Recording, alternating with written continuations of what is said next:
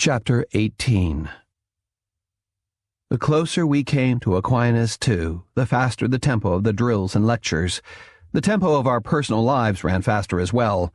It was probably much the same in a war. We knew we might not live through it, so we did as much living as we could beforehand.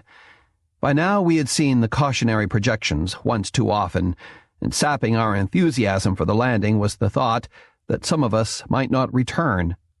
We were also afraid that if we found no life, there would be the journey into the dark, a metaphor for death if there ever was one, or the possibility of mutiny and everything it implied. Tybalt didn't help. He was preparing for more than the exploration of a planet that might or might not have been blessed with life. In every way he could, Tybalt made plans for his own version of a war. The captain did little to stop him. In retrospect, I think the captain probably encouraged him. The possibility of life might be pure fantasy, but Tybalt's activities in organizing assault squads and defensive teams, just in case, lent an air of reality to it. Nobody said, "Eat, drink, and be merry, for tomorrow you may die." Nobody had to. Casual friendships flared into great passions, and those of us who had paired off began to regret it when there was so much more of life yet to sample. I can't remember what Snipe and I argued about. It was trivial, and I'm sure I started it, but it ended with Snipe moving out of my compartment back to her tent by the peaceful stream. She never lost her temper, though I made a show of losing mine to mask my feelings of guilt. Snipe was hurt and wanted to talk about it, but I told her, loftily, that there was nothing more to say. She stared at me, then said somberly, "There's sex, and there's partnering. I thought you knew the difference." After that, she was nothing but understanding, and that was a mistake. An argument might have brought us together. Understanding drove us apart. Similar dissensions shredded Crow's relationship with Pippet, and within a few time periods we teamed up to rut our way through the Astron. We knew it was against ship's custom for anybody on board to turn us down, at least the first time, and we took full advantage. Neither of us was interested in asking a second time. My ego expanded rapidly. So did Crow's. Neither he nor I paid much attention to the looks of disapproval from fellow crew members when we passed in the corridors to compare notes and match scores. But it was hard to ignore Thrush's all-knowing smirk. The captain had said that sex was the fool's gold of the emotions, and it seemed all too true. But while I didn't learn much about individual crew members, I learned a lot about the social structure of the ship. The dominant form of partnering was couples, but triads were not uncommon, and neither was the occasional small group. I was curious about all of them, and they about me. Even when my promiscuous period was over, I was surprised how much of my curiosity remained. 2 events brought my rutting to an end. The first was that Swallow asked me to bed. She was a plain woman, perhaps pretty or charming to others, but not to me. I tried to dissuade her by pretending she wasn't serious, but she was, and I had to remind myself it was ship's custom not to refuse the first time. Crow seemed to have no problem in similar situations, but I was different from Crow, and I found the sex not only unpleasant, but difficult. The second event was more complicated. My dreams didn't stop, though they were far more fragmentary. In most of them I saw myself as Hamlet. I helped raise an infant Crow as if he were my son and watched a young girl gradually grow to an aggressive and beautiful maturity. Eventually, we became lovers. After more than one sleep period, I woke, still feeling Ophelia's breath on my shoulder and the touch of her fingers on my back. One period I slept more fitfully than usual, never quite sure whether I was Hamlet or Sparrow. When I finally gave up on slumber, I slipped quietly out of my compartment and down the passageway to Ophelia's. I stole in through the shadow screen without announcing myself, pausing only a moment to get my bearings. I was in a cave on a hillside with a forest of tall pine trees spread out below. Constellations twinkled in the night sky, and moonlight glinted off the snow that furred the branches of the trees. I could hear the occasional snap of a twig in the forest, and I thought I saw the shadowy forms of wolves prowling among the trees, a thought confirmed a moment later by their distant howls. Falsies weren't required to be original. Ophelia had been content to copy hers from the one Crow and Loon had turned into a safe house. She was curled up near the embers of a fire, and I felt my way over to her. It was easy to slide into the character of Hamlet, though a part of me still clung nervously to Sparrow. I murmured, "Ophelia," at the same time lying next to her on the skins before the fire. She woke instantly, her muscles tense. She recognized me and started to push me away, but I pleaded, "Please don't," using the voice of Hamlet. She closed her eyes and relaxed. I leaned into her, my arms sliding easily around her waist. It was very strange. It was pleasant, but not pleasant. I gradually realized that Hamlet could never be more than a role, that I remembered only bits and pieces of his life. Playing at being him was like trying to recognize a face in the splinters of a shattered mirror. Mechanically, I aped the Hamlet of my dreams. When I was through, I leaned against the cave wall, very much aware of the steel bulkhead at my back. Through it all, Ophelia had never responded. "My God, I'm sorry," I murmured. "Hamlet's dead," she said quietly. "You're Sparrow. Be Sparrow. I've been playing at being somebody else," I whispered in shame. "You've been playing at being a fool," she said. There was no condemnation in her voice, but the words stung. For a few time periods after that I became a hermit, withdrawing into work and my library, burying myself in my books and my duties. I made a point of apologizing to my former bed partners until I realized that no apology was needed, that what had been of passing interest to me had been of passing interest to them as well. Emotion returned is usually in direct proportion to emotion invested, and there had been precious little of that. I missed Snipe badly. It wasn't long before we were standing by her stream while I tried to explain myself. She was calm and considerate, and, so I thought, totally uninvolved. After I stammered my apologies, she said simply, "Why, Sparrow?" I explained the pressures on board, the feeling that the number of my tomorrows might be limited, and I had wanted to live as much as I could today. "That's a surface reason," she said. "I don't believe it's the real one." She was right, and I knew it. My voice dried up. When I finally found it again, I sounded lonely and desperate. I was going to have to trust her if I wanted her to love me, and for some young men, trusting somebody is amazingly difficult to do. It was for me. I recalled what the captain had told me and shivered. "You're going to grow old," I said in a cracked voice. "Someday you'll die." "So will Sparrow," she said simply. "Probably before me." I should have known. She and Ophelia had been too close. I had deluded myself as I had with Noah. She had to have known. No matter how careful I was, sooner or later the charade would end and Sparrow would be gone, to be replaced by another 17-year-old tech assistant named Nuptsi or Batura, whose best friend would be K2, and who would probably fall deeply in love with Denali. That time would undoubtedly come, but until then I was Sparrow, and I had Sparrow's life to lead. Snipe and I resumed where we had left off. Shortly afterward, Pippet moved back to Crow's compartment. To Pippet's dismay, Loon soon followed.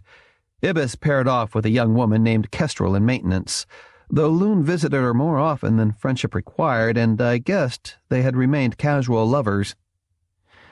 I would like to say we all lived happily ever after, but happiness is hardly a constant in one's life. The unexpected is. And part of the unexpected was that while Snipe and I were close, I always sensed a thin barrier between us, but could never determine its cause. For Ophelia, I had been her link to Hamlet, a constant reminder of him, until that sleep period when I tried to take his place and she finally realized Hamlet was gone for good.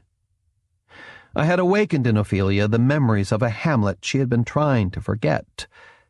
What I hadn't known, what my dreams had failed to tell me, was that Hamlet and Tybalt had competed for Ophelia, and Tybalt had lost. After Hamlet had been flatlined, somebody who looked like him had taken his place. There was no way I could ever be Hamlet, though Ophelia might have had hopes until that moment when she awoke to discover an impostor lying beside her. Afterward, I caught her looking at Tybalt with eyes suddenly soft with speculation. He had once wanted to partner with her, and he had also been Hamlet's best friend. There was little time for romance now, but Tybalt and Ophelia made the most of it. Love softened Ophelia's personality. Her figure thinned, and her features lost their sharpness. Tybalt, in turn, seemed younger and less dour, more concerned with his appearance and less likely to make a show of favoring his crippled leg. He trimmed his mustache, darkened his beard, and walked around the Gravity Plus gymnasium with only a trace of a limp. A dozen time periods after they had found each other, both seemed edgy and distracted. Their match had been made with more enthusiasm than thought, something apparent even to them, though they hadn't wanted to admit it. Ophelia was one of the leaders of the would-be mutiny, and Tybalt was one of the captain's staunchest supporters. Even at the beginning I knew that each would try to convert the other, despite whatever promises they made to never discuss it. One time period, Tybalt asked me to meet him after shift. I reluctantly agreed, knowing what he wanted to discuss. His compartment was as Spartan as any other, with a tiny locker, a hammock, some string paintings on the bulkheads, and half a dozen technical manuals on a small shelf. I took off my eye mask, curious to see the fantasy in which Tybalt lived, and was surprised when the compartment remained unchanged. I guessed what had happened and said, "Can you restore the falsie?" He shrugged and thumbed the palm terminal. A moment later, I felt like gasping for breath. Wisps of fog swirled about my head, and if the falsie had been reality, I would have been choking on methane. I was standing in a shallow valley of jumbled rock, the reddish sun low in the sky. Then the fog lifted and I could see the alien ship that had crashed into a mountainside a kilometer or so away. It was bowed in the middle, a gigantic boomerang. It was a corroded olive green, and there were obvious hatchways in the side through which nothing human had ever passed. It was huge, half a kilometer from one end to the other. There were no signs of life and no sound except the rasping of the wind. Tybalt had picked that one moment of quiet just before the cannons speak or a voice cries, "Charge!" or the rockets start falling. The whole scene lay just outside the window of what had been Tybalt's compartment and was now his fort. At any moment, lobstermen with red chitin for skin would crawl out of the alien ship and lope toward the bunker where a brave Tybalt would blast them to kingdom come. It was a strange mix of fantasy and pathos. If he had his way, Tybalt would never meet death via reduction. He would die facing an enemy. Then the falsie shifted and I was inside a bunker, looking at a desperate Tybalt who stared at me from the haven of his hammock. I was torn between cynicism and compassion. Part of me wanted to laugh, and another felt like crying. I had come a long way since Tybalt had entertained me with his stories of exploration and battles with unseen enemies. "Do you think there's anything out there, Sparrow?" I had done as much research as possible, but I guessed that Tybalt had as well. All I could offer were opinions, and mine weren't necessarily superior to his. "What do you think, Tybalt?" "I know the possibilities, and I know what I saw." He had seen what he had desperately wanted to see, but I could never convince him of that. "And Ophelia doesn't believe in what you saw." "We argued. We both knew we would. Ophelia doesn't believe in anything." He was talking to me as if I were a senior, and I wondered if he was talking to Sparrow or to Hamlet. Ophelia was frank and outspoken, and I was convinced she was right, but she was going to pay a price for being right, and she was going to make Tybalt pay one too. "You told me that about Ophelia months ago," I reminded him.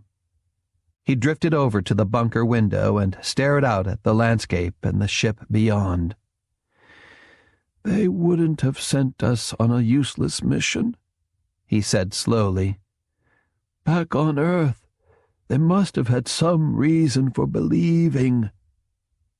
They'd had 1,000 reasons, I thought, and every one of them had proved false. I let him talk himself out.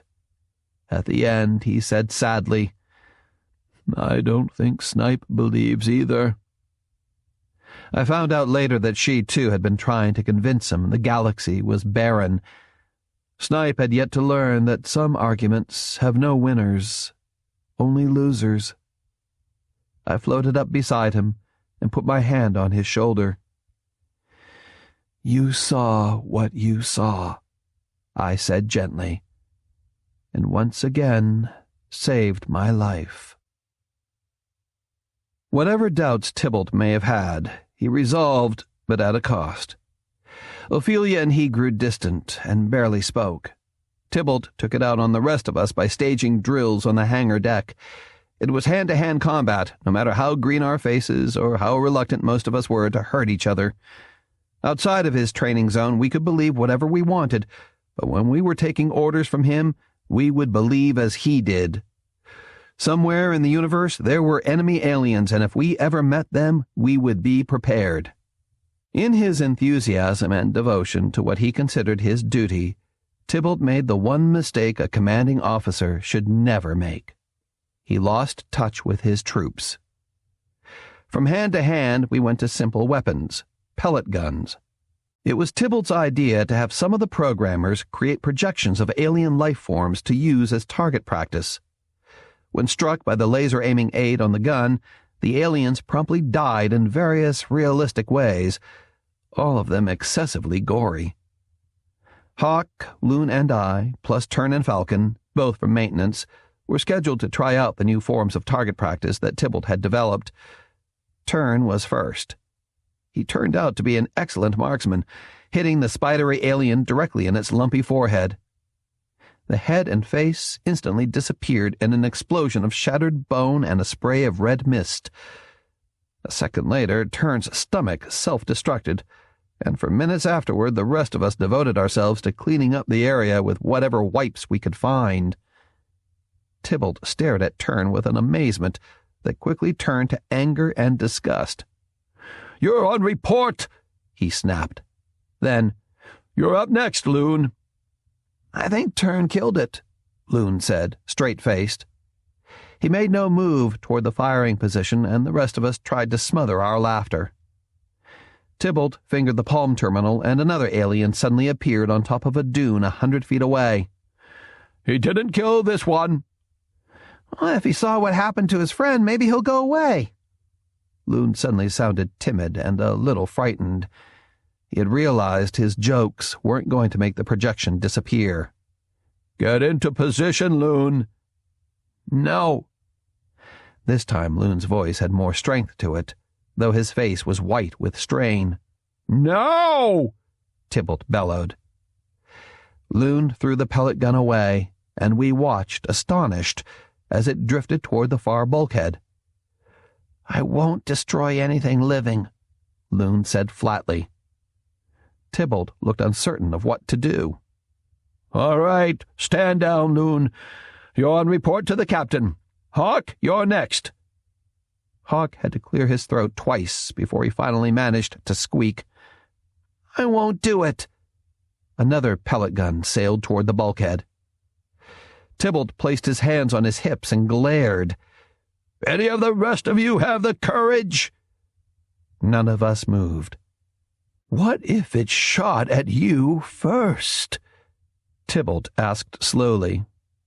There was more puzzlement than anger in his voice, and I felt sorry for him.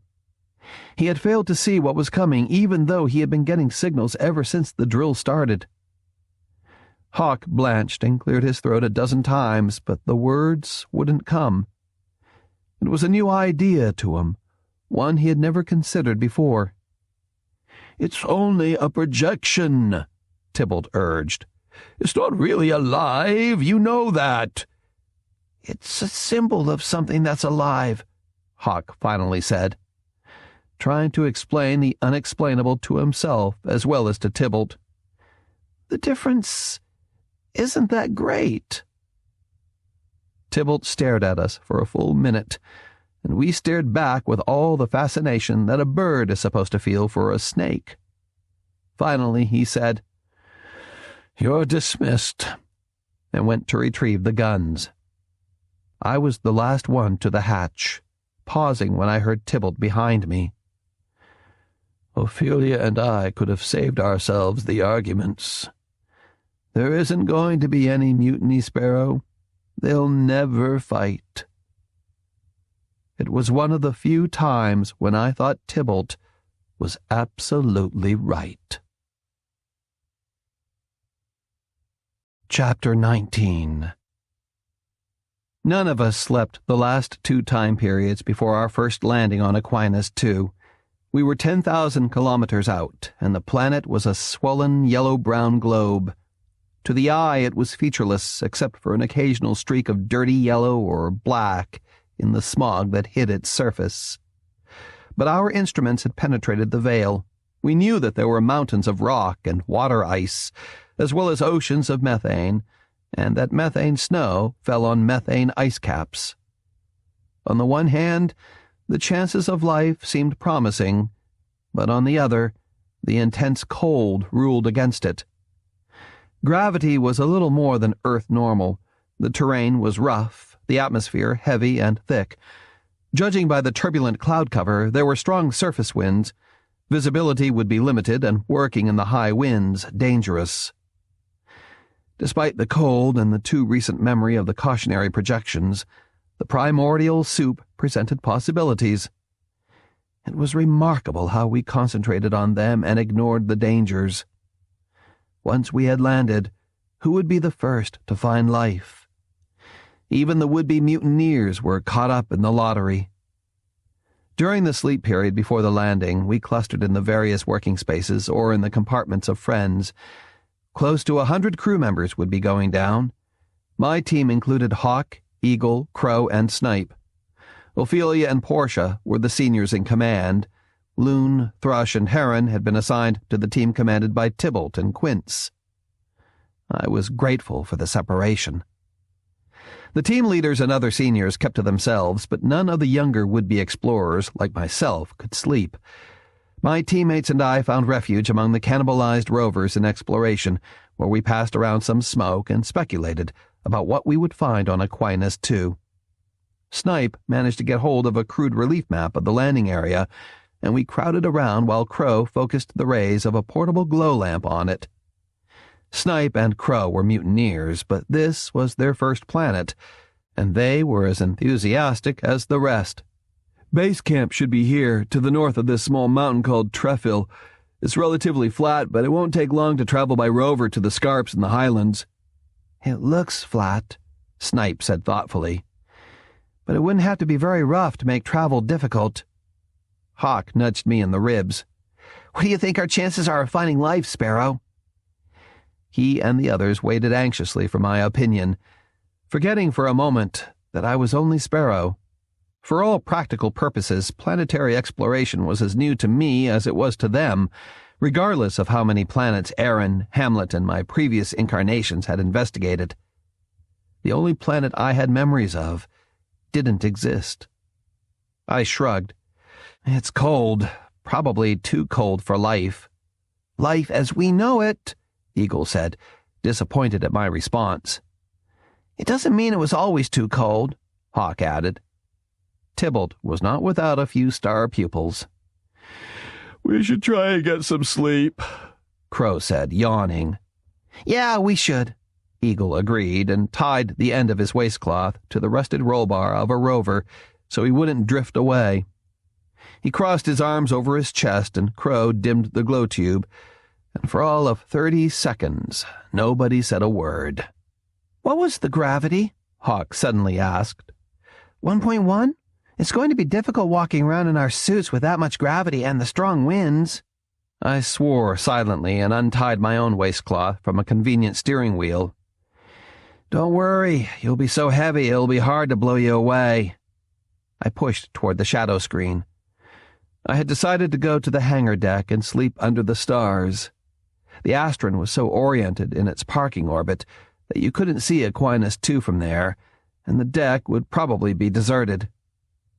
The corridors were empty, though I could hear the hum of muted conversations behind the shadow screens that cloaked most of the working spaces and living compartments. I floated through the well that tied the decks together, passing by the one that housed the captain's quarters. It was the only deck completely lit, and I supposed the captain was holding a meeting with some of the team leaders. The hangar deck was 2 levels away, and I had just started to twist around for a landing when I felt the light touch of air currents at my back. Sparrow? I grabbed at a nearby bulkhead ring to slow myself. When I turned, I saw the captain close behind me, his eyes gleaming in the soft light from the glow tubes. For the first time, he was wearing something that looked like an official uniform, a skin-tight black halter that extended from his neck to his wrists and ankles. It was a moment before I noticed the fine tubing and realized it was the inner weave for an exploration suit. I'll be going in with you, he said, smiling, then turned apologetic. Not with your team. I'll be setting up the base camp a few hours from now. He clapped me on the back. Aquinas II is the best possibility we've seen in generations, and God willing, I'm sure we'll find something. 2,000 years of disappointments, and he was still a true believer. I didn't know whether to admire him or be depressed. His reaction was probably invariable, a conviction that this time was it, that this time the long voyage was not in vain. If Ophelia was right, he wasn't capable of any other reaction. I'm looking forward to it, Sparrow. What about yourself? The captain's spirit was catching. Once again, I could feel my emotions flip-flop towards him. My team can't wait, I said, which was true. Neither can I, which was not true. The back of my mind was crowded with second thoughts. Nobody can, he said. Then, where's your team? They can't be the only ones sleeping. Everybody's holding camp meetings all over the ship. I'd like to talk to them. The king, cheering on his loyal troops before the battle. Exploration. The glow tubes are out, but they're probably still talking. He pushed off for the well. See you down below, Sparrow. It was then I said something I should have had the brains to keep to myself, knowing it would come back to haunt me. What happens if we don't find anything? He spun around, no longer smiling. Then we'll just have to keep looking, won't we? I continued to the hangar deck, slipping through the shadow screen and hoping nobody else was there. One dim glow tube marked a distant well, but except for that, it was completely dark. I was feeling along the bulkhead for the Palm Terminal. Its location light was out, when I ran into a loose bundle of tether line that some idiot had failed to secure. Loose coils of line were one of the major hazards on board.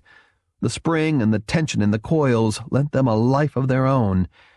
I kicked at it, annoyed, and some of the coils floated up around my legs and waist. I could even feel one slide across my throat. I pulled at a loop, and the line around my neck promptly tightened. Angered, I tugged various strands at random and then heard the faint rumble of a take-up reel. Somewhere in the dark, somebody had turned it on, or else my tugging had triggered the reel into action.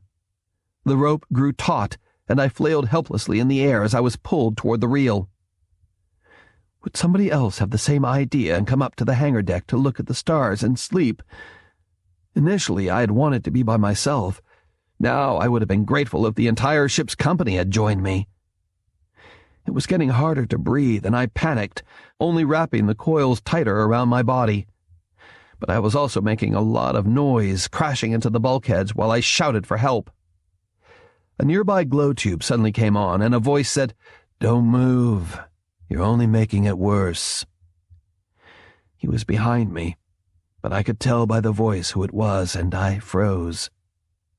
Hands plucked at the coils around my waist, trying to unknot the line, and a moment later I was free to rub my throat and curse that it had to be Thrush who had saved my life.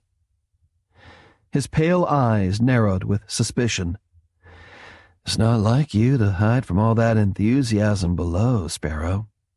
I started to say something, and he held up a hand. "You don't have to thank me. I didn't do it for you.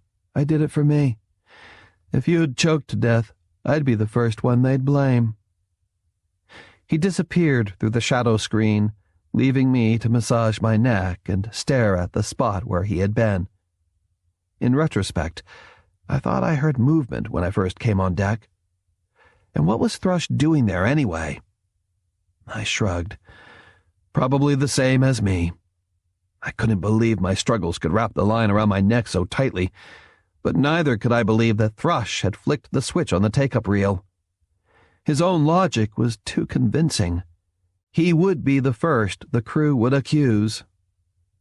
It didn't occur to me until later that I had more enemies than one, and that Thrush had indeed saved my life. He had told the truth when he gave his reasons, but he hadn't told the whole truth. Aquinas, too, was hell. It was storming, and winds buffeted the lander for almost an hour before we found a safe place to set down. We were frightened and sick.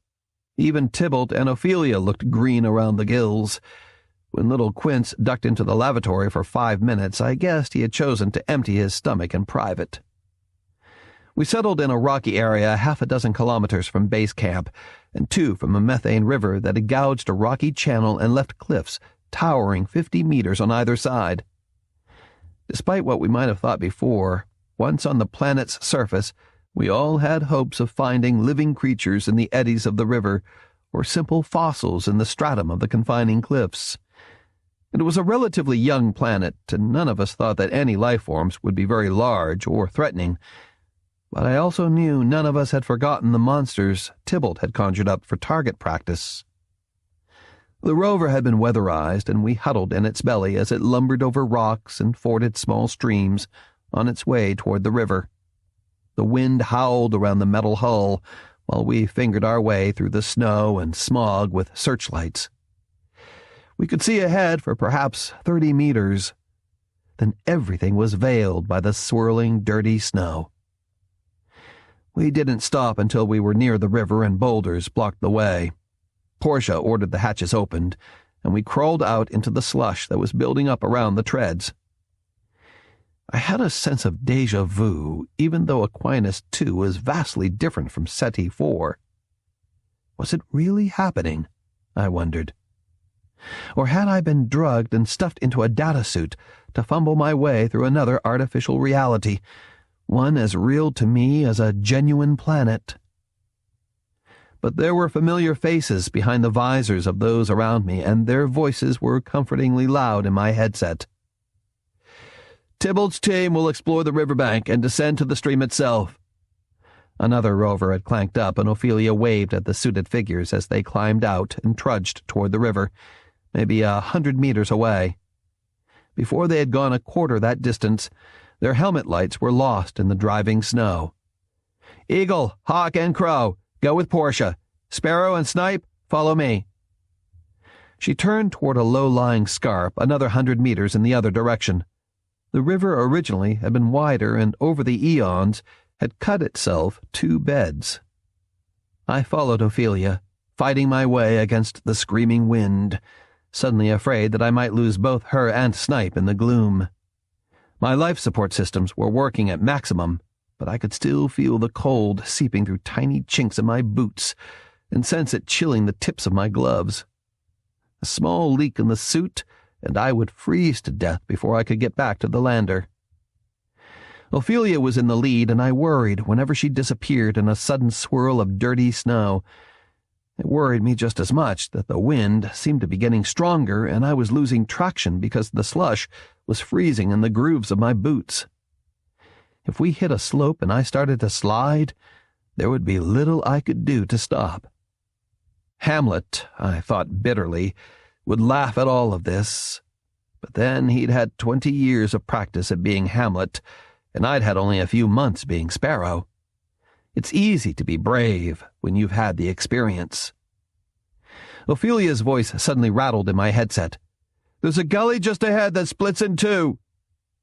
A moment later, the 3 of us were shining our helmet lights at the entrance, trying to peer through the snow at what lay beyond. The wind roared around us, and there were moments when we had to hold on to each other for support. The gully, at least, would offer some protection, so we could concentrate on work. We had our sample baskets and image cameras, and what we had to do wasn't that difficult.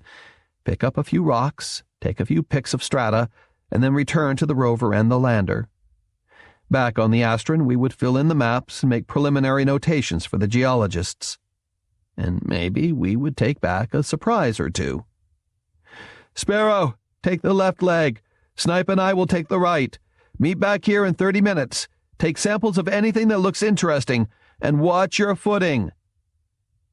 A few feet into the gully, the wind died away, though I could still hear it shrieking overhead. The banks were several meters above my helmet, and my radio headset's whip antenna just cleared them. I would be in touch with Ophelia and Snipe most of the time. We had orders to check in with each other every 5 minutes, and timers in our helmets to remind us. Snipe, as always, sounded in complete control. "Don't get lost, Sparrow." "I'm not about to. If anybody could, keep the frequencies clear for reports," Ophelia interrupted, annoyed. Snipe shut up, and I concentrated on the ravine walls, at the same time keeping to the middle of the small gorge to avoid anything falling on me from above. The gully walls were rough and dark, worn by the winds and the spring floods of methane. I dutifully hammered at a rock or 2 and took some image pics of formations I didn't recognize, but I found no section of the rock walls that exposed different strata and thousands of years of planetary history. The gully suddenly widened, its banks drifting away from each other. "I think I've hit a lake bed," I said into my headset. "Can't tell the size." "Keep to sides. Don't." Ophelia's voice was intermittent and weak, and I glanced up with alarm, noting that the banks were now above antenna height. If I continued on, I would be out of contact. I hesitated, but in the back of my mind was the picture of Hamlet laughing as he skidded down a methane mountain. I decided to risk it for a few minutes more. At least I would be protected from the howling wind. 200 meters farther on, the gully wall dropped off sharply to the right. I faced a solid blanket of fog and driving sleet. I could see nothing at all, though a heavy roaring sound came from somewhere within the fog bank. Then the unpredictable wind brushed aside the snow and fog like a curtain, and I stared in wonder at a shallow valley a dozen kilometers wide. At the bottom was a small lake, and at the far end I could just make out a methane fall thundering over the valley's rim. Falling liquids. I had never seen liquids cascading in a fall, and the sight was both strange and beautiful. I could visualize the valley filling in the spring and the overflow racing through the gorge to the river beyond. The air was filled with dirty flakes of drifting snow, and the falls at the far end were half obscured by haze. But the scene was striking and unsettling. Except for some of the compartment falsies and the artificial reality of SETI 4, I had never been in the open. Even during the landing and the trip in the rover, the snow had closed us in. Suddenly, the horizon was no longer determined by the snow and the fog, or by a bulkhead 100 or 200 meters away at the end of a corridor. My only experience with a limitless horizon had been on SETI 4. But the scene now before me had far more depth and detail than SETI 4 had had, and I could feel my stomach knot with sudden anxiety. At the same time, it was humbling to realize that not only was I the first human being to see the valley, I was probably the first living creature in the entire universe to see it. For just a moment, I thought I understood both God and the captain. Then the winds shifted, the valley disappeared, and I had to fight my way back to the gorge. I struggled through the slush to where the gully wall became a cliff 20 meters high. I was standing close to the rock face, snapping image pics of the different formations, when pebbles rattled onto my helmet. I glanced up. The rim above was actually an overhang where the rushing floods of methane had undercut the banks. I was staring at it, puzzled, when the puff of a small explosion just under the rim caused more pebbles and rocks to rain down. I didn't move. Small explosions don't happen by themselves. Then my surprise turned to alarm as another rockslide tumbled down the bank. Something was shooting at the overhang, and if it gave way, I would be buried under tons of rubble. Another small explosion, and another shower of dirt and stones. I stood there in shock and panic, forgetting all the research I had done, but remembering with remarkable clarity all of Tybalt's stories. My first thought was that Tybalt had been right.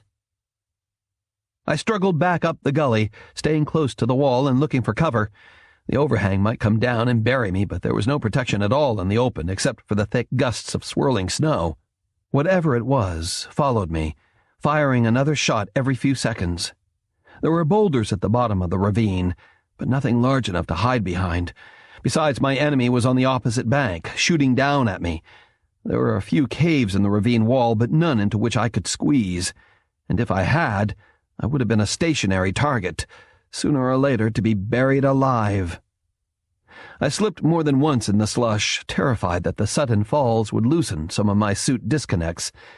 Then it would be a toss-up whether I froze to death or died breathing a mixture of nitrogen and methane so cold my lungs would turn to ice within a breath or two. The pattern of shooting suddenly changed, with shots aimed at the ground before my boots, trying to drive me back under the overhang. The top of the gorge still towered above me, but a pile of boulders in the middle looked just high enough that if I climbed it, the whip antenna might clear the banks and I could call Ophelia and Snipe for help. But climbing the boulders would expose me even more. Or would it? I had already been exposed, 12 times, and never been hit. Why try to hit the overhang? Why not me? What reason required that I be crushed by a landslide rather than have my suit punctured so I could die from the cold or the unbreathable atmosphere? Perhaps I had discovered life on Aquinas too. Perhaps creatures had evolved who were smart enough to make explosive weapons and who had a psychology strange enough to want my death and burial at the same time. But I really didn't think so. The planet was young, and I found it hard to believe a local version of Tybalt's aliens existed. My alternatives were my fellow crew members. On a planet where simple walking was a hazard, a landslide would never be questioned. A suit with pellet holes in it would be. I forced myself to forget my panic and consider the problem. Once I did, the answer was obvious. Unlike Ophelia, whom he had accused of believing in nothing, Tybalt believed in everything. His team would have gone in armed. I ran for the boulders and scrabbled to hoist myself up, slipping off the ice-covered rocks several times before finding handholds. Any minute I expected to feel metal pellets tear through my suit, but the small explosions and rock slides suddenly stopped. I hit the helmet squawk button with my chin. To keep down the babble, each team had its own frequency. Nobody on Tybalt's team could overhear us. "Ophelia! Sparrow here!" Ophelia's voice, angry but relieved, echoed in my headset immediately. "You're 10 minutes late reporting in." "Somebody with a pellet gun!" I shouted. "They're shooting at me! Position, Sparrow!" I gave it to her and the direction of the shots. Then Snipe came on, her voice shaky with worry. "Seek cover, Sparrow. The walls are dangerous," Ophelia interrupted. "There's an overhang in this branch as well. Use your own judgment on cover and continue toward the rendezvous point." It was growing darker, which helped, and the closer I got to the canyon mouth, the stronger the winds and the more driven the snow. I feverishly hoped the weather would provide all the cover I needed. I was the first to reach the ravine entrance, and hid behind the rovers a few meters away, crouching down and letting the snow cover me. It didn't take long before I was sure I looked like just another snow-covered rock. It was 5 minutes before the other team members struggled into view. I came out from behind the boulders and counted them as they pushed through the screaming winds. 3 missing. Crow trudged over and said tentatively, "You all right, Sparrow?" I nodded within the helmet. Ophelia had told them nothing, and I felt too drained to fill them in. They would soon learn all about it. A few minutes later, somebody shouted and pointed toward the ravine's mouth at the 3 figures coming out. One was ahead of the other 2, stumbling occasionally when he was pushed from behind. Ophelia and Tybalt followed. Tybalt, limping slightly, held a pellet gun. We gathered around them, and Ophelia reached out and scraped the snow off the visor of the first figure so we could see his face. "We found an alien life form after all," Tybalt said grimly.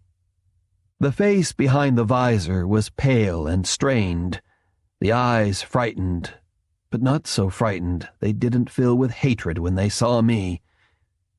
To my great surprise, it wasn't Thrush. It was Heron, man's best friend. Chapter 20. Heron's court-martial was convened on the hangar deck. More than half the crew was present, even though it was a sleep period for many. With Banquo and Cato as his guards, Heron stood in front and a little to the right of the captain, secured to the deck with magnetic lines, his hands bound behind him. His eyes were black holes in a pale, ugly face, and he constantly licked his lips. Those close to him swore later that they could smell the stink of fear. The audience sat in the few rovers parked on the deck, clung to the sides of in-between station, or had tied themselves to the rings on a nearby bulkhead. For the most part, they were silent and perhaps a little awed. Heron had tried to kill another crew member, and that was something almost impossible to imagine. The few who glanced at him and could imagine it shivered with revulsion and looked away. The lead actor in the drama was the captain, who sat behind a small desk inside the hatchway. His halter was plain black, but he also wore a black armband with a single gold star. It was the first time any of us had seen him wear anything indicating rank, and we were properly impressed. We knew the captain held the power of life and death over us, but until that moment it had been an abstraction. Now it was reality, and I could sense the unease in the crew. There was no jury. Judgment was the captain's responsibility, one he apparently wasn't required to share, according to the computer. Heron had been charged with attempted murder. I was called as the first witness. I told what had happened as objectively as I could. I mentioned the incident in sickbay, and the captain listened intently. He hadn't known about it, which meant that Pippet hadn't reported it, and that surprised me. but in the end he struck it as irrelevant. "Why did you climb to the top of the boulders, Sparrow?" I thought I had explained why, then realized he wanted me to repeat it so he could make a point. The proceedings had made me nervous to begin with, and I felt even more so now. I needed the height so my whip antenna could clear the rim of the gorge and I could contact Ophelia for help. He frowned. "Wasn't that dangerous? Didn't you consider that exposing yourself in the open would make you an easy target?" I sensed a trap. "I took a gamble, sir." The frown deepened. "It would seem like a bad gamble, Sparrow. Something was shooting at you, and yet you abandoned the only cover you had for the open area in the gorge. In your place, I would have assumed that would guarantee my being shot." I suddenly wondered whose trial it was. "I could have been killed at any time, sir. The only logical answer was that a fellow crewman was shooting at me. If I were shot while in the open, there would be pellet holes in my body and my exploration suit. The list of suspects would have been very small. A landslide from the rim above would have covered the evidence as well as killed me." "It's still a gigantic leap of faith, Sparrow." He made a few notes on a writing slate, then asked, too casually, "You never considered the possibility of indigenous life on the planet?" And that was the point he was driving at. Did I believe in life out there? Did I believe in the mission of the ship? Was I still willing to follow him? I was right. This was far more than Heron's trial for attempted murder. I glimpsed Ophelia in the audience, and she looked stricken. She realized it as well. I needed time to think and made a show of clearing my throat. "There had been no signatures of a technical civilization in the weeks before the landing, sir, and if I had stayed under the rim, it was only a matter of time before I was a dead man." The captain hunched forward in his chair. "So you chanced the open to try and signal for help. Since you really didn't believe there was any life on the planet, your assailant had to be a fellow crew member. Is that right, Sparrow?" I opened and closed my mouth several times before replying, then finally said, "I thought there was a good possibility of life, but not of beings so technically advanced they had pellet guns. It's a young planet." I hesitated again, then blurted, "I took the gamble because I had to. I was afraid all the time that I might lose." He relaxed, but didn't let me go without a reprimand. "There's no timetable for the development of life and different levels of civilization, Sparrow. You can't use Earth as a measuring stick." He had reinforced my premonition. Heron's trial wasn't going to be just about Heron. It was going to be about loyalty and faith. And eventually it would involve many more crew members, in addition to Heron. If we had been on Earth, a good fraction of the crew would have fled the next time period. "Sparrow, why would Heron want to kill you?" It was no trick question, but it was one I could not answer, not in open court, and not when the captain asked it. I finally said, "I don't know." He raised an eyebrow. "A man is filled with so much hatred for you that he's moved to murder, and you have no idea why." The question hung there, and I could do nothing but shrug. I had no answer. He waited until the silence became smothering, then dismissed me. The captain's interrogation of Ophelia and Tybalt began relatively routinely. Ophelia was crisp and respectful, and I thought I even detected respect on the captain's part. He scribbled another note on the slate and, without looking up, asked, "Why did you detach Sparrow to explore on his own?" Ophelia's prompt responses suddenly slowed. "We had limited time, and I wanted to use the team efficiently and cover as much ground as possible." The captain leaned back, tapped his teeth with his stylus, and looked thoughtful. "You didn't think it was risky sending a crewman into unknown territory by himself?" "I didn't consider it dangerous. He knew the geology, he could see what the terrain was like, and we were in constant communication." She stopped, realizing she had made a mistake. "But you weren't, of course. To investigate the gorge meant that Sparrow would be out of touch with you for minutes." I never thought I would see Ophelia sweat, but she was sweating now. I didn't realize that at the time. The captain smiled slightly. "You didn't foresee that he would be so eager to fulfill one command that he might violate another." "No, sir." "And you didn't foresee any danger from native life forms, whatever they might have been?" She knew it was a trap, but her pride led her in without hesitation. "If there were any, it wouldn't have made any difference," she said flatly. "None of us were armed." The captain already knew that. He was making another point. But the points he was making weren't for the witnesses or the accused. They were for himself. He was building a case for whatever action he was going to take later. "In retrospect," he said slowly, "I think that was a mistake. I'm sure Sparrow thinks so, too." He studied his slate. "You didn't believe in the possibility of life on Aquinas even before we landed, did you, Ophelia?" She was white-faced, her voice hoarse. "No, sir, I didn't." He studied her, obviously weighing her and finding her wanting. "Everybody's entitled to their opinion, Ophelia. But nobody's entitled to act on it if it endangers this ship and its crew. You have violated standard exploration procedures and shown a lack of common sense. You're relieved of your command." There was a gasp from the assembled crew members. In the front, at the captain's right, Heron smirked at all of us. The captain called a recess, and we filed out to report to our working spaces if we were on shift, or to try and get some sleep if we weren't. It was mealtime in exploration, and we ate in silence, while Pippet just as silently served us.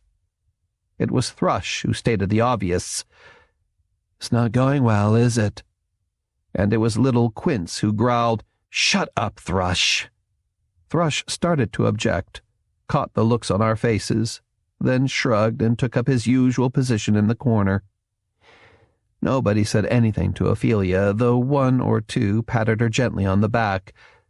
Then Tybalt drifted over, and they talked in low voices, his arm around her shoulder. When the meal was finished, the normal hum of conversation started again, though I heard no talk about the trial. Noah pulled out the chessboard, nodded at me, and I joined him for a game. He played badly, and I scored an easy win. "Another one?" I asked. He shook his head. "Not this time, Sparrow." I lowered my voice so only he could hear. "Ophelia's too valuable as a team leader," I reassured him. "The captain will reinstate her next time." "You still believe in Kusaka, don't you, Sparrow?" he asked bleakly. "I suppose so," I admitted. "I've had more contact with him than you've had, at least lately." I had my reservations about the mission, but I had yet to lose my faith in the captain. He laughed without humor. "Poor Sparrow," he murmured. "To have lived so long and still be so innocent." Tybalt was next, and the captain seemed genuinely glad to have him as a witness. But then Tybalt was a true believer. Whatever points the captain wanted to make, Tybalt would be glad to help. He gave a detailed version of everything his team did after the landing, while the captain nodded patiently. "But you detached Heron to explore the top of the rim by himself. Didn't you think that dangerous?" "He was armed," Tybalt said, full of self-righteousness. "I saw to it that everybody on my team was armed." "With pellet guns," the captain agreed. "Not exactly heavy artillery on a planet we knew nothing about." Tybalt looked confused. "It was an exploration party, not an invasion," he said slowly. "I wasn't questioning the armament, just the wisdom of sending a man off by himself." A tinge of surliness crept into Tybalt's voice. "It was his idea. I thought it a good one. So did other members of the team. We were pressed for time. We wanted to cover as much territory as we could while we were there." The captain fell silent. absorbed in his slate. "I think I see," he said at last. "Heron volunteered to explore the rim, and you detached him for that purpose." He glanced up at Tybalt, curious. "You said other members of the team thought it was a good idea. Who were they?" Tybalt looked unhappy. "Thrush, for one." I snapped alert. I didn't know how the pieces fit together, but now it was obvious that Thrush had known Heron's intentions. Of course, Thrush always knew what Heron intended. "Perhaps Thrush should have been the team leader," the captain said wryly. Then, "Did you think the possibilities of alien life forms on Aquinas were very good?" Just as Ophelia had, Tybalt was sweating heavily. "Yes, sir." "But you still let Heron go off alone." Tybalt's voice was now thick with frustration as he tried to explain something he thought the captain couldn't or wouldn't understand. "I considered him a scout. An exploration party can't explore if they stay together. Tactically, it would have been just as dangerous if we'd split up. Heron volunteered to be a scout, and I detached him as a scout." "You're absolutely right," the captain said sarcastically. "Detaching him as a scout was a good idea. Detaching him so he would be free to murder a fellow crew member was a very bad one." Even from where I sat, I could see Tybalt start to tremble. "I didn't know what he was going to do." "Did you know how he was equipped?" "Standard equipment, plus a pellet gun. We all had one." The captain shook his head. "Did you know he had an RF detector as well as a gun? He could determine the location of crew members on the other team. He could tell who they were by the numbers on their suits, and he could see them more easily from above than they could see him from below." From the moment we had set down on Aquinas II, Tybalt had conducted his part of the landing as if it were a military operation. Thrush and Heron had known he would, and had played on that. Sending out a scout would have had a lot of appeal to Tybalt. So Heron had been granted permission to go hunting, and the game he had tracked was me. "Did you know Heron and Sparrow were enemies?" Tybalt glanced at Heron with contempt. "Yes, but then Heron has no friends." "Why?" An uncomfortable shrug. "I suppose because he doesn't like anybody, and as a result, nobody likes him." The captain looked annoyed. "That's an inadequate answer. Everybody has at least one friend. Who was Heron's?" Without any hesitation. "Well, Thrush was the only one in the division who could tolerate him."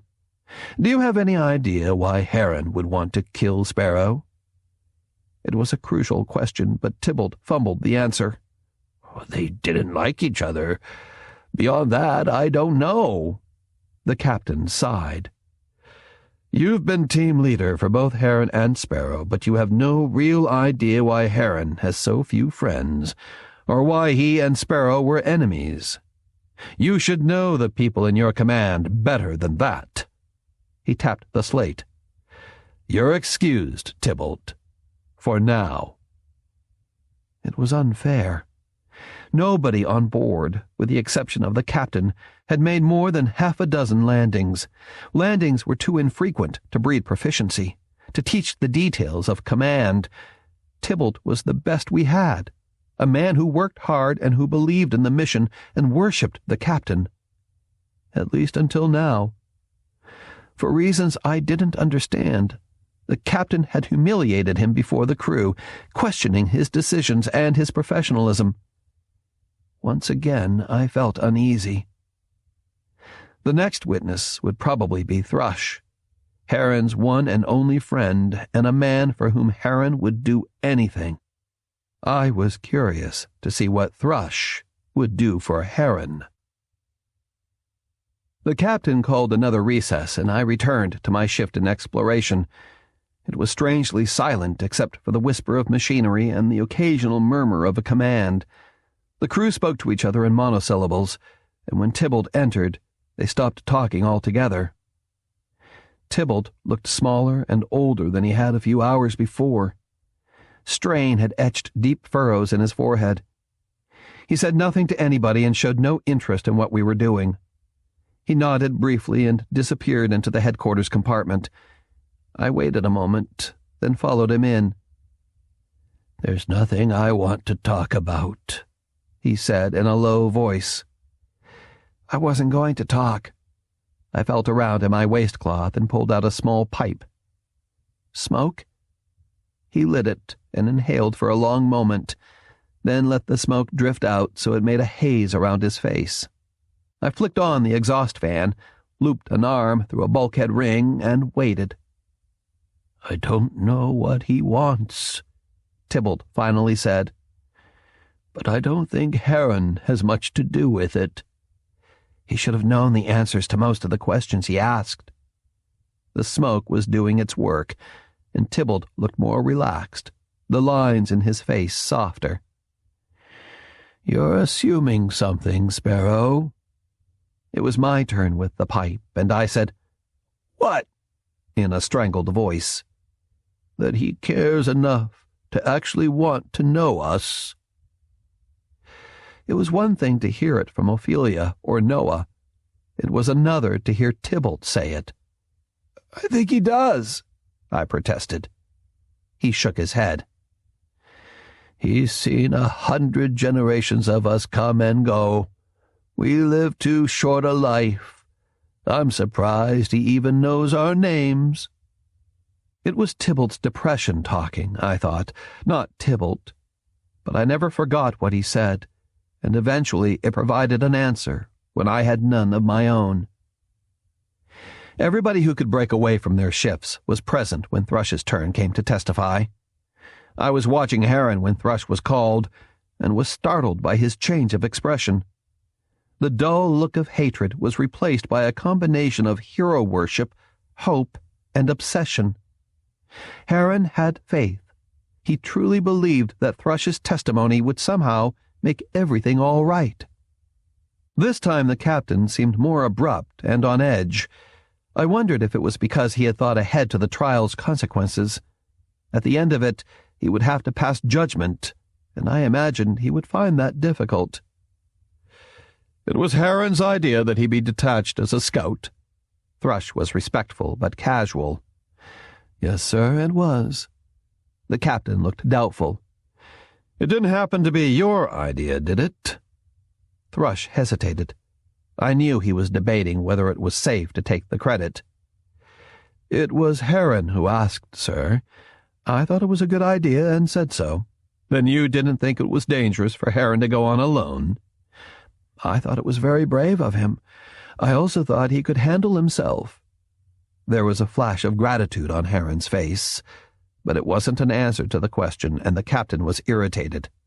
"I asked if you thought it was dangerous." The impatience in his voice made Thrush flinch. "I did think it was dangerous, yes, sir. We didn't know what the native life forms might be like." "Obviously, Heron didn't think they'd be so dangerous. He wasn't interested in them. He was interested in Sparrow." "I didn't know he was going to look for Sparrow," Thrush murmured. The captain suddenly changed the subject. "I understand Heron is very good with a pellet gun." "He should be, sir.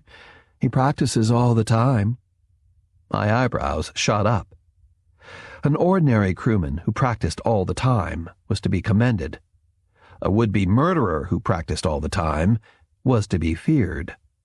"Your opinion, Thrush. Firing from the rim of the gorge, if Heron had wanted to hit Sparrow, he could have. Am I right?" Thrush didn't hesitate. "Yes, sir." "Even in those conditions of driving snow and poor visibility?" "If he could see Sparrow at all, sir, he could have hit him."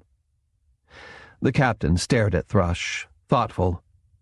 "So he was either trying to frighten Sparrow, or Sparrow is right in his contention that Heron was trying to hit the rim above, to bury him in a landslide.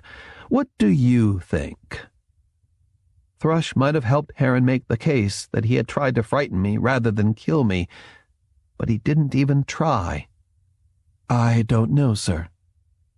Heron looked puzzled.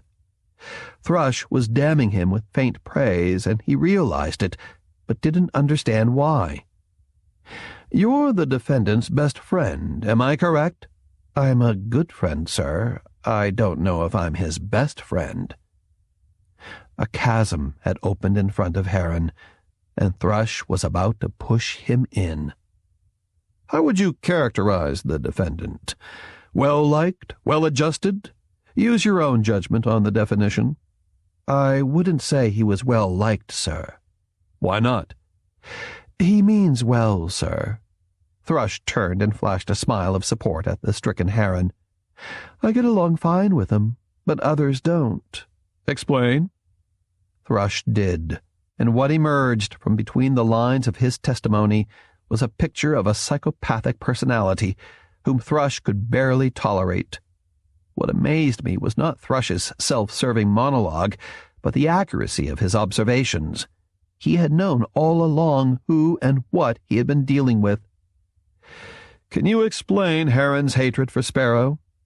Thrush was cautious. "He probably took offense at some small slight and brooded on it. I can't think of any other reason." Only one more nail remained to be driven into Heron's coffin. "You were on the hangar deck just before the landing?" Heron turned an ashy white. "I had gone up there to sleep, sir." "Who else was there?" "Sparrow, sir." "Explain what happened." Thrush did, complete with a description of how I had become entangled in the coil of tether line and how he had helped me out. "You saved Sparrow's life." The captain nodded his approval. Thrush sounded modest. "I was glad to help him, sir." I swore quietly under my breath. "Was anybody else on the hangar deck?" Thrush managed to look appropriately uncomfortable in the role of a friend reluctantly testifying against a friend. "Heron, sir." "What was he doing there?" "I don't really know." "Is it possible he knew that Sparrow might go there, so he laid coils of tether line near the hatchway, and once Sparrow had entangled himself in them, turned on the take-up reel?" "I doubt it, sir." Pause. "Though I suppose anything is possible." He said it in a voice just uncertain enough to imply that it was probable. Heron looked devastated. The captain excused Thrush, located me in the audience, and told me to come forward. "About that portion of Thrush's testimony which directly concerns you, is his version accurate?" "I didn't know Heron was there." "Answer the question, Sparrow." Sullenly. "Yes, sir. That part of his testimony is correct." "Is it your opinion that Thrush saved your life?" At the time I had thought so, but I didn't want to admit it, not here and not now. "Yes, sir," I finally said in a low voice. Those in the audience who knew my hatred for Thrush stared at me in amazement. Thrush had managed to destroy Heron and paint himself as my savior all at the same time. I couldn't think of a reason for either. Heron would be next, to testify in his own behalf, but there was no way he could save himself. Thrush had made sure of that. It wasn't until I was in my own compartment that I saw the flaw in Thrush's testimony. The captain had known too much. There had been no more than 3 people on the hangar deck: Thrush, me, and if Thrush was telling the truth, Heron. I hadn't mentioned the incident to anybody. Heron certainly wouldn't have, which meant that after the murder attempt on Aquinas II had failed, Thrush had gone to the captain and betrayed the one man who idolized him. Why? I wondered. Then I realized with a chill that I had been the target all along. Some time in the past, Thrush had befriended a lonely Heron who had returned casual friendship with all of his loyalty and devotion. He had begged to be used, and Thrush had granted his wish.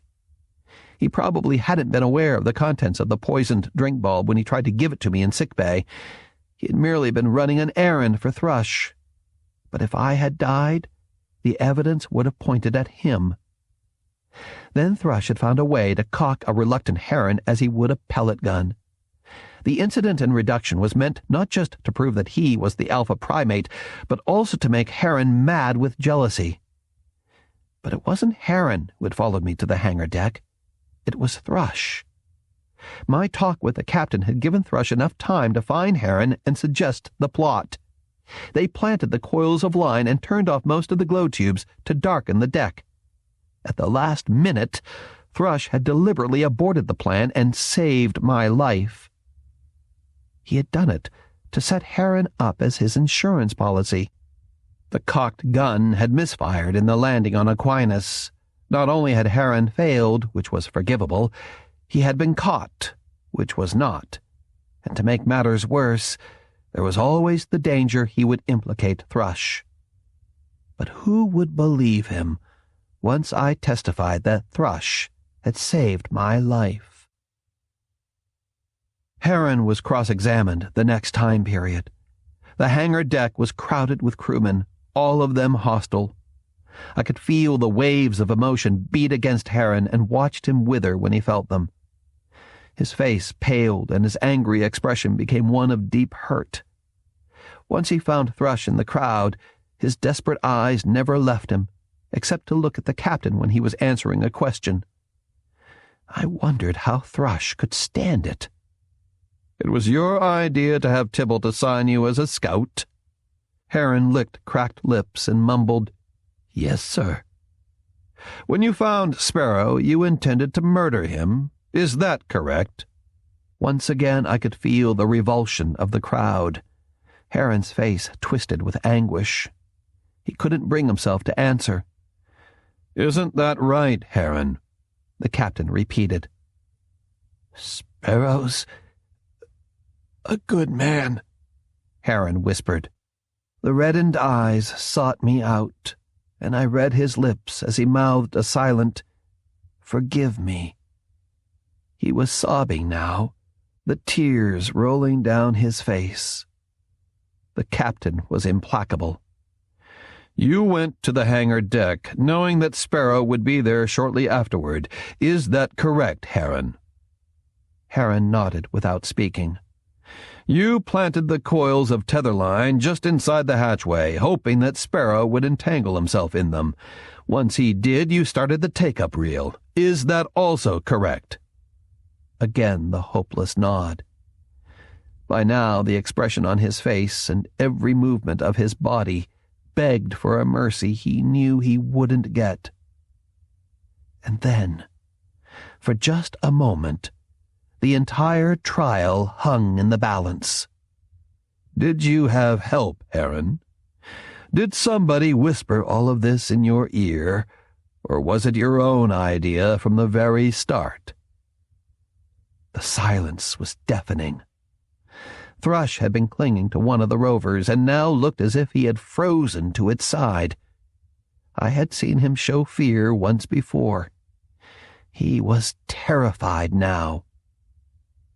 Heron stared directly at him and again moistened his cracked lips. I thought the look of dull hatred and anger would return, but his expression made me look away. Heron was capable of many things in life, including murder, but sacrificing the only man who had showed him even a small amount of friendship and love, however stained and self-seeking, was beyond him. "It was my idea. Nobody helped me." "Your hatred for Sparrow must have been all-consuming, Heron. Why?" "Sparrow's a good man," Heron mumbled once again.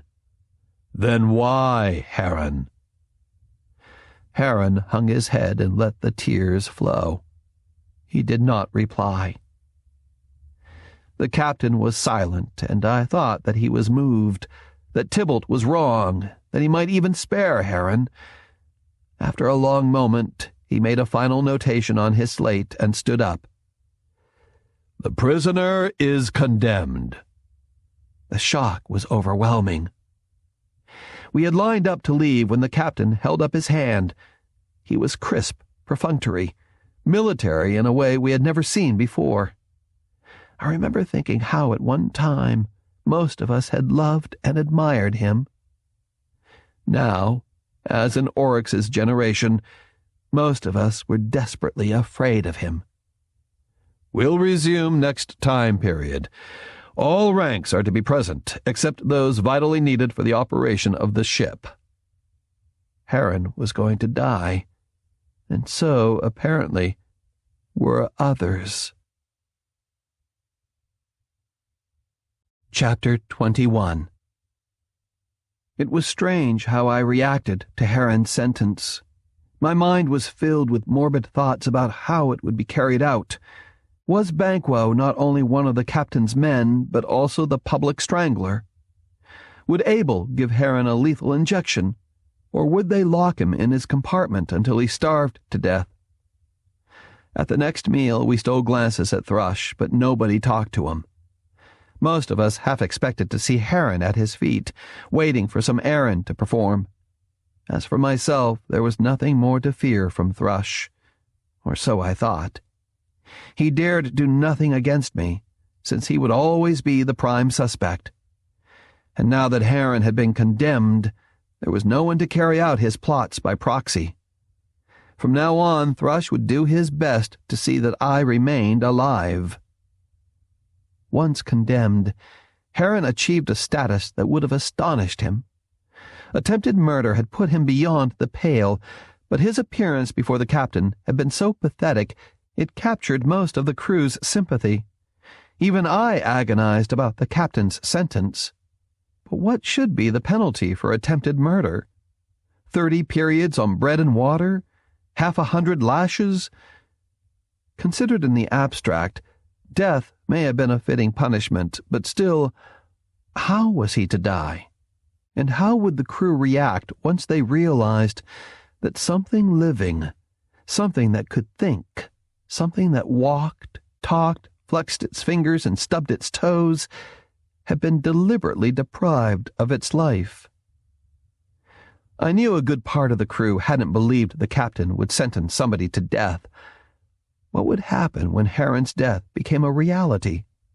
What would they think? What would they do? Heron preoccupied me, not only because of the harsh sentence, but because I suspected there were more trials to come, and I knew what and who they would concern. After we left Aquinas II, we would change course for the dark. But the captain wasn't going to risk the journey with a mutiny brewing.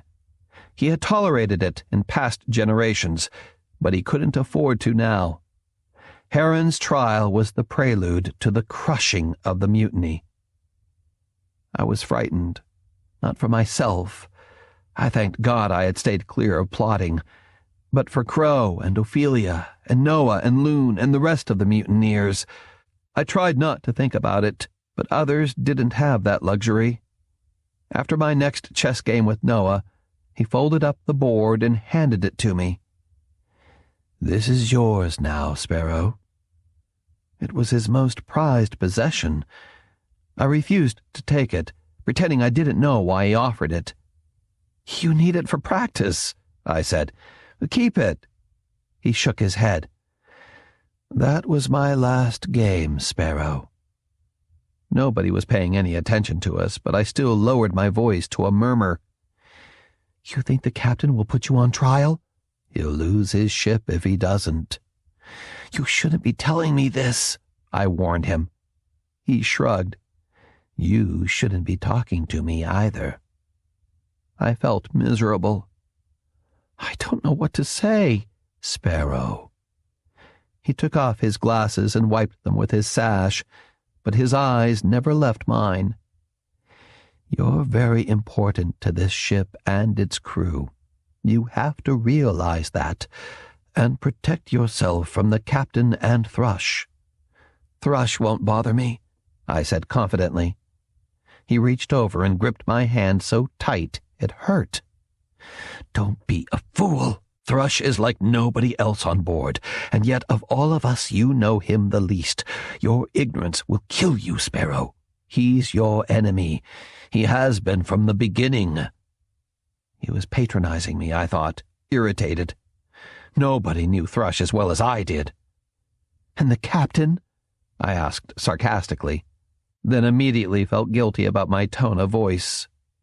Maybe this was the last time I would see Noah, the last time he would give me lessons in either chess or life. But a perverse part of me also figured that as long as he was reading tea leaves, I might as well hear what he had to say. He took his hand away, leaving the white imprint of his fingers on mine. "The captain," he repeated. His eyes were no longer focused on me. He was seeing something else, maybe a page in a ledger, perhaps something he had run across in the computer's memory or in the ship's fading medical records. "In your own way, you're vital to the ship, Sparrow. I imagine at one time you were vital to the captain as well. You still are to us."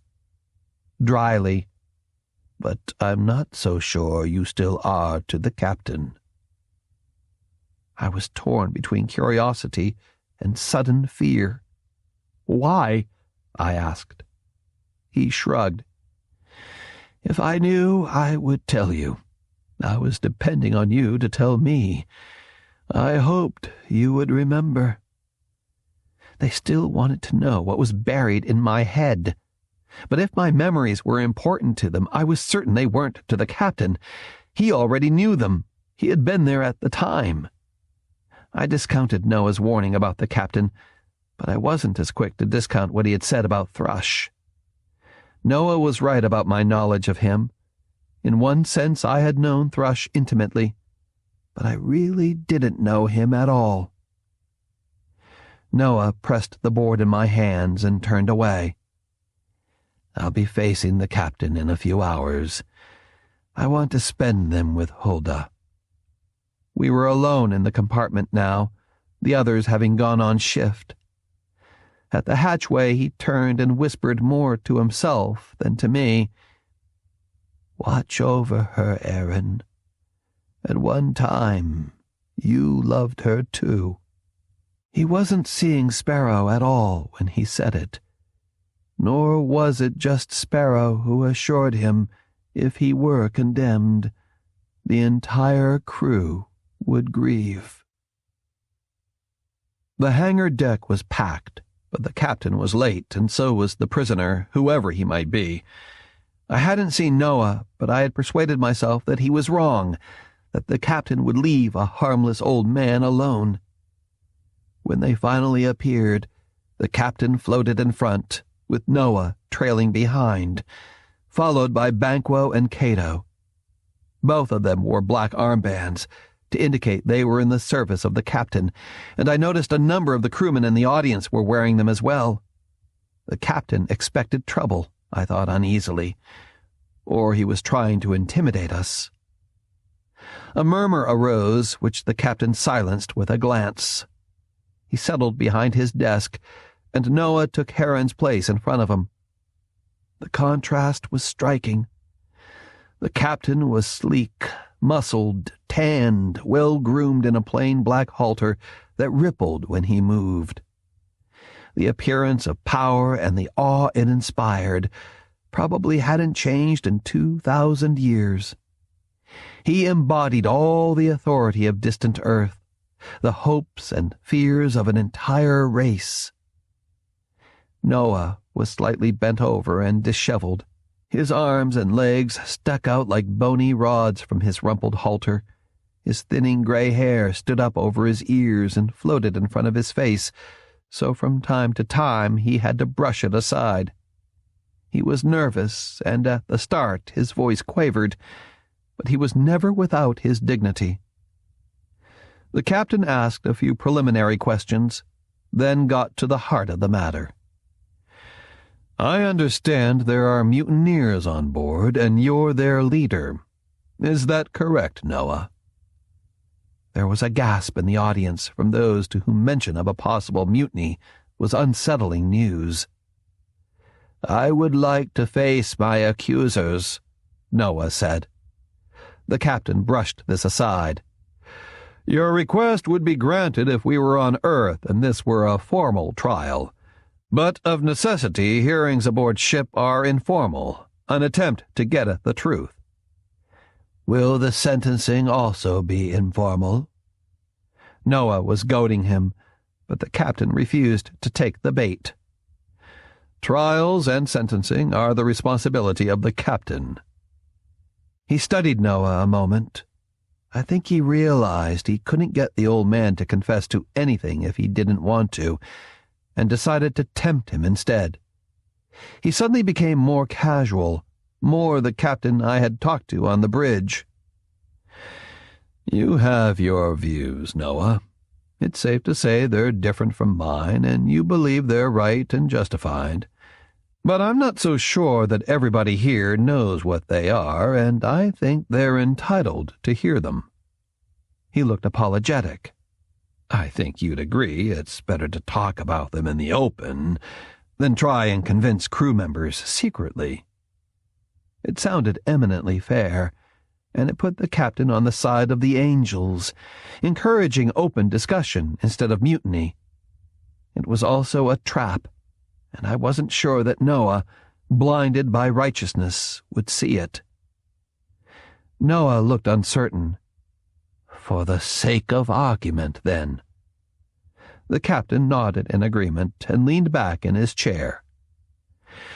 You don't believe there's life in the universe, do you, Noah? Only what's on this ship and back on Earth. The captain smiled. Aside from Earth, Noah. No, Noah said slowly. I don't believe there's any other life in the universe. I think it's a miracle that it happened even once. The captain jotted a note on his slate. You have scientific proof, Noah. The only way of proving there's life is by finding it, and so far we haven't. And how much of the galaxy have we actually explored? 1/100%? Noah finally sensed the trap. Much less than that, unless you count the sweeps of the radio telescope. Then it's more. But still less than 100th, the captain repeated, his eyes lidded. There was a stirring in the audience. The captain had made his point. You were unhappy with our progress, convinced the purpose of the Astron was futile. Is that correct, Noah? That's largely correct, Noah said in a strained voice. The captain looked like he was going to push him on the point, then changed his mind. He didn't want to create sympathy for Noah by bullying him as he had Heron. So you and a few like-minded friends formed a group with the intention of, what? Taking over the Astron? And then what? Returning to Earth, Noah said calmly. The one planet we know that can support life. I caught my breath. It was an admission of the captain's accusation. The captain made another note, then casually sprung the rest of his trap. You had doubts about the purpose of the Astron and whether we would succeed in that purpose. Why didn't you come to me with those doubts, Noah? The argument was changing now, but for Noah it was too late. You would never have listened. The captain looked hurt. I would have argued with you, but I think I would have listened. Perhaps you might have persuaded me, or I you. But at the very least I would have discouraged you from fomenting a mutiny, thus endangering others. There was a muttering in the audience, and I was afraid that Noah would wither in the face of it, as Heron had. Noah suddenly changed the subject. He had a forum, and I suspected he was going to use it to warn the crew rather than defend himself. A cause I was sure he already considered lost. "The Astron is wearing out," he said in a shaky voice. "It'll never make it through another 20 generations." The captain brought his open palm down on the desktop. The sharp sound abruptly quieted the whispering in the audience. We're not discussing the condition of the ship. That's in the hands of maintenance. We're discussing a mutiny and your leadership of it, and at no time have you denied that role." "It was for the sake of argument," Noah objected. "Argument?" The captain feigned a look of surprise. "Not argument, Noah. You admitted you formed such a group, and you've told us its purpose. But when the Astron left the Earth 2,000 years ago, it had a purpose far different from yours. Your ancestors enlisted in that purpose of their own free will, and their Earth-born descendants were paid enormous sums of money because of that enlistment. That was a contract, Noah, one that can't be broken purely because it no longer suits the interests of one of the parties." "Parents can't make contracts binding their children." "It's been done throughout history," the captain sneered. "And those children who broke their contracts did so at their peril." He waited a moment, then became conciliatory again, this time speaking directly to the crewman in the hangar area. "Few of you know the state of the Earth at the time of launch. It was a used-up planet, a world of frontiersmen with no frontiers, a world whose people doubted the value of their existence because their own planetary system had proved barren. They took almost all their treasure and built this ship and gave it a very definite purpose. It was to open outside as a new frontier, to find living creatures elsewhere, and in so doing, find a purpose to their lives. They knew it would take time. They didn't expect the Astron to return early with a message that there was nothing out there and their very lives were an accident of nature." He fell silent, and I stared at him, amazed. He had spoken from the heart, and I had to fight to keep from being swept up in the jumble of emotions he evoked. The captain made one last notation on his writing slate, pushed it aside, folded his hands, and looked at Noah with a faint expression of sadness. "You are charged with fomenting a mutiny. A mutiny not only against me as captain, but against the wishes of those millions in whose name the Astron was launched so long ago. Do you have any final words to say in your defense?"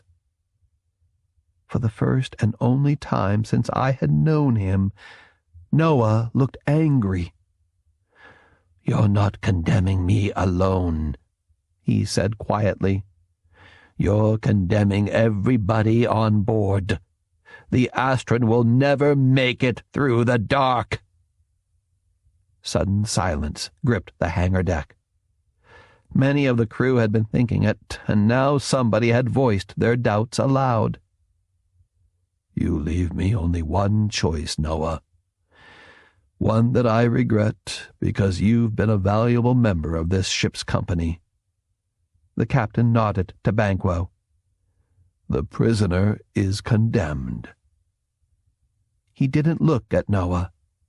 But then, for him, there no longer was a Noah. We had started to file out when the captain once again held up his hand. "We'll resume once more next time period." It was obvious who was going to be called next. I managed to catch up with her in the corridor that led to the hangar deck. "I'm sorry, Ophelia." She looked at me without her usual arrogance and hostility. "I was hard on you, Sparrow. I regret that." She smiled faintly and tried to make a joke of it. "You reminded me of somebody I knew." "I presumed," I said. "I shouldn't have." Her smile faded. "When you get to know him better, say hello to Hamlet for me." She kicked down the corridor back to her compartment, and I stared after her, feeling admiration and guilt in equal amounts. Then I felt somebody float up beside me and turned to look at Snipe. "Ophelia's a remarkable woman," she said. "I admire her." A faint flicker of a smile. "She's entitled to whatever's left of Hamlet." Snipe was offering to share me, and I was touched. Do you mean that? Her smile faded. She's entitled, she repeated. It was my turn to smile, if only slightly. You're jealous, Snipe. I always have been. She looked away, but I owe you to her.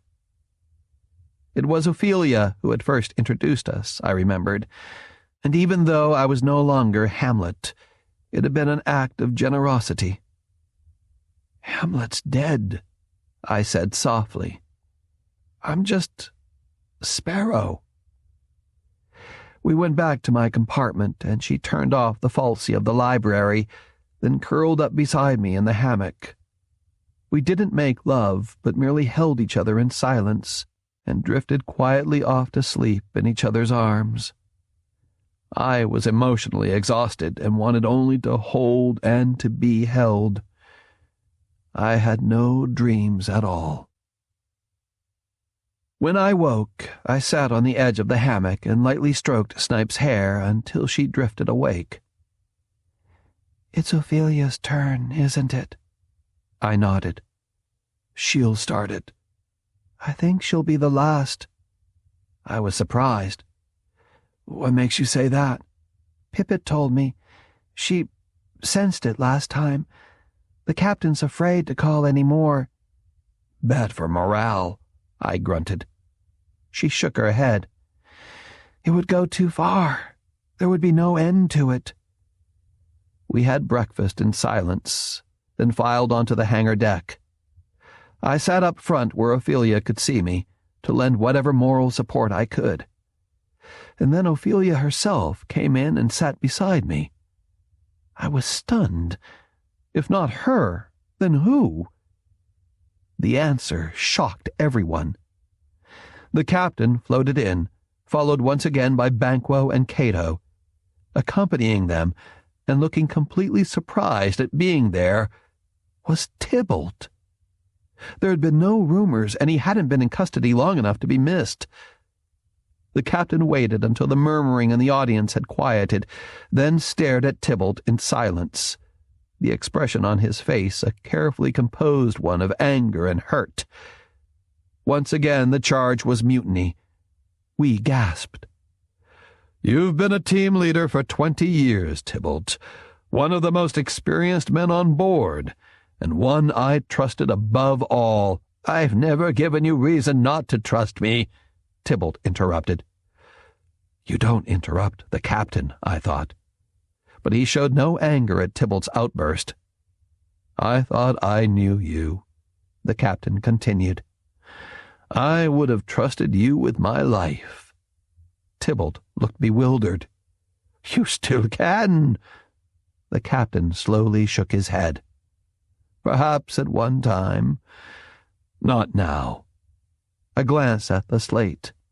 Once you believed in the purpose of the Astron, that there was life elsewhere in the universe, and someday we would find it. When did you change that belief, Tybalt? I never have, Tybalt said, outraged. He still couldn't believe that he was on trial. You partnered with someone who didn't believe, someone who was closely connected to the mutiny, who was known as one of the leaders. Is that correct, Tybalt? Beside me, I could feel Ophelia stiffen. Tybalt couldn't deny it, but neither could he admit it without confirming that Ophelia was one of the ringleaders. So he looked at the deck and said nothing. We all know you did, the captain said easily. It would seem unlikely you'd partner with somebody you disapproved of or with whom you violently disagreed. Tybalt didn't reply, nor did he look up. The captain frowned. If somebody is a loyal crew member and close enough to another crew member to know they're engaged in actively fomenting mutiny, that they oppose the mission of this ship and want to abort it, what do you think they should do, Tybalt? Keep it to themselves and thus betray not only the ship's purpose and everybody on board, but everybody on Earth as well? Or should they go to the captain and lay out the facts of the mutiny as they know them? That wasn't a lecture for Tybalt. That was a lecture for the rest of us. I wondered how many would now scurry to the captain and tell everything they knew, naming names. Tybalt finally glanced up at the captain. "I wouldn't betray my shipmates," he said in a husky whisper. "A noble sentiment, but a little late. You already have." The captain nodded at me. "Sparrow was a member of your command. I'm sure he trusted you. But it was you who gave Heron the freedom to act as his assassin. Do you deny that Heron asked for, and you granted, permission to move around the surface as he saw fit?" "I didn't." The captain brought the flat of his hand down on the tabletop. "You didn't know, or so you say.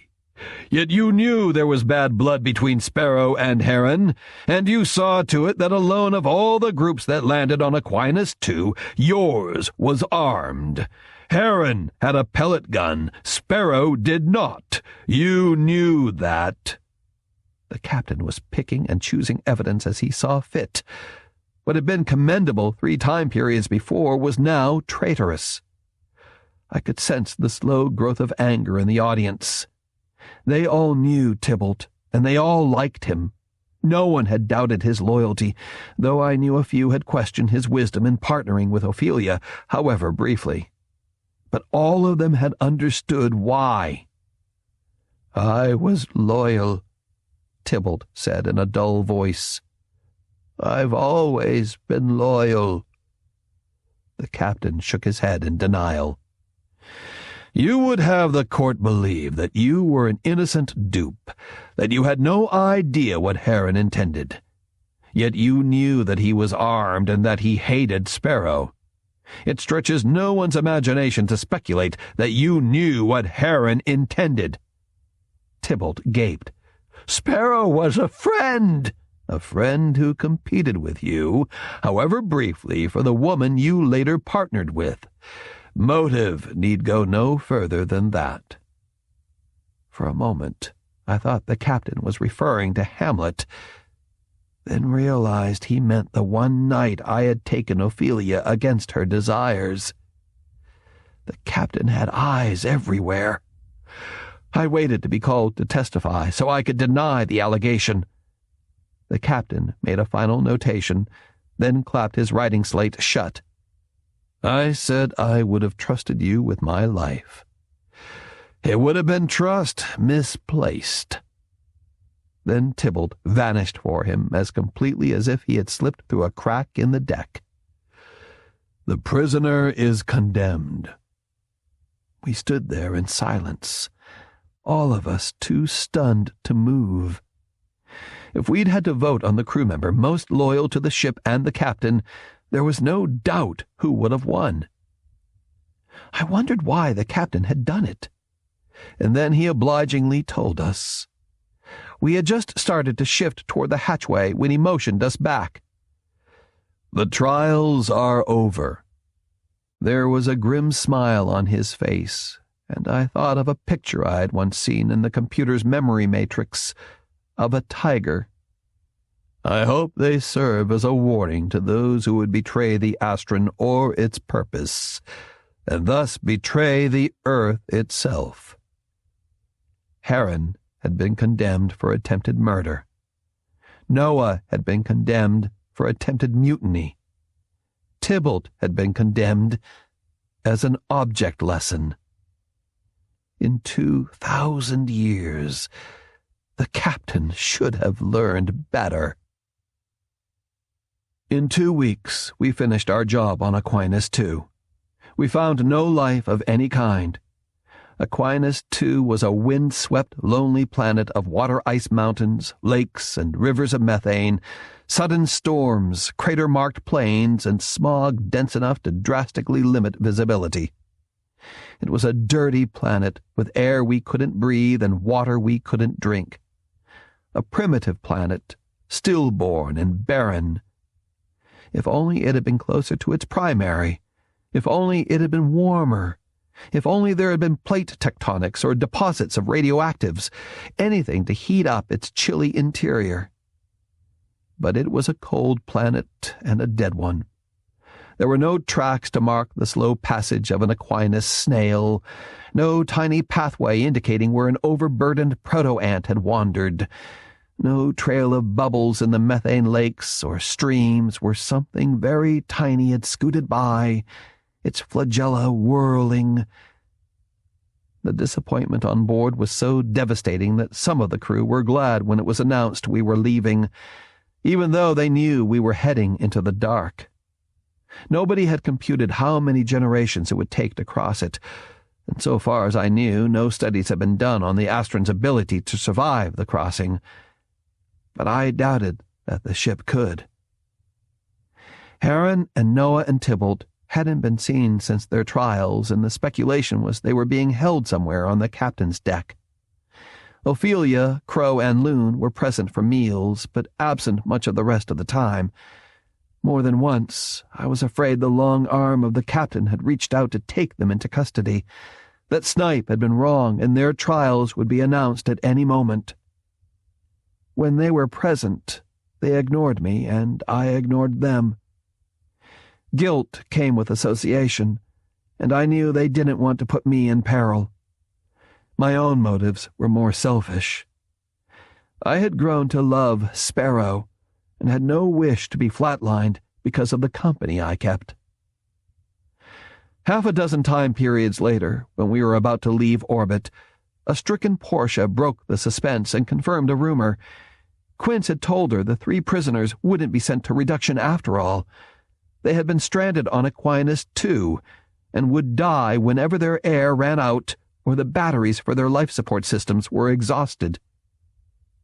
Tybalt had been right after all. The captain didn't know us. If they had been sent to reduction, they would have become part of the food we ate, the water we drank, and the air we breathed. In a very real sense, they would have been with us forever.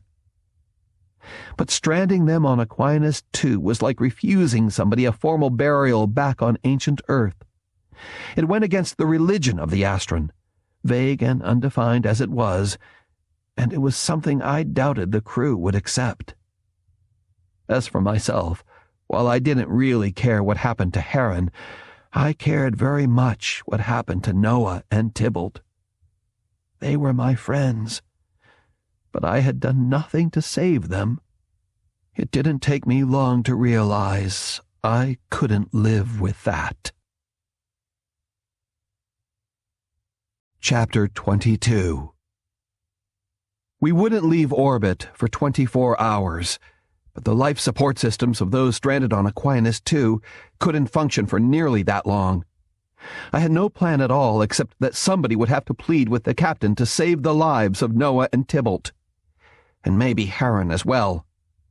If they could flatline my memories, perhaps they could do the same for his, and a newborn Heron might turn out to be a happy Heron and a credit to the ship. But who would speak for Noah, or intercede for Tybalt, or plead for a Heron? I was very young. I had lived less than a year as Sparrow, and in my heart I knew the captain's mind could be changed. Noah was an old man who led a mutiny so inept it hardly qualified as more than conversation. And if Tybalt had been tried by a jury, the captain could not have found 12 crew members who would have condemned him as disloyal. There was no logic at all in the sentences the captain had handed down, and that should have warned me. The first person I approached was Ophelia. This time I announced myself and received permission to enter. She was floating by the far bulkhead of her compartment, replaced now by a view of outside. She looked much as the captain usually did, staring moodily into infinity. She didn't turn when I entered. "You're a fool, Sparrow. People will know you came to see me, and they'll report it to Kusaka." I ignored her sarcasm and told her why I was there. "You really think somebody could convince Kusaka to change his mind? Forget it, Sparrow. There's nothing to be done." "They'll die," I said. So will we all, eventually." Her voice turned even more bitter. "I should have been tried instead of Noah. Kusaka knows that, and he knows that I was the one Tybalt partnered with, however briefly." "Then why didn't he put you on trial?" She shrugged. "Perhaps he picked names at random." Her face twisted. "Perhaps he figured that I would live longer than Noah, and therefore would be more useful to him." "How much do you think Noah told him?" "No more than Kusaka already knew." There must have been a great battle of wits between Noah and the captain. The captain would have wanted to know the names of everybody connected with the mutiny, but Noah wouldn't have revealed anything. "The captain has access to drugs," I pointed out, adding reluctantly, "He'll use them on other mutineers." "So? You can't tell what you don't know. I'm sure Kusaka has already found that out. His only alternative was to make examples of some of us, and he chose Noah. It could just as easily have been me. I thought it would be me. But maybe Noah was more expendable." "And Tybalt?" Sadness softened her features. "Tybalt knew nothing. I never burdened him with useless knowledge, even when we argued." She was convinced there was nothing to be done, and I was increasingly unwilling to accept that. "You must know somebody who could plead their case with the captain," I said. "We don't have much time." I had pushed her too far, and she got angry. "Don't blame me for your own sense of guilt, Sparrow. If I could have volunteered to be tried in their place, I would have. Noah didn't ask and wouldn't have let me even if I had offered, and Kusaka had agreed. As for Tybalt, you know nothing of what passed between us. And how sure are you that your assumptions are correct? Would it shock you if I suggested Kusaka might have made a lucky guess? But if anybody ever asks me, I don't know that for sure. As far as I'm concerned, Tybalt and I stole what time we could, and at the end of it, we parted friends and thanked each other." I felt foolish and turned to leave, but she was still angry and stopped me at the hatchway to threaten me. "I've told you more than I intended, Sparrow, but don't forget that you can be denounced too, and your death as Sparrow would be just as final as Noah's or Tybalt's, even though your body remained." Unable to help Noah, Ophelia had lashed out at me in frustration, but it still hurt. "I trust you, Ophelia, apparently more than you trust me." There had been levels to the plotting that I never suspected. Implied in Ophelia's sudden outburst was that Noah had never been the head of the mutiny, and that it was even possible Tybalt had led a life of elaborate deception. I didn't believe it. I knew him better than that. But Ophelia had introduced the worm of uncertainty, and perhaps that's what she intended. But I couldn't resist toying with a new idea. Maybe there hadn't been a series of mutinies over the years, but only one that had lasted for generations. Ophelia's suggestions of complexity hinted at it. The next person I went to was Hulda. At one time, if Loon was correct, she had partnered with both Noah and Abel, and Noah had become the ostensible leader of a mutiny, while Abel had become one of the captain's men. Or had he? In a moment of anger, Noah had once said he would trust Abel with his life. Wheels within wheels. Perhaps Abel had played both sides, but if he had been a fool for underestimating the captain. Hulda was alone in her compartment, a sunken-faced old lady wrapped in several layers of black cloth for warmth, sipping at a bulb of Pippett's special tea and knotting a string tapestry. Her voice was tired, but her eyes were alert and intelligent. Once again she put aside the role of matron. "Don't bother offering condolences," she said without rancor. "We both knew it would happen sooner or later." I offered them anyway. "You know how I feel," I said, "how the crew feels." I floated there in silence, waiting for her to ask me the reason for my visit, then realized I had no time to be polite. "I wondered if you knew of someone who could plead with the captain for their lives," I have no influence with the captain, Sparrow. I wasn't thinking of you. I lied. She might have had more influence than anyone. I thought you would know of somebody who does. Her fingers were unsteady as she tied another knot. There's no special person to whom he would listen. All of us are mayflies compared to him. She gave me a sidelong look. Arguments might persuade him. Perhaps you know of someone who has persuasive arguments? The only crew members I knew of who might argue with the captain were all seniors, and of the ones I knew best, Noah and Tybalt were dying on Aquinas too, while Ophelia couldn't intercede and Hulda wouldn't. From the expression on Hulda's face, I had the uncomfortable feeling I was overlooking somebody, but couldn't think who. She tied a few more knots, then said impatiently, You once shared the captain's table with him, at his invitation. Thrush? I said, disbelieving. He wouldn't help me if I asked, and I wouldn't ask, nor would the captain listen. Thrush may be spoiled sperm. She shrugged. But he thinks like a scientist, and a scientific argument might carry some weight with the captain. Why would Thrush do anything for me? Not just for you. For Noah and Tybalt and Heron, for all of us. She was watching me with those two alert eyes, gauging my reactions. She was very anxious that I see Thrush and ask his help. There was something I didn't understand. Thrush raped your daughter, yet you're asking for his help through me. She became impatient once again. I hope Thrush will lead a long and unhappy life, and I've no doubt that he will. It's in his genes. I'll admit I'm using you, Sparrow. I can't go to him myself, but you know things about Thrush that he wouldn't care for the captain to know. You could use them against him, for Noah's sake and Tybalt's. She added under her breath, For your sake as well.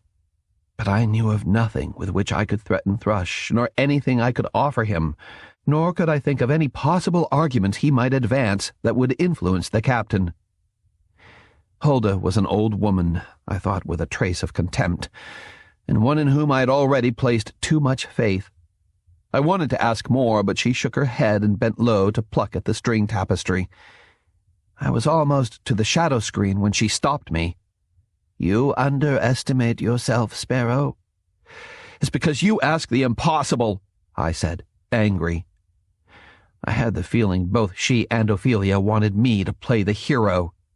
It's impossible only if you don't try.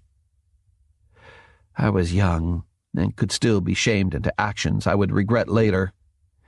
I turned and fled through the hatchway and down the corridors to Thrush's compartment. I didn't think about what I would do once I got there, because if I did, I knew I wouldn't do anything at all. I stood just outside his shadow screen and asked for entry, expecting to be turned away with a sneer. There was a moment's pause, and then the shadow screen vanished, and I was staring into what I later learned was a rainforest. Huge tree trunks soared for hundreds of feet into the air, and the leafy canopy at the top was so thick the sky was a patchwork of green. Brightly colored birds swooped through the branches, and high up, monkeys swung from limb to limb. Little things with lizard eyes scampered through the underbrush at my feet, and lianas and creepers hung in front of my face. It was warm and humid, and it smelled as I imagined a jungle should smell. It was a masterpiece. I knew of nobody else who had the ability to program a compartment falsie of such complexity. Once again I was forced to rethink my opinion of Thrush. He was more than just a scientist, and considerably more than an artist. It took an effort of will to remind myself that, for reasons I would probably never know, he wanted me dead. It didn't take him long to remind me of that. "Come in, Sparrow. Don't stand out there in the corridor." I ventured in, still amazed by his artistry, and too late sensed not only the shadow screen closing behind me, but the hatch as well. Somewhere in front of me, or perhaps to the side or above me, was Thrush. I couldn't see him. Unlike every other compartment falsie, this one had not been designed around its meager furnishings. It had been designed to hide them as well as its occupant. I felt for my mask, then realized I didn't have it with me. And Thrush, who was undoubtedly wearing his, could see that I didn't have mine. I took a few steps and promptly banged into the hammock. There was no indication it was there. I would have to feel my way through the compartment, ignoring all the visual clues to my surroundings.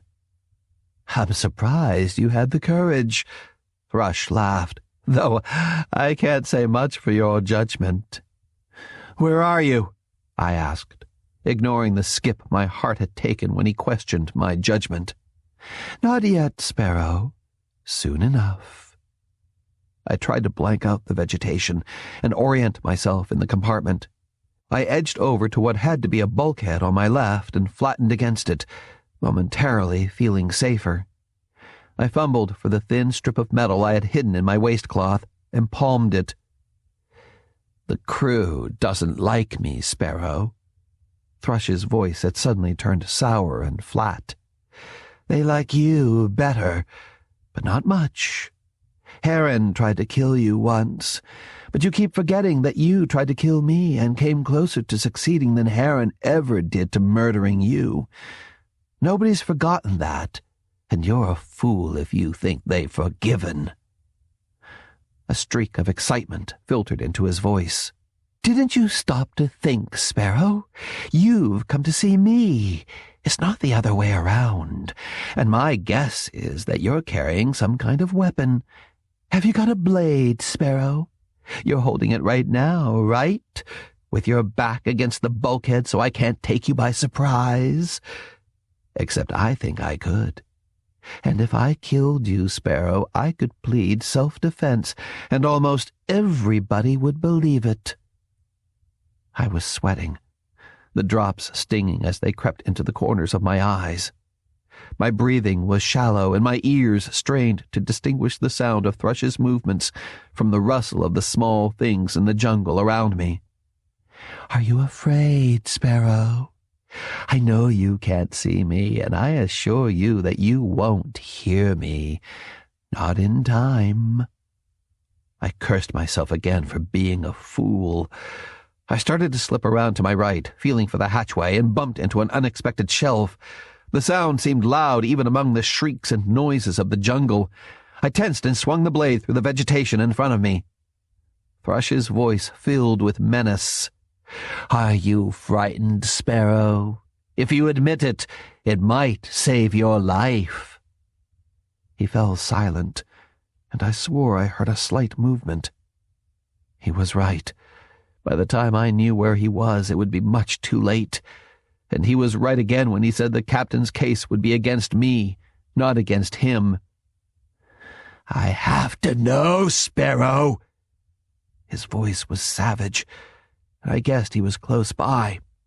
I sensed my own emotions in his, remembered when I had held a strip of metal to his throat and would have cut it, hesitating only when I felt his tremor of fear. Now he wanted the same admission from me. I shook my head, and the sweat flew off in droplets. I wasn't going to win this time.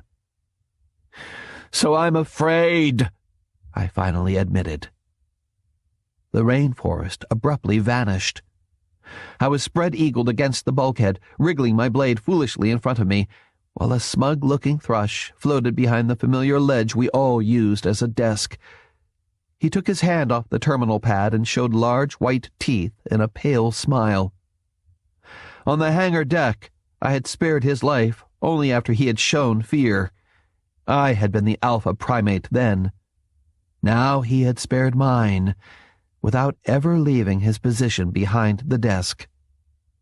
The possible fight, and winning or losing it, had all been in my imagination.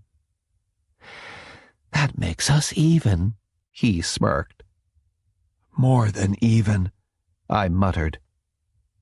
He clasped his hands behind his head, not afraid of me, even though I still held the blade in my hand. He knew that he could reach the terminal pad before I could reach him, and that I would never find him in the jungle he had programmed. He also knew I had a reason for coming to see him. "We're the only two people on board who can play like this," he said smugly. "No, I take that back. A few could probably come close, Banquo for one, but very few of the others. We're not like them, Sparrow." He was lumping me in the same category with himself. I was repelled, while apprehensive at the same time. Did he know I was aware of my own history?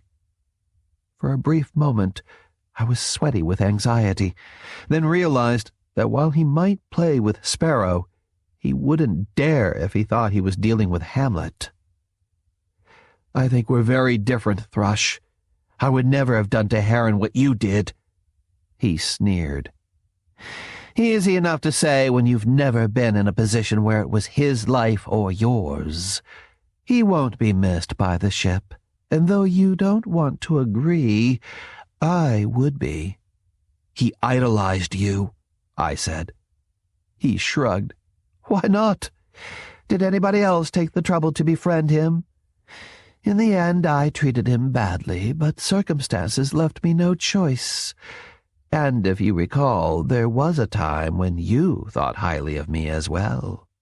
I bit back the hot reply that came to mind. On the hangar deck, when we had been so close I could feel his sudden surge of fear, I had asked him why he had wanted to kill me, and was told he thought he was the better man. I had been puzzled about that ever since. In the months that I had been Sparrow, I had imagined the Astron was split into two parts, the captain and his men against the rest of the crew. The captain had a mission and was willing to go to any lengths to carry it out, but a large fraction of the crew wanted to seize the Astron and return home. It had been a simple theory, but Thrush didn't fit into it. I knew what the captain wanted. I knew what most of the crew wanted, but I didn't know what Thrush wanted. Then I had one of the few inspirations of my short life. "Do you agree with the captain, Thrush, that there's life out there?" "None of us will know for sure until we find it, will we, Sparrow?" He grinned. "If the captain asked me, I might give him a different answer, as you did at the trials."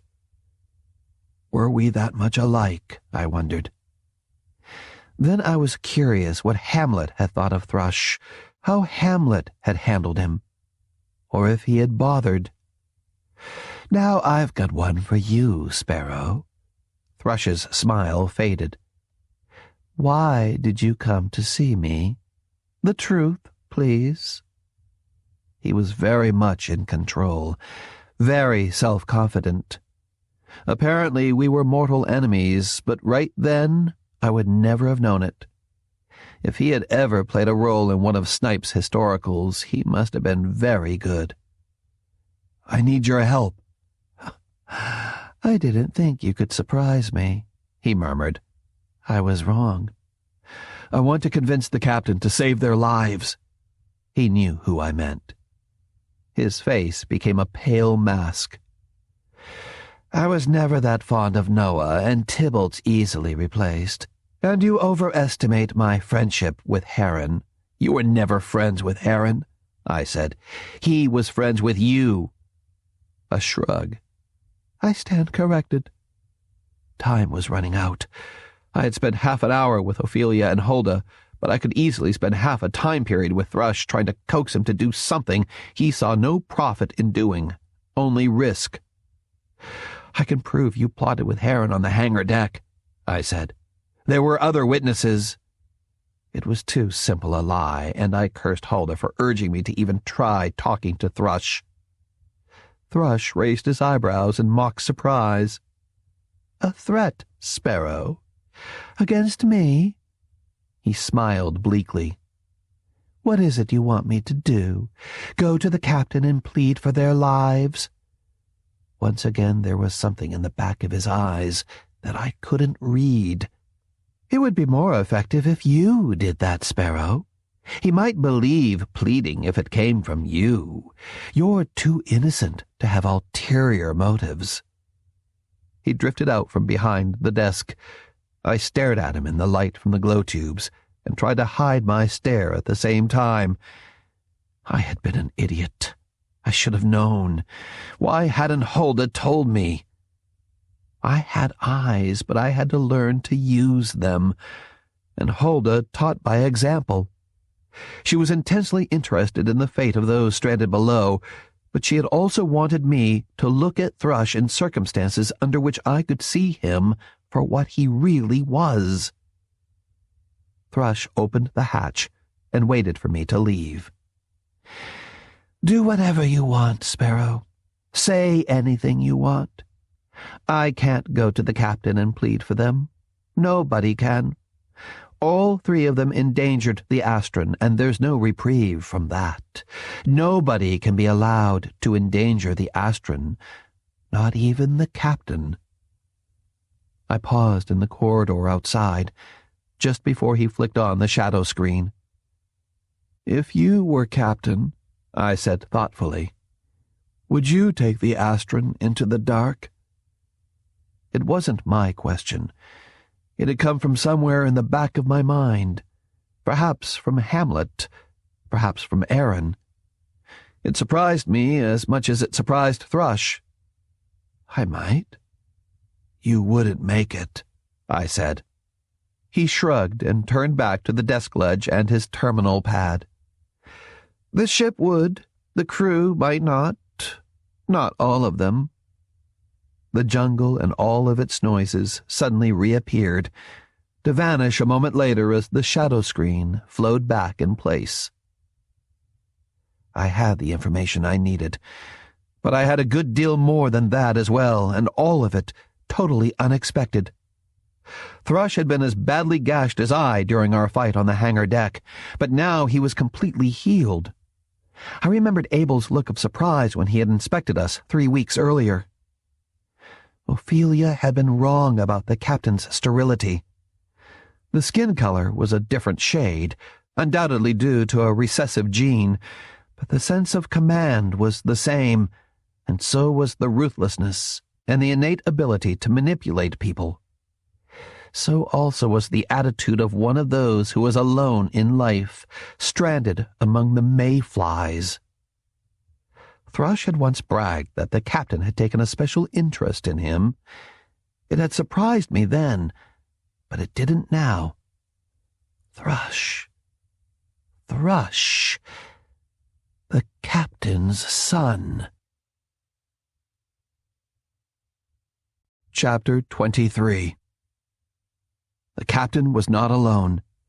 Banquo guarded the hatchway to his cabin, and I could see Aeschylus at his accustomed post inside, barring entrance to the captain's private quarters.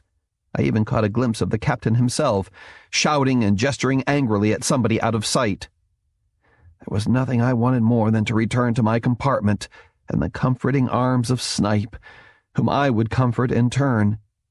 Tybalt had taken an interest in her long ago, and she would be mourning him for a long time to come.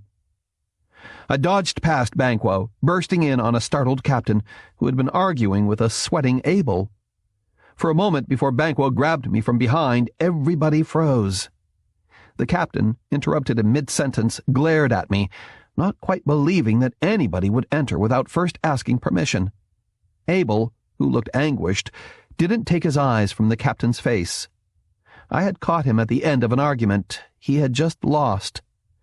Aeschylus, frowning, had buried his hand in his waistcloth. I guessed he was clutching at some weapon he had hidden there. I had forgotten the one senior I might have gone to who would have pleaded for the condemned 3, but apparently Abel had gone of his own accord to beg for Noah's life, and failed.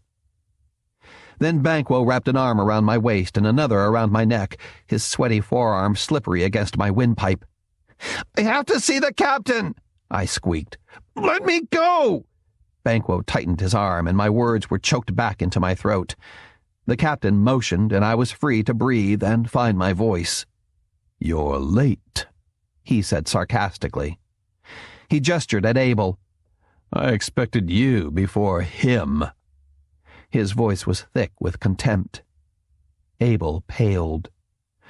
I took a momentary delight in his humiliation, then felt ashamed, realizing how much courage it had taken and how much it must have cost him in influence with the captain. Noah had been his friend, and captain's man or not, Abel had been willing to risk all. The captain nodded to Abel. "You can go, but perhaps we should talk again." The threat was unmistakable. Abel fled, all dignity abandoned, and the dislike I had felt for him for so long vanished in a wave of pity. "There's something on your mind, Sparrow." The captain's voice was without its usual cloak of friendship.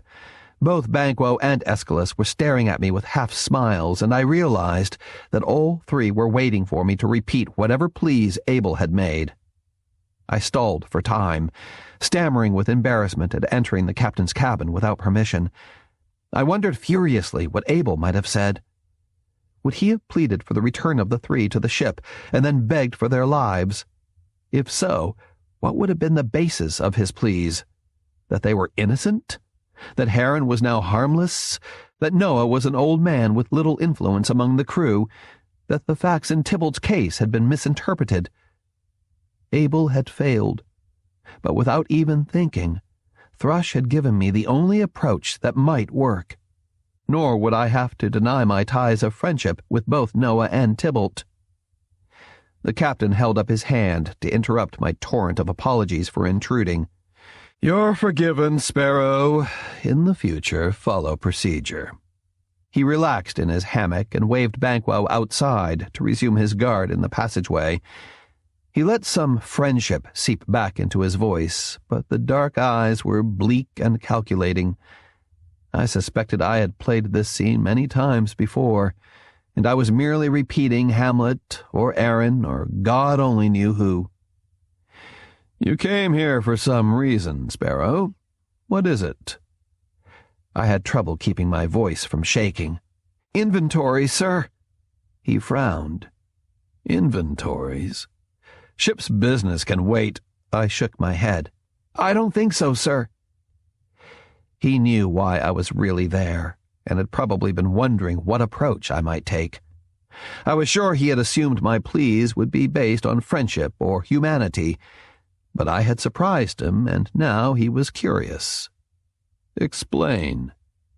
"We're going into the dark," I said, and rattled off our inventories of water, basic food constituents, and, most important, the vital supplies of trace elements on board, elements we would have difficulty replacing if planetfalls were limited to one per generation or perhaps fewer. I slowed when his eyes began to glaze. "You have a point, Sparrow?" I took my courage in my hands and gambled. "We can't afford to lose their mass, sir, or their trace elements." Once they were back on board, I'd worry about saving their lives. He had lost track of what I really had in mind. "Whose mass?" "Heron's and Noah's and Tybalt's." He folded his arms and leaned back in his hammock, trying to read the carefully blank expression on my face.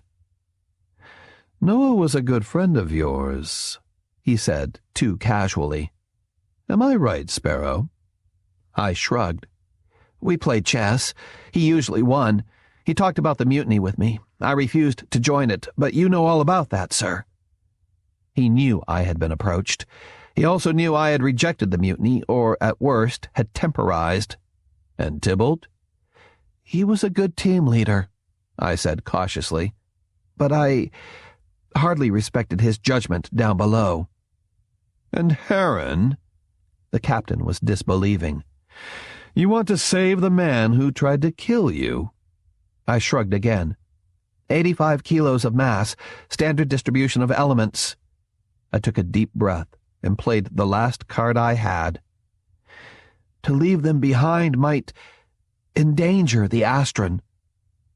As Thrush had said, not even the captain could do that. His look terrified me, but I kept my face frozen in an imbecilic expression of devotion to duty. After a long moment, he turned and floated to the port and its view of outside.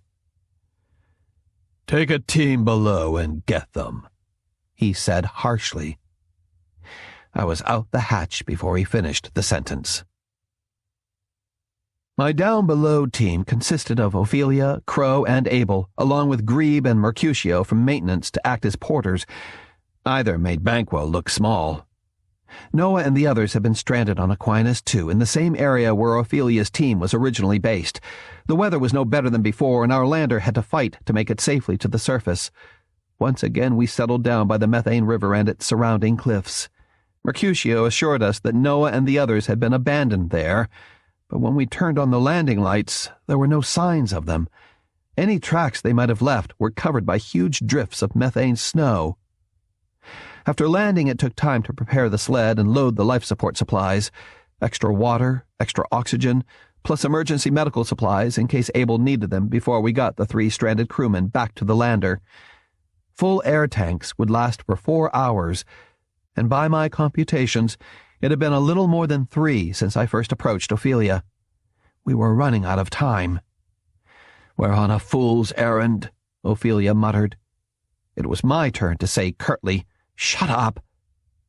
We loaded the rover with sleds and supplies, then squeezed in after.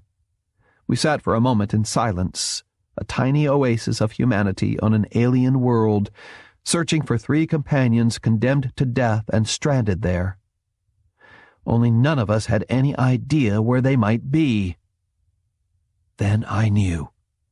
Grebe was at the controls, and I tapped him lightly on the shoulder and said into my helmet microphone, "Drive to the gorge." I had told Noah of my little valley with its thundering methane fall, and how excited I was to be the only human in the universe to see it. On Aquinas, too, it was one of probably very few areas where you could see more than a meter or 2 in front of your face, and I was sure it was one of the few places that might qualify as scenic. "That'll take half an hour," Crow said, worried. "Then we'll have to hurry, won't we?" Everybody shut up then, and we drove the 2 kilometers in silence. We located the gully, but it was impossible to get closer with the rover.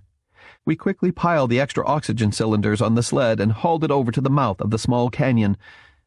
It was probably the most difficult 100 meters I've ever traveled. The methane snow whipped around my helmet, and visibility was so bad we lashed ourselves together with tether lines, so even if we lost visual contact, we would still be physically linked. By the time we pulled the sled to the entrance, we were exhausted. "We'll leave it just inside the mouth of the gully," I said. "We'll have to carry the oxygen cylinders with us." I had taken charge, but to my surprise, nobody questioned that. It was a tired Mercutio who asked, "How far?" 100 meters more, maybe less. We'll find them on a ledge overlooking a valley." "You're sure of that?" Ophelia asked. "No," I said. A few moments later we were struggling between the cliffs, the wind roaring overhead. There was less snow inside the gully and the going was easier. I hesitated where the gully split into left and right legs, unable to remember whether I had mentioned the split to Noah or not, then headed into the left leg, toward the valley. If they had chosen the other leg, we would have to backtrack. I prayed we would have time to investigate both. The wind died, and we pushed through the slush with only the occasional curse to break the radio silence. At one point I untied my tether line and ran over to a group of 3 snow-covered boulders, each the size and shape of a crouching man, in the center of the ravine. I frantically scraped away the layers of frozen methane, only to discover brown, pitted rock. 20 minutes into the gully, the canyon walls faded away. Directly ahead was the valley. Once again the wind obligingly brushed aside the fog, and I saw the methane river plunging over the distant rim. I also saw 3 crumpled figures, clustered together on the ledge, looking nothing like 3 boulders, but very much like 3 space-suited crewmen who had fallen and been covered by the drifts. Abel was in the lead and reached them first, moving remarkably fast for an exhausted fat man. He brushed away the snow that covered their suits, then sank down beside them. I expected him to report over his helmet phone, but he said nothing at all. The rest of us slogged up as fast as we could. The first body I looked at was Heron's. His faceplate was partly fogged over, but I could make out his eyes tightly closed and his mouth half open. He had smothered in his own vomit. Noah and Tybalt had chosen a faster way to die. They had opened their faceplates to let in the cold and the poisonous atmosphere. Their cheeks were ice, their eyes chilled steel. I started shivering and couldn't stop. I had never seen a dead man before. The closest I had come was Judah, when Crow and I visited Reduction. I couldn't focus my thoughts. I wondered if Noah had liked the view, or if the fog had even cleared so he could see it, or if Tybalt had finally realized the monsters of his imagination couldn't compare to the real ones back on the Astron. I glanced at the time indicator inside my helmet. They should have had enough air for at least another 15 minutes. With shallow breathing and minimum exertion, maybe a good half-hour. It was Abel who checked their gauges. His voice in my headset was bitter. They were sent down with half tanks. No one could have reached them in time. Which meant that all the while I had been talking to the captain, he had known they were dead. He was waiting for me when we came back, floating by the huge port, with outside just beyond. Banquo nodded at me, but made no effort to stop me or even make sure I announced myself. Aeschylus managed to make himself more inconspicuous than usual, though I knew the little man heard and saw everything. The captain turned away from the port and stared at me. I stared back in silence, failing to find the words that would express how I felt without giving myself away. He spoke first. Congratulations on recovering the mass, Sparrow. You were right. We'll need it. Mass. They were dead, I said. They had air for only 2 hours. I had almost forgotten that I was Sparrow, the young technician who once had idolized him. He raised his eyebrows in mock surprise. I didn't know that was a concern of yours. You said you were interested in saving mass and trace elements. It was a practical argument. He shrugged. I'll check to see who issued the equipment. They'll be punished. I wouldn't have denied them 2 more hours of life. He was lying. I knew it. He had known about the tanks all along. They could have served the ship. My voice cracked with anger. Oh? You attended the trials. You know the charges. You heard the verdicts. He was suddenly suspicious. You didn't think that stranding them was humane. You didn't see them, I said. His expression softened. It took a moment to realize I had saved myself once again. I was outraged, but he expected that Sparrow would be outraged. If I hadn't been, I would have been flatlined the next time period. I've seen dead people before, Sparrow. It isn't a question of pretty or ugly. It just is. Did you really think Noah posed a threat? I asked. He turned back to port, lost for a moment in the view. We're going into the dark, Sparrow. I would be a fool if I thought that everybody wanted to go, but not because they want to return home. That was Noah's mistake. Home is here. It's the Astron.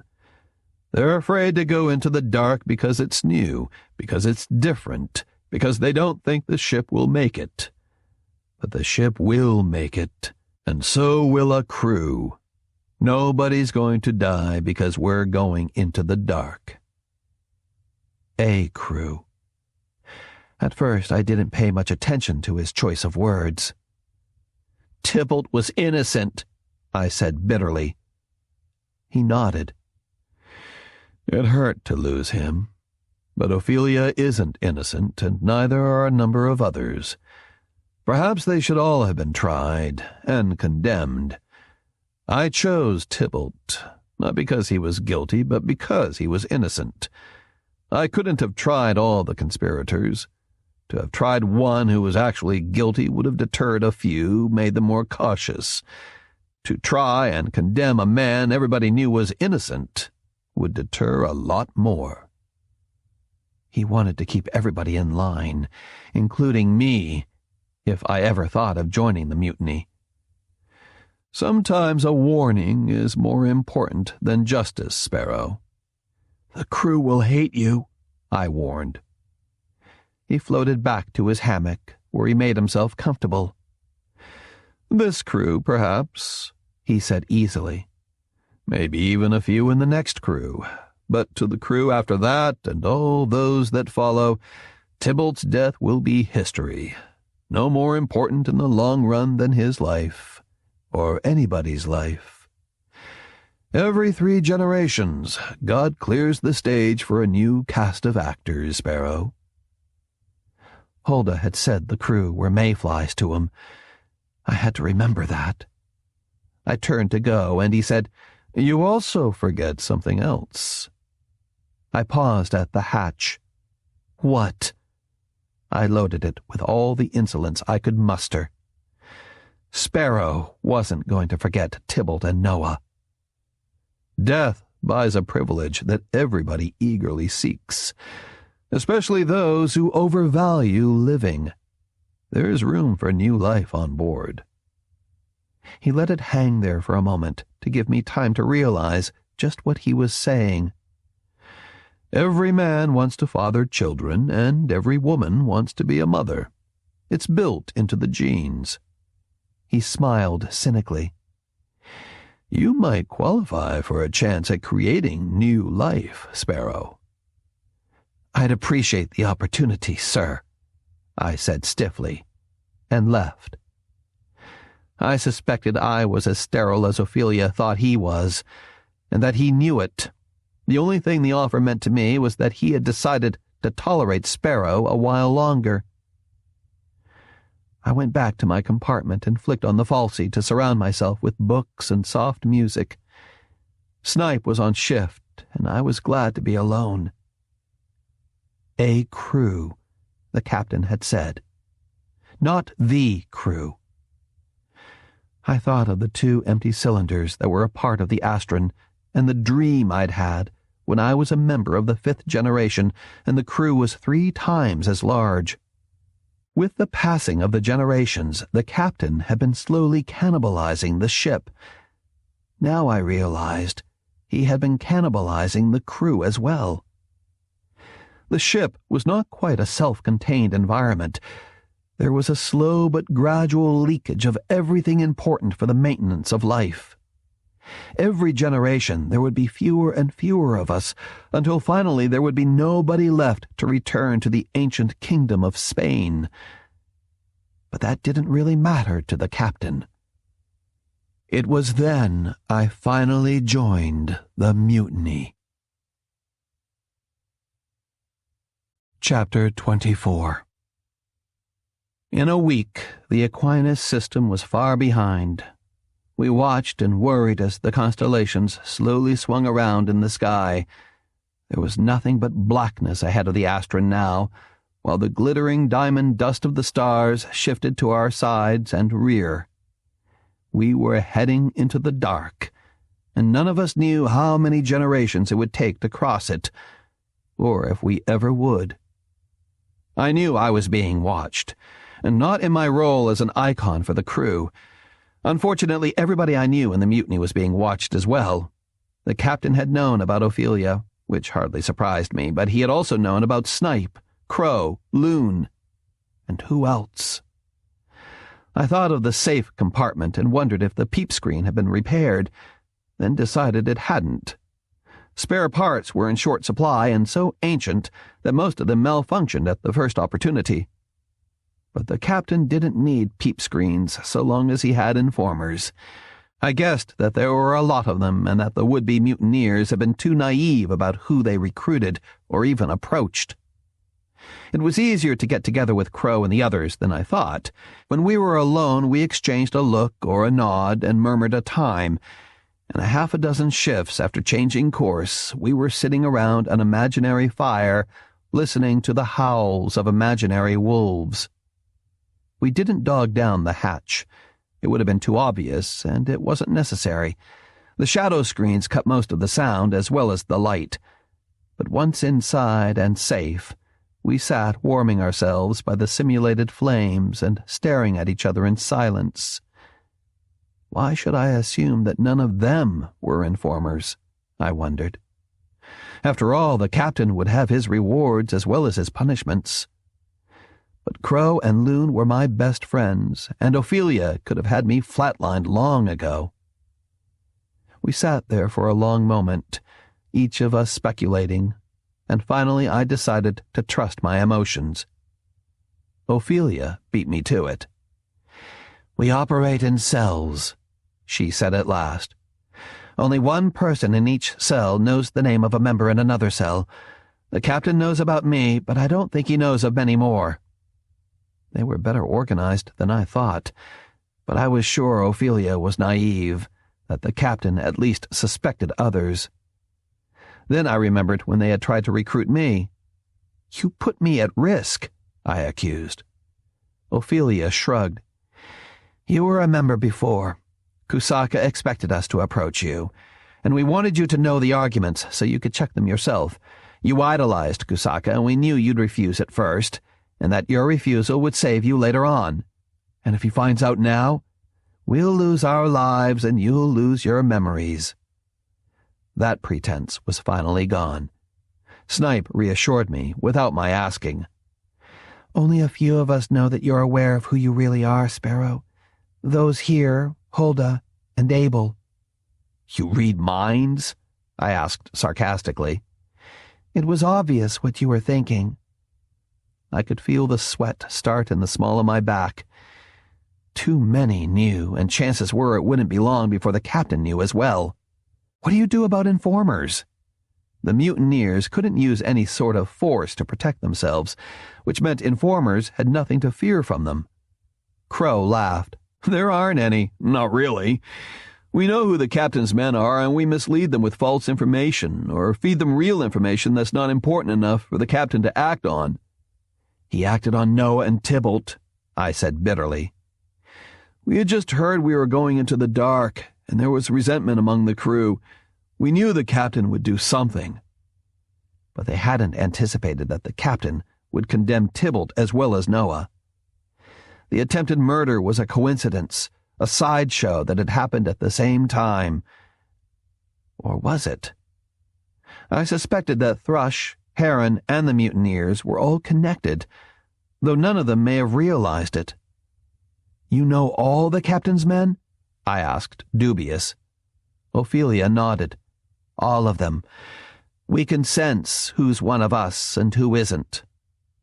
Ophelia was very brave and very confident, and Hamlet must have loved her for those qualities. But I was more cautious than he had been, and overconfidence irritated me. "You underestimate the captain," I grumbled. "He'll find out who all of the mutineers are, and he'll chop off their heads one by one. The cells will slow him down, but sooner or later they'll be informers, and you'll make mistakes in who you recruit." Snipe shook her head. "Ophelia's right, Sparrow.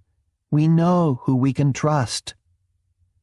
They were all looking at me when she said that, nodding in agreement, and I felt the hair at the back of my head prickle. Another mystery that Hulda hadn't seen fit to tell me about. "You want to seize the ship and return," I said, still playing devil's advocate. But you can't run the ship without the captain. The computer takes orders only from him. You told me so yourself." Crow looked smug. "That's true. We can't run the ship without him. But he can't run it without us either." I wasn't too sure of that. "How many on the captain's side?" Everybody looked at Loon, who apparently kept track of these things. "It's a 60-40 split, Sparrow. More favor returning than continuing with the captain." "You can't force the captain to agree," I said, disgusted for once by somebody else's innocence. "All he has to do is breed a new crew. Time's on his side. Your mutiny may be nothing but a rumor 2 generations from now." I hadn't forgotten the captain's comments about Tybalt. They fell silent, but none of them looked worried. "This hasn't been the only mutiny," Ophelia finally said. "During the first few generations, there was another. The crew must have known it was possible to win, otherwise they would never have tried it. Without them saying so, I knew they were depending on me. I remembered Noah telling me that the key to the success of their mutiny was locked away in my memories. 2 of us would have had first-hand knowledge of that original mutiny: the captain, who remembered everything, and I, who remembered nothing. "You haven't told us," Crow said. For a moment, I had been lost in my thoughts. "Told you what?" "Whether you're with us or not." "You can't sense it?" I said sarcastically.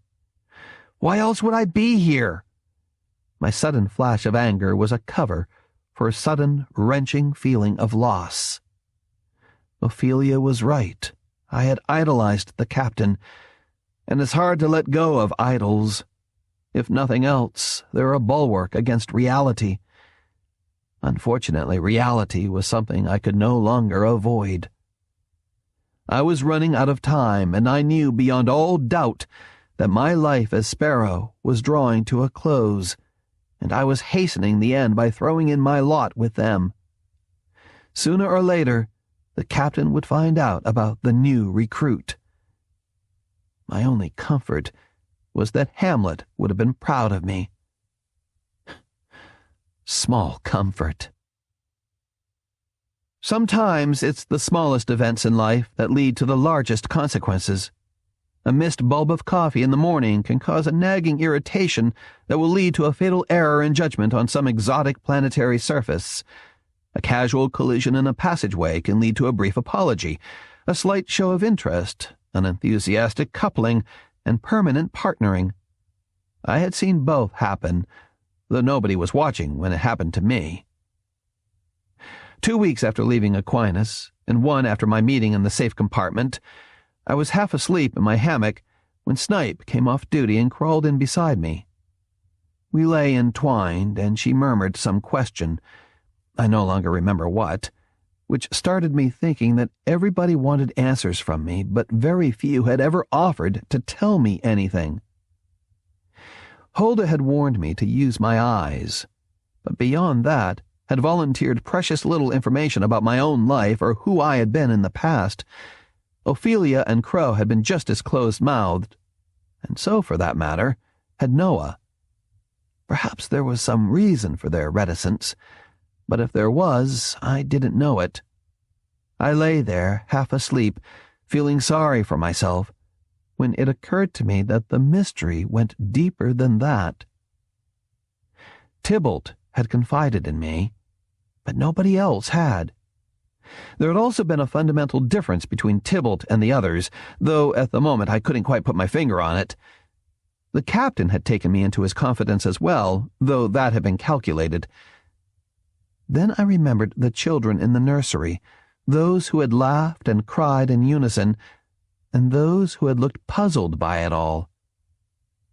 I yawned in the dark, decided it was foolish to spend more thought on it, and gave myself over to tracing lazy circles on Snipe's bare back until I was sure she was awake. We made slow and casual love, and then she slipped off to sleep once more, leaving me to stare at the overhead and wonder about her curious lack of response, and if romance had finally fled. I mused about it, then convinced myself I was merely suffering from the self-doubts that plague everybody in the early hours just before normal waking. A moment later, the hair prickled at the back of my head, and I rolled slightly away from Snipe, so there was a thin wedge of air between us.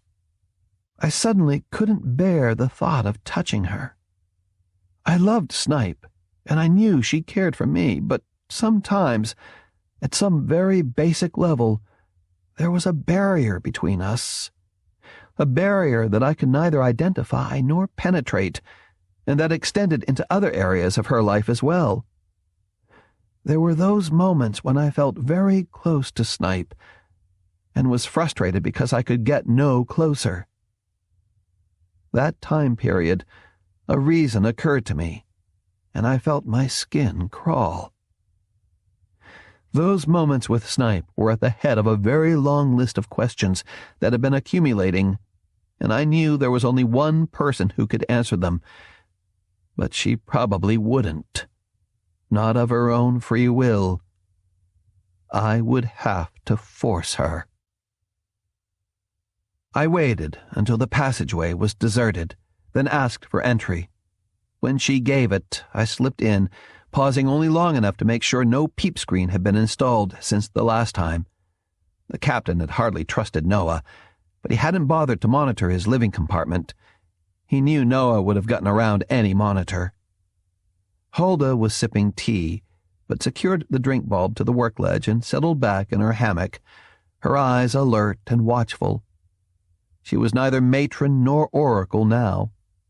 I realized with surprise that she was frightened of me.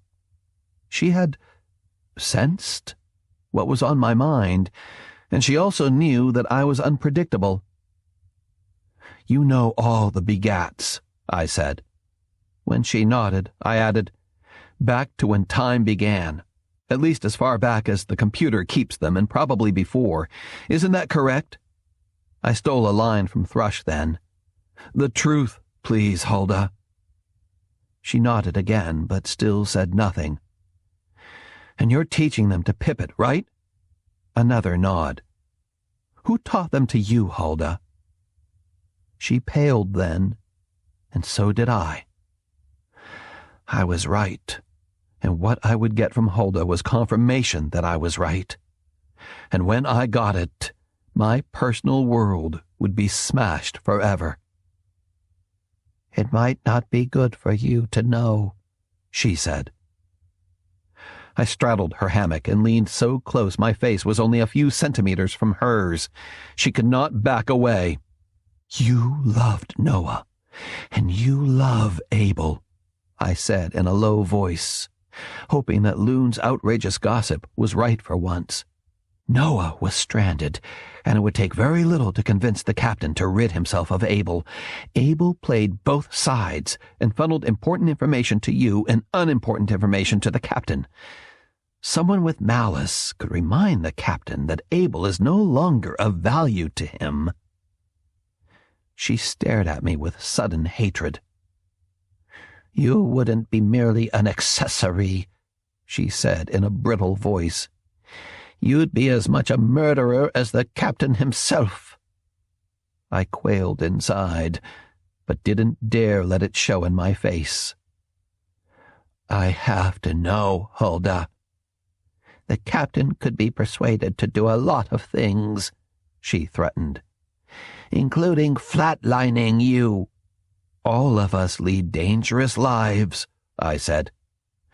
"Who taught you the begats?" She shrugged. "My mother. And her mother taught her, and her mother's mother taught her." She nodded again, apprehensive, well aware what I was driving at.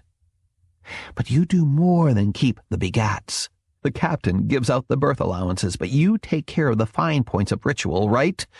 As your mother did before you and her mother before that.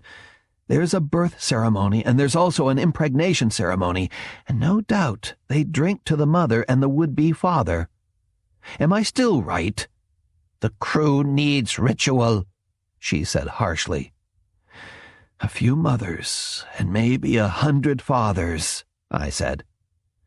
I've never seen one, but it must be something like that. You and Pippet provide the wine and the blessing, and the mothers have children by fathers chosen not by chance, but by you. There's something in the wine, or perhaps there's something the mother takes before her next suitor presents himself. If you know, why do you ask, Sparrow? I'm guessing, I said. I'm asking you to confirm it. I then quit searching for a polite way to phrase it and said bluntly, the captain sets the berth allotments and picks the candidates, but he doesn't breed a crew, Hulda. You do. I want to know what kind of crew you're breeding. I didn't think she would answer, but she read the same expression on my face that Thrush had read when I held a blade to his throat. Would I have helped Abel on his way to reduction? Generations later, I'm not so sure. But at the time, I was quite certain I would have. Her voice turned sour with bitterness. Not like the one he started with. One that treasures life, one that values cooperation, one that experiences firsthand the emotions that another feels, one that's loyal to itself. She paused. One that can share its memories. I wasn't sure of the last, but life on board the Astron already encouraged the other noble attributes. Hulda wanted to engrave them in stone, to make them part of the genetic map. She read me and said grimly, They're not idealistic, Sparrow. They're practical. For life on board the Astron, they're survival traits. What you're trying to do is deprive the captain of his crew, I said with sudden insight. A crew loyal to itself ensures that in a few more generations the captain would have a crew that was solidly against him. It will take 5 more generations, Hulda said calmly. What was it Ophelia had said? We can sense who's one of us. Then I wondered if she had said that deliberately. Selective breeding? Hulda shrugged. Small pockets of any species, separated from the main group, can change very fast, and they'll breed true. We've also been in outer space for more than 2,000 years, subjected to continuous low-level radiation. We're dealing with a very small gene pool. Our little branch of the human race is malleable. It hadn't been a series of mutinies, I thought again. It had been one long mutiny that had been going on for centuries, probably since the first generation. Having lost their first attempt, they had decided to take the long view, to breed a crew that would think and act as one, and pit it against a captain who held all the power that one man on board could possibly hold. More than half the crew is of different genetic stock from the captain, right, Hulda? In a sense. And different from me, I added bitterly. She guessed what I was thinking. She loves you, Sparrow. What am I to her? I asked cynically. A pet? We're different stock, Sparrow. Not better, not worse. We can never be close, I said. If there was ever a time when I felt my heart break, I felt it then. Snipe had been the end of my loneliness. She shook her head. Closer than most couples. Perhaps not as close as you would like. She would be closer with one of her own kind. Is that right? Hulda hesitated. Depending on the person, perhaps. But there's more involved than you think. I thought of the children in the nursery, and I thought of Pippet and Crow and Loon and Noah and Hulda, and I was suddenly afraid for myself, and envious. Human relationships are based on a lifetime of trying to understand someone else's agonies and misunderstandings, while they try to understand yours. Like the children in the nursery, we learn to empathize through pain as well as through laughter. The new crew would experience very little of that. There would be few misunderstandings and little alienation, and what agonies there were would be shared by all, diminishing them for the individual. There would be little spiritual suffering, and the thought occurred to me that there would be little art produced because of it. If the crew ever found a planet on which to thrive, there would be few Beethovens or Van Goghs. But on balance, I wasn't sure they would be the losers. As for myself and Snipe, once initial lust had been spent, I usually felt a stranger to her. There was a barrier I could not sweep aside. Too often we were no more than two people who liked each other and found casual release together. Now I knew we would never experience that blend of trust and desire that I had always hoped for. She would reach those heights of passion with someone else, but she never would with me. The new crew was capable of singing songs that I could never hear. "You have more than most people ever have," Hulda said quietly. I promptly accused her as I had Snipe. "You can read minds? Is that part of the difference?" "We sense what you feel and consequently what you must be thinking." "No," I denied angrily. "You don't just read emotions. You read minds." I was both right and wrong, but at the moment it didn't matter. "What does Snipe think of me?" I asked. "In what way?" I shrugged. A Neanderthal must have been pleasantly surprised when it mated with a creature that possessed a superior nervous system, but I imagine it was pretty dull for a Cro-Magnon. She looked away. "Neanderthal had a lot to offer. He was less gracile, but he was stronger and a natural hunter. Cro-Magnon and Neanderthal interbred, quite successfully." "Neanderthal disappeared," I said. "Perhaps. I prefer to think he bred up, or down, depending on how you look at it." "I'm not talking about breeding," I said. "I'll live forever, and because of that I'll have no children." I was hoping she would deny this, but Hulda said nothing. Then I had another thought. "You haven't explained Thrush," I said slowly. "Ophelia said the captain was sterile." "Ophelia doesn't know. Nobody knows." The ends of her mouth turned down. "The bastard child. We thought it was impossible, but the captain had time and he was persistent. You don't have to have many viable sperm if you have 2,000 years in which to separate them and save them in a generation chamber. But I doubt that even he will live long enough to have another." I looked at her, unconvinced.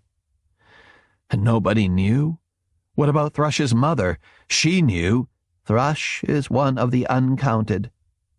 Phoebe never told, and she went to reduction shortly after delivery." I was ready to curse the captain, but Hulda shook her head. "Voluntarily. Births are tightly controlled on board. One dies, and statistically slightly less than one is born. To have a child outside of ritual is to cheat someone else. Phoebe went to reduction out of guilt, and to make room for her son. In a sense, she committed suicide." She passed judgment then, which surprised me. "Mating with the captain wasn't worth it, in a lot of ways." Hulda and I were edging back into a wary friendship.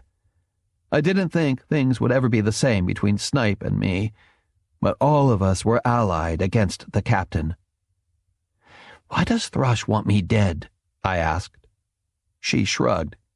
"If I had to guess, I would say envy was part of it, but I doubt he has reason to envy your immortality." The captain passed it on. I felt no surprise. "Perhaps. If he has, it complicates the future. You can read the future? I asked, bemused. That gift I don't have, she said wryly. I'll ask anyway. When will I be flatlined again? She turned somber. I don't think you will be. But I don't think you'll be Sparrow for very much longer either. I thanked her and backed out through the hatchway, waiting until the corridor was as empty as before. I didn't know what would happen when I went back to Snipe.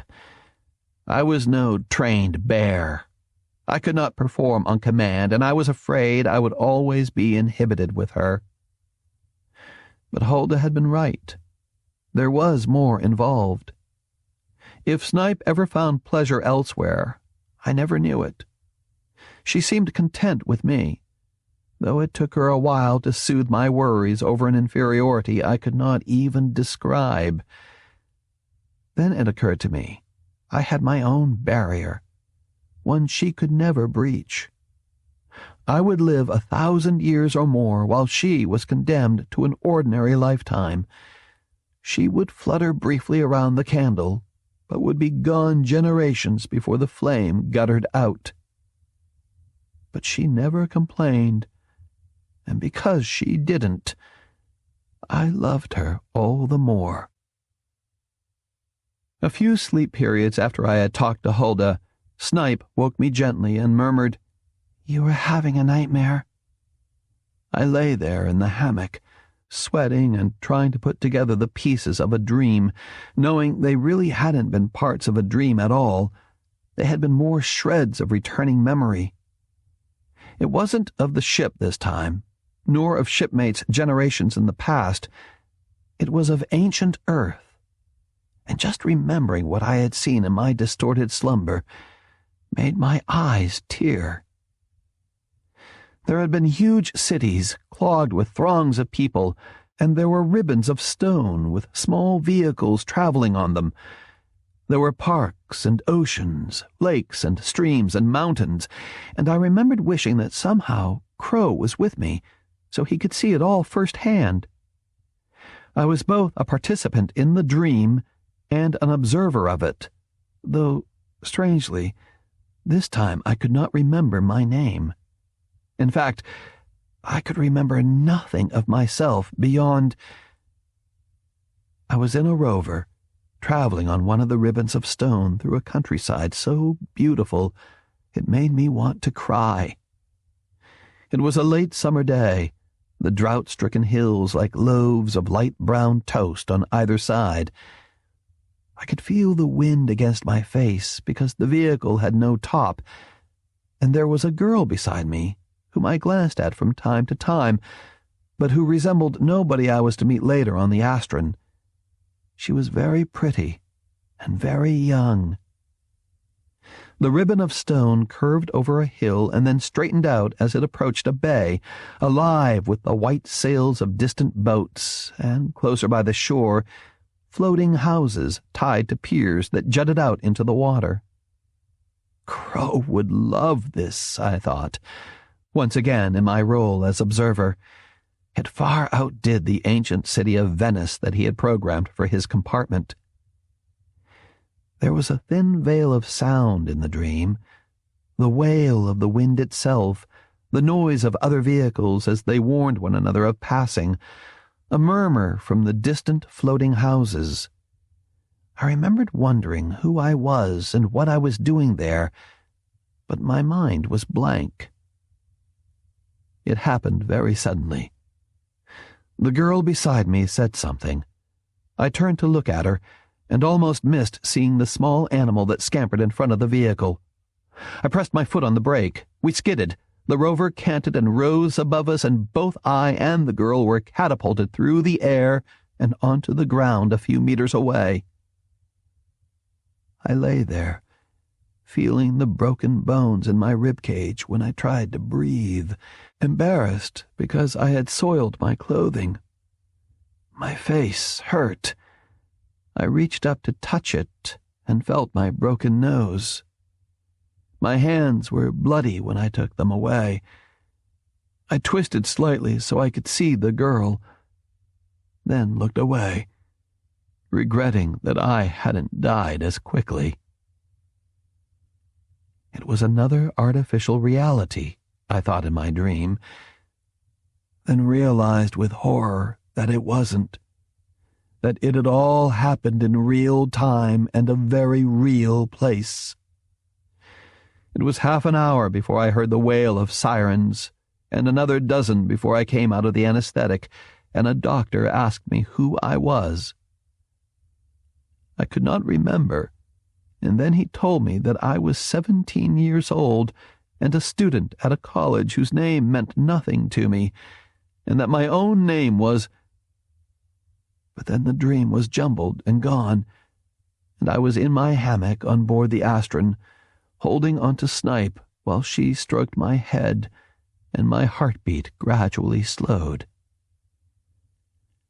I remembered nothing more, but I knew without checking that that was the first time I had been flatlined, that it had happened naturally, that nobody had caused it, and that some months later, in my lifetime in the dream, I would regain all my memories and live my life as before.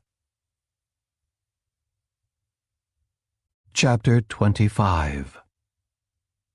The mutineers met again a few time periods later in the cave overlooking the forest. This time, I felt like one of them, a plotter against the captain, a man with a price on his head.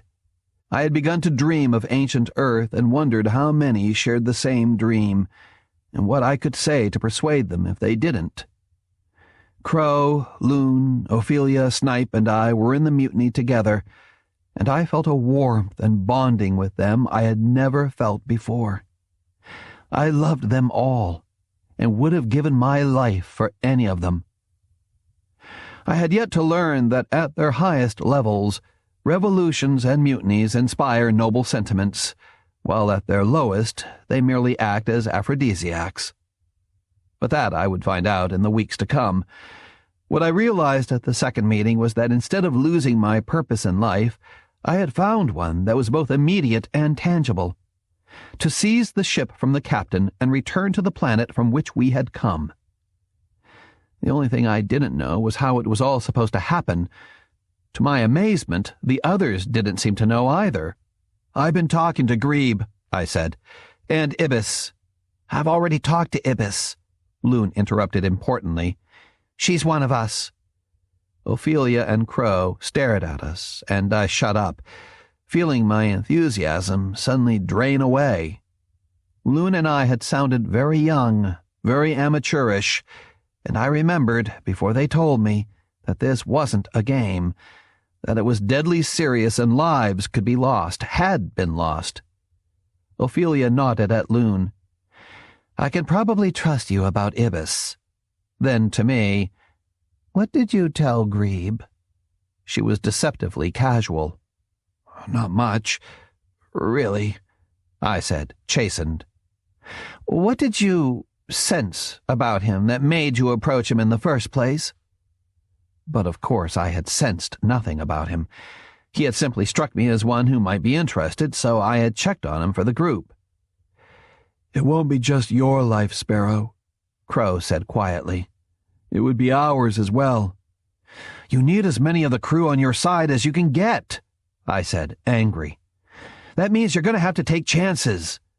And then, "You wanted me to join you. What do you want me to do?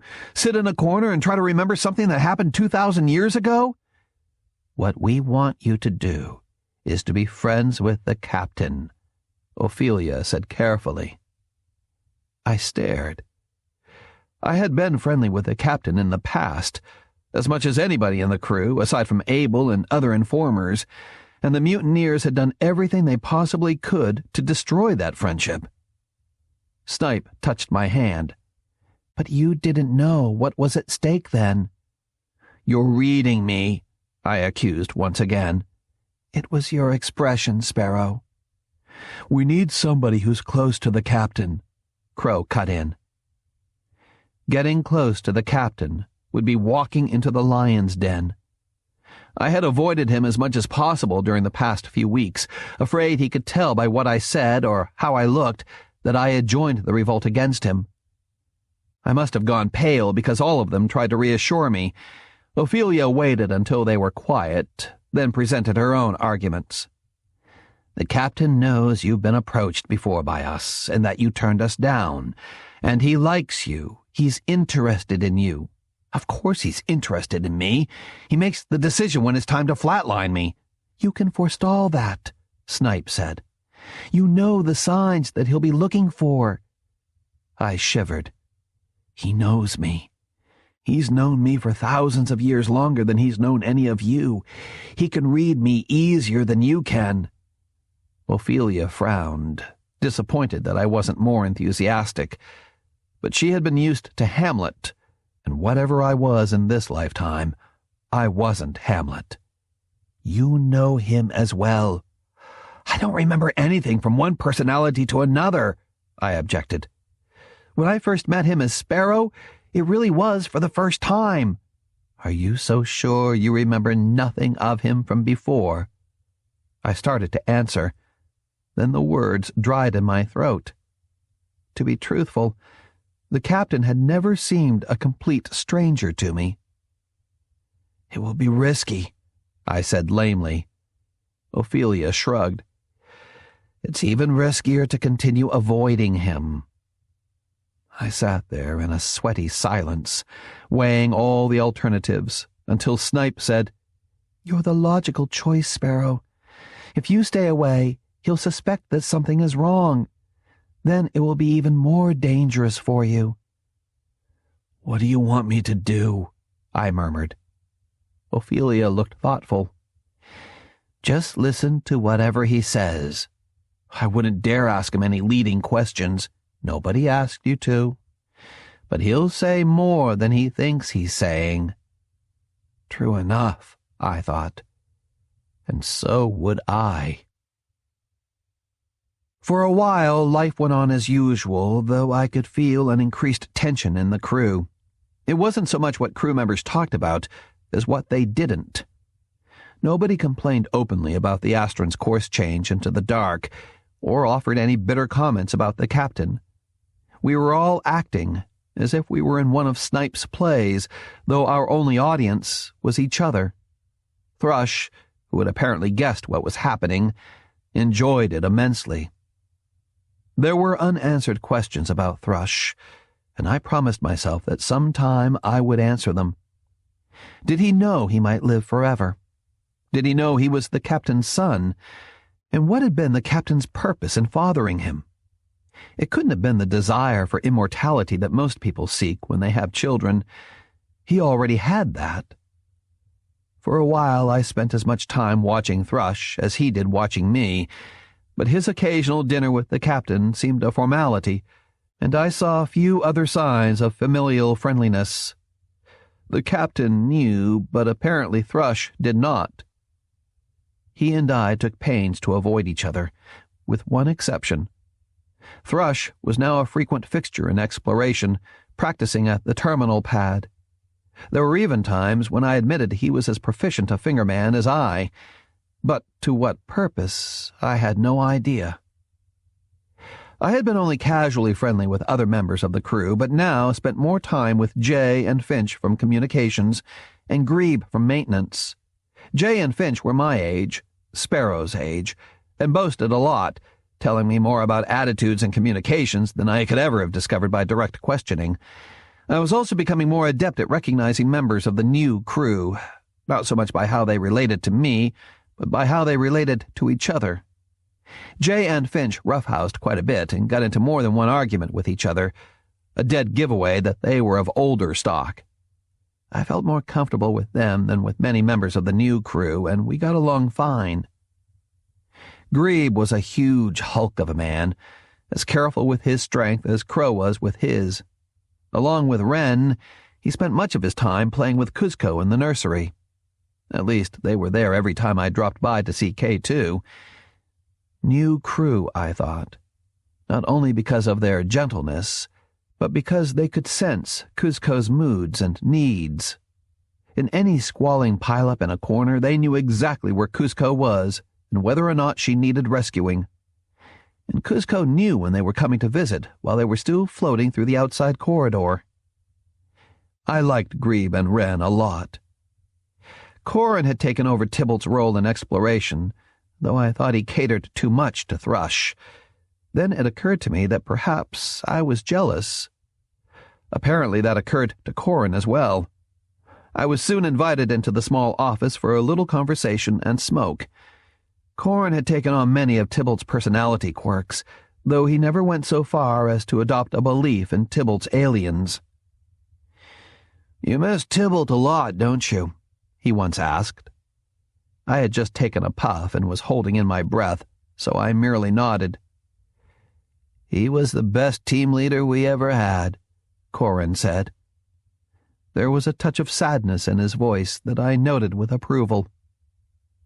He went on to praise Tybalt's good points and comment with humor on his failings.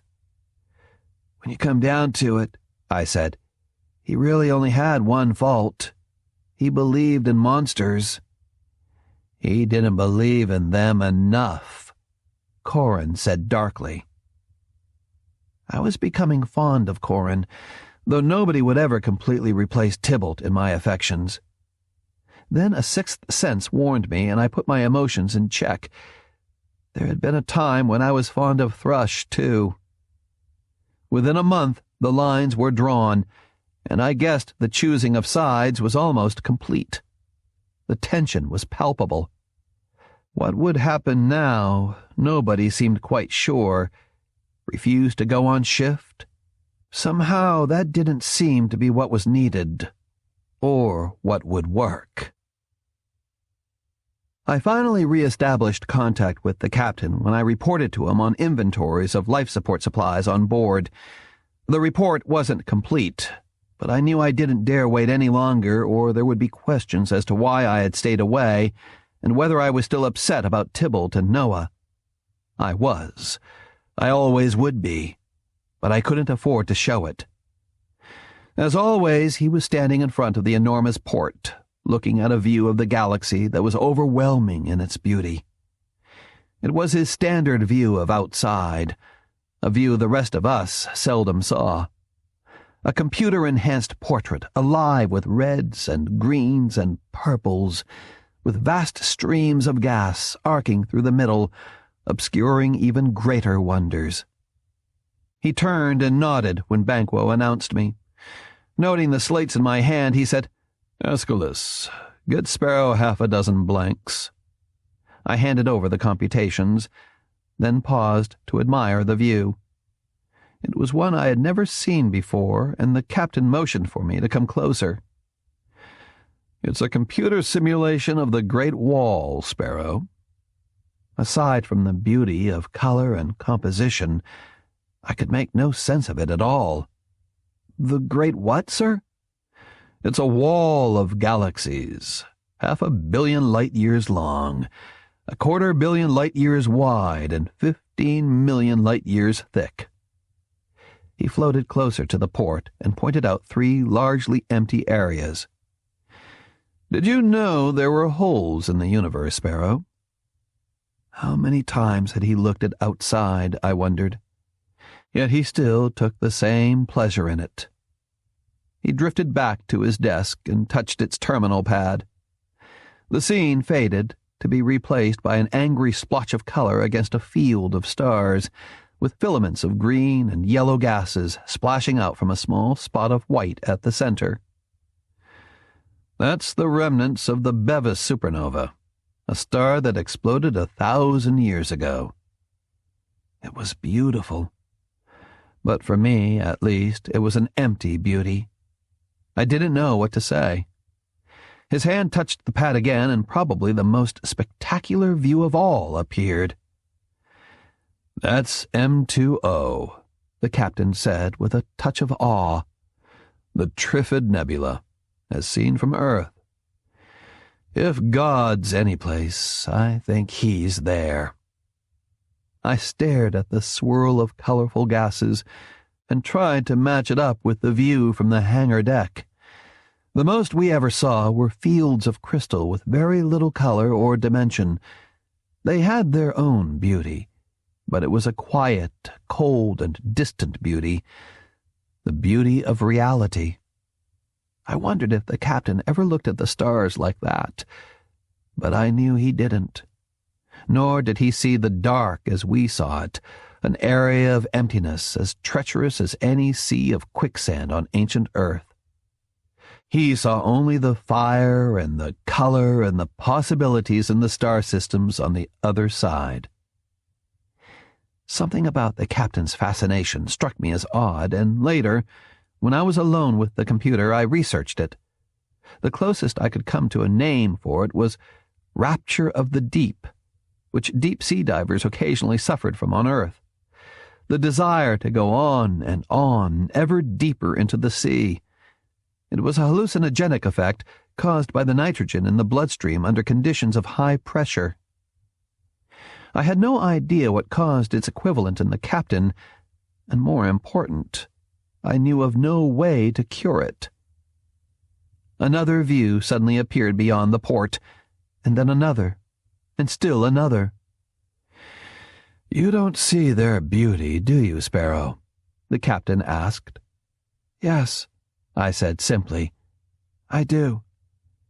There was a thin disappointment in his voice. "But there are things more beautiful to you." It was my turn to pause, wondering just how important my answer might be. "There are views I value as much, sir." He laughed. "The compartment falsies? I understand the one Thrush programmed is quite remarkable." He lightly stroked the terminal pad again. This time, I gasped. The star-filled landscapes of outside vanished completely. What was just beyond the port now was a carefully tended garden. There was a large pine tree in the foreground, with a limb heavy with needles coming into the scene from below, then a sweep of raked white gravel that curved from the base of the port around to the right, vanishing behind a nearby hill. The hill itself was covered with green shrubs and dark bushes with deep red flowers. Several large rocks had been carefully placed in the middle of the wide stream of pebbles to deliberately break up the expanse of white. "It exists in reality?" I asked, wonderstruck. "It's a replica of the garden scene just outside a window of the Adachi Museum in western Honshu. Look them up, Sparrow." He leaned forward to touch something I hadn't noticed at first. 2 flower petals lying on the field of gravel, then swept his hand upward. "The petals establish a line that pulls your eye to the rocks here and then up the hill." "It's beautiful," I murmured. "And different." He smiled slightly. "From the stars? Not really. They both represent purity in nature." He talked to me then, not as if I were a 17-year-old technician, but as if I were a true peer, and for the first time I realized that I was. Of all the people he had ever talked to on the Astron, he must have talked to me the most often. Me, and all the crewmen I had once been. It was the only glimpse I ever had of Michael Kusaka, the man, rather than the captain. He talked of a culture I knew little about, of his home in ancient Japan, of the growing of bonsai and the elaborate nature of rock gardens, and even the writing of haiku, something I grew to love myself. "Constellations change, but the shining stars still dance. My heart is peaceful." I wondered why he was allowing me this glimpse of himself, and decided he was still trying to persuade me of what? And was it only Sparrow he was trying to persuade? We ate and sipped some wine, and then it was time to go. I picked up the blank slates from Aeschylus and thanked the captain, wavering once again between seeing him as personal friend and seeing him as the man who had condemned Noah and Tybalt. but my heart had hardened, and no overtures of friendship could change the fact that the captain had lied, murdered, and was leading the Astron to disaster. He stopped me at the hatchway and smiled. "There'll be no mutiny, Sparrow." I immediately thought of Ophelia and Snipe and the others, and felt my face go white. He read my expression, as I suspected he would, and added, "Don't worry about any of your friends." Mass, he had called Noah and Tybalt. I was halfway through the shadow screen when he suddenly said, "Do you believe in free will, Sparrow?" I had no idea what he was talking about. "I don't know, sir. Do you?" He shook his head sadly and said, "No, I don't. I can't." When I finally left, I caught a last glimpse of the view just outside the port. It was the one of the Trifid Nebula. Later I searched the computer for the simulation of the garden, but never found it. I think after the captain had shown it to me, he erased it from the computer's memory matrix. The next time period, the new berth allotments were announced and the mutiny collapsed. 12 berths were to be allowed, far more than any of us had expected. I had thought the allotment would be 3 to make up for Heron, Noah, and Tybalt. I hadn't anticipated a replacement for Judah, thinking his death would compensate for the natural attrition of ship's resources. The tension vanished overnight, replaced by excitement and a wave of gossip about who the birth mothers and potential fathers might be. There would be a dozen mothers and almost 100 would-be fathers, almost 2/3 of the male members of the crew. The odds were the best they had been for generations. On a personal basis, the birth allotments meant nothing to me. It would be a charade if I were on the list of those eligible, and the captain knew it. For the others, it would be their chance to play God. Few things mattered more. The chance to create life, to watch via scope as it grew from a tiny cluster of cells to a fetus, and then a living creature with the capacity to talk and think and wriggle its fingers and toes, a sponge for love that would return as much as it was given.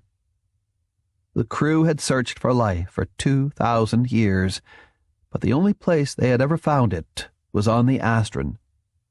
To have a part in its creation was of vastly more importance, at least for the moment, than a mutiny or even the ship's venture into the dark.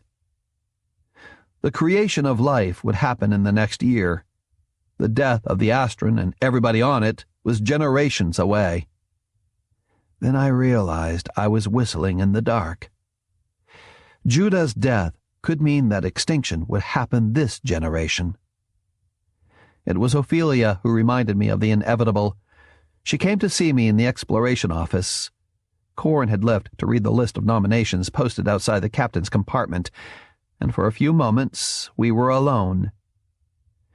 "You realize the rate of attrition won't support the allotments." "I know," I said. "I took the figures to the captain. Did he even look at them?" I shrugged. "Who knows?" She was driving at something, but as usual wanted me to come to the same conclusions myself. "What's the alternative if the ship can't support them?" I ran the figures over in my mind. "If the ship can't support them, then future allotments will have to be cut drastically." She shook her head. "It's too good a weapon, Sparrow. He may need it again." I frowned, wondering what she had in mind, then went cold when I realized what it was.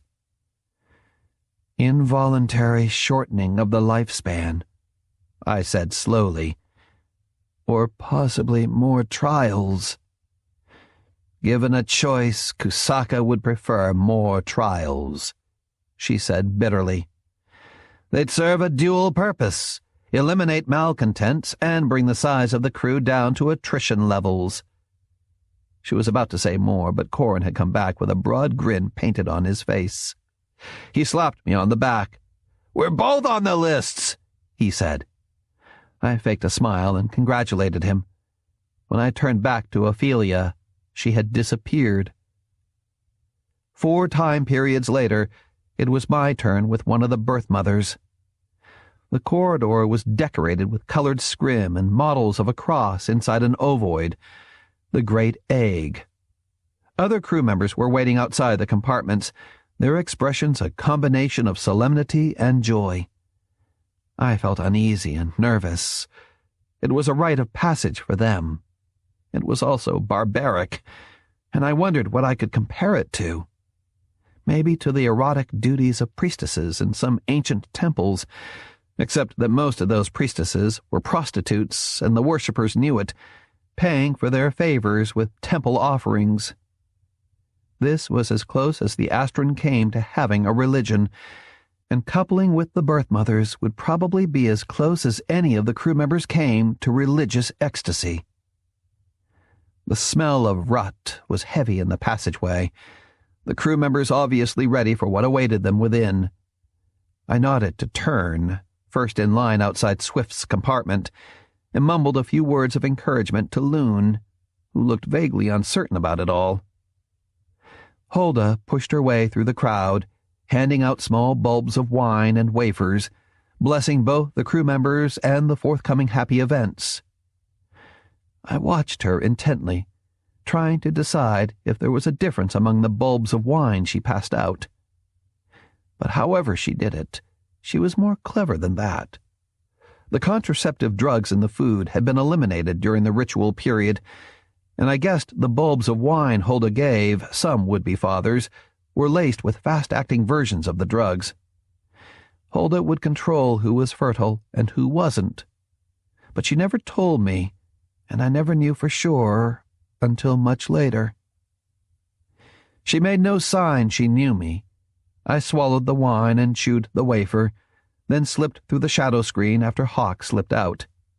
He looked as if he had just seen God. Pippet was inside, lying naked on a hammock draped with various colored waistcloths. I had been used to seeing her with natural eyebrows and lips, and with her hair in plaits. Now her eyebrows had been plucked, and her lips smeared with red. Her hair lay loose about her shoulders. Her olive skin gleamed with scented oil. She was too young, I thought. No amount of rouge and oil could make her look like a temple priestess, only a caricature of one. I didn't know whether she had seen me or not. She had closed her eyes and lay back in the hammock, waiting. "Pippet," I said softly. Her eyes jerked open, and I managed a smile, which quickly faded. Her pupils were small dots in her brown eyes. Before the ceremony had begun, she had been drugged. I wasn't sure she even knew me. "I'm not here to create life, Pippet," I said quietly. "Sparrow." I caught the expression on her face and took her in my arms to calm her trembling. "I'm all right," she whispered. "I knew it would be like this. Hulda told me. It's the way it has to be done." She hesitated. "I feel honored," she lied. "Hulda will make sure the father is Crow," I said to reassure her. His name had been on the list, and I knew that Hulda would match him with her. She shook her head. "Thrush was the first to see me." The captain's gift to his son, I thought, my mind flooding with anger. And Thrush would hardly have accepted Hulda's bulb of wine. "I'm sure Hulda can take care of it," I muttered. She stiffened in my arms and moved away, deliberately brushing the hair away from her face so I could see her expression. Her voice was cold and remote. "It has its own life, Sparrow." I had been foolish to suggest abortion, and suddenly wished I had slit Thrush's throat when I had the chance. "What about Crow?" "He'll take an interest." He would have no matter who the father was. "Is there anything you want?" I asked. "For you to stay a little longer," she said in a suddenly seductive voice, opening her arms to me. I lightly stroked her shoulder, then shoved out through the shadow screen. That sleep period, I couldn't bring myself to touch Snipe, not because she was new crew and I was old, but because I couldn't stand the thought of coupling. Chapter 26. The ceremony lasted for 2 weeks. During the final period, I went back to see Pippet again, forcing myself to float down the corridor with its red and green banners and ubiquitous cross and ovoid. Crow had visited her several times, once in the role of potential birth father, but I had the nagging feeling she might need to talk to somebody not caught up in ritual. The corridor was crowded as usual, but few even noticed me, their eyes viewing glories to come that I had no desire to see. I was 3 shadow screens away when I suddenly flattened against the bulkhead. Abel had slipped out of Pippet's compartment. Fortunately, he turned down the far end of the corridor and never saw me. Then my suspicions began to grow. I wondered if he had ingratiated himself with the captain once again and had been spying on Pippet. She had helped Hulda out in previous ceremonies, and now she was an actress in this one, heavily drugged and probably willing to say anything. I suddenly felt chilled. Snipe had said that Abel was aware I knew my past. If he were back in the service of the captain, this time period might be my last as Sparrow. I slipped down the corridor after him, catching a glimpse of his fat figure as he floated around a distant corner. Half a dozen turns later I frowned, confused as to where he was going. He wasn't on his way to the bridge or to the captain's quarters. He seemed to be drifting aimlessly through the corridors, stopping briefly in the engine compartment to talk to a few crew members there, then pausing equally briefly in the gymnasium, where he nodded at some of those exercising. Each time he stopped, he was another level lower in the Astron, but I never guessed his destination until he got there. Reduction. He slipped in through the shadow screen, and I hesitated for only a moment before following. He hadn't been spying on Pippet. He hadn't dropped by her compartment to pry for information he could carry back to the captain. He had gone to say goodbye. "Abel." He had taken off his cling-tights and was seated on the ledge, gently massaging his feet. It would have been a homey scene if it weren't for the equipment, the smells, and most of all, the open storage chamber against the rear bulkhead, its interior choked with a rust-colored mist. "Close the hatch, Sparrow. It turns off the peep screen." When I had dogged it down, he said, "I didn't expect to see you here." His voice was friendly, almost avuncular, with none of the harshness and arrogance of the Abel I had known. Even the planes of his chubby face had softened. For the first time in perhaps years, he probably felt safe. Once inside reduction, you were beyond anybody's authority, even the captain's. Your future then was between you and the great egg. I waved my hand around the compartment. "Why?" I asked. He shrugged. "Your life's been too short this time for you to know the customs, at least to know them from the inside, where it counts. When your life is over, you go to reduction. It's that simple." "When your life is over," I repeated stupidly.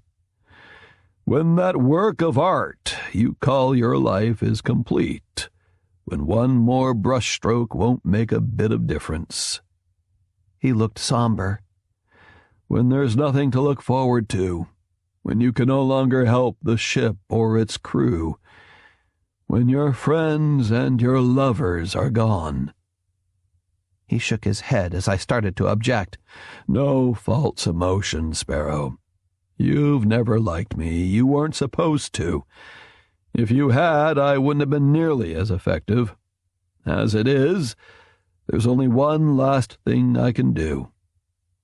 He suddenly smiled and winked, and with that there was nothing left to remind me of the old Abel. "Cheat the captain."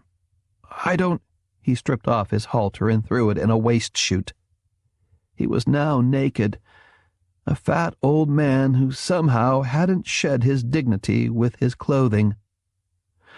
"I'm surprised you haven't guessed, or that Ophelia hasn't told you." "Trials," I said. He nodded. "There'll be much less resistance to them, at least for right now, and I was never popular." "On what charges?" I wanted to dissuade him from using the chamber, though I knew that if Abel went to trial, the captain would be merciless. "The right one, of course. Treason. I worked with Noah. The captain must have guessed that.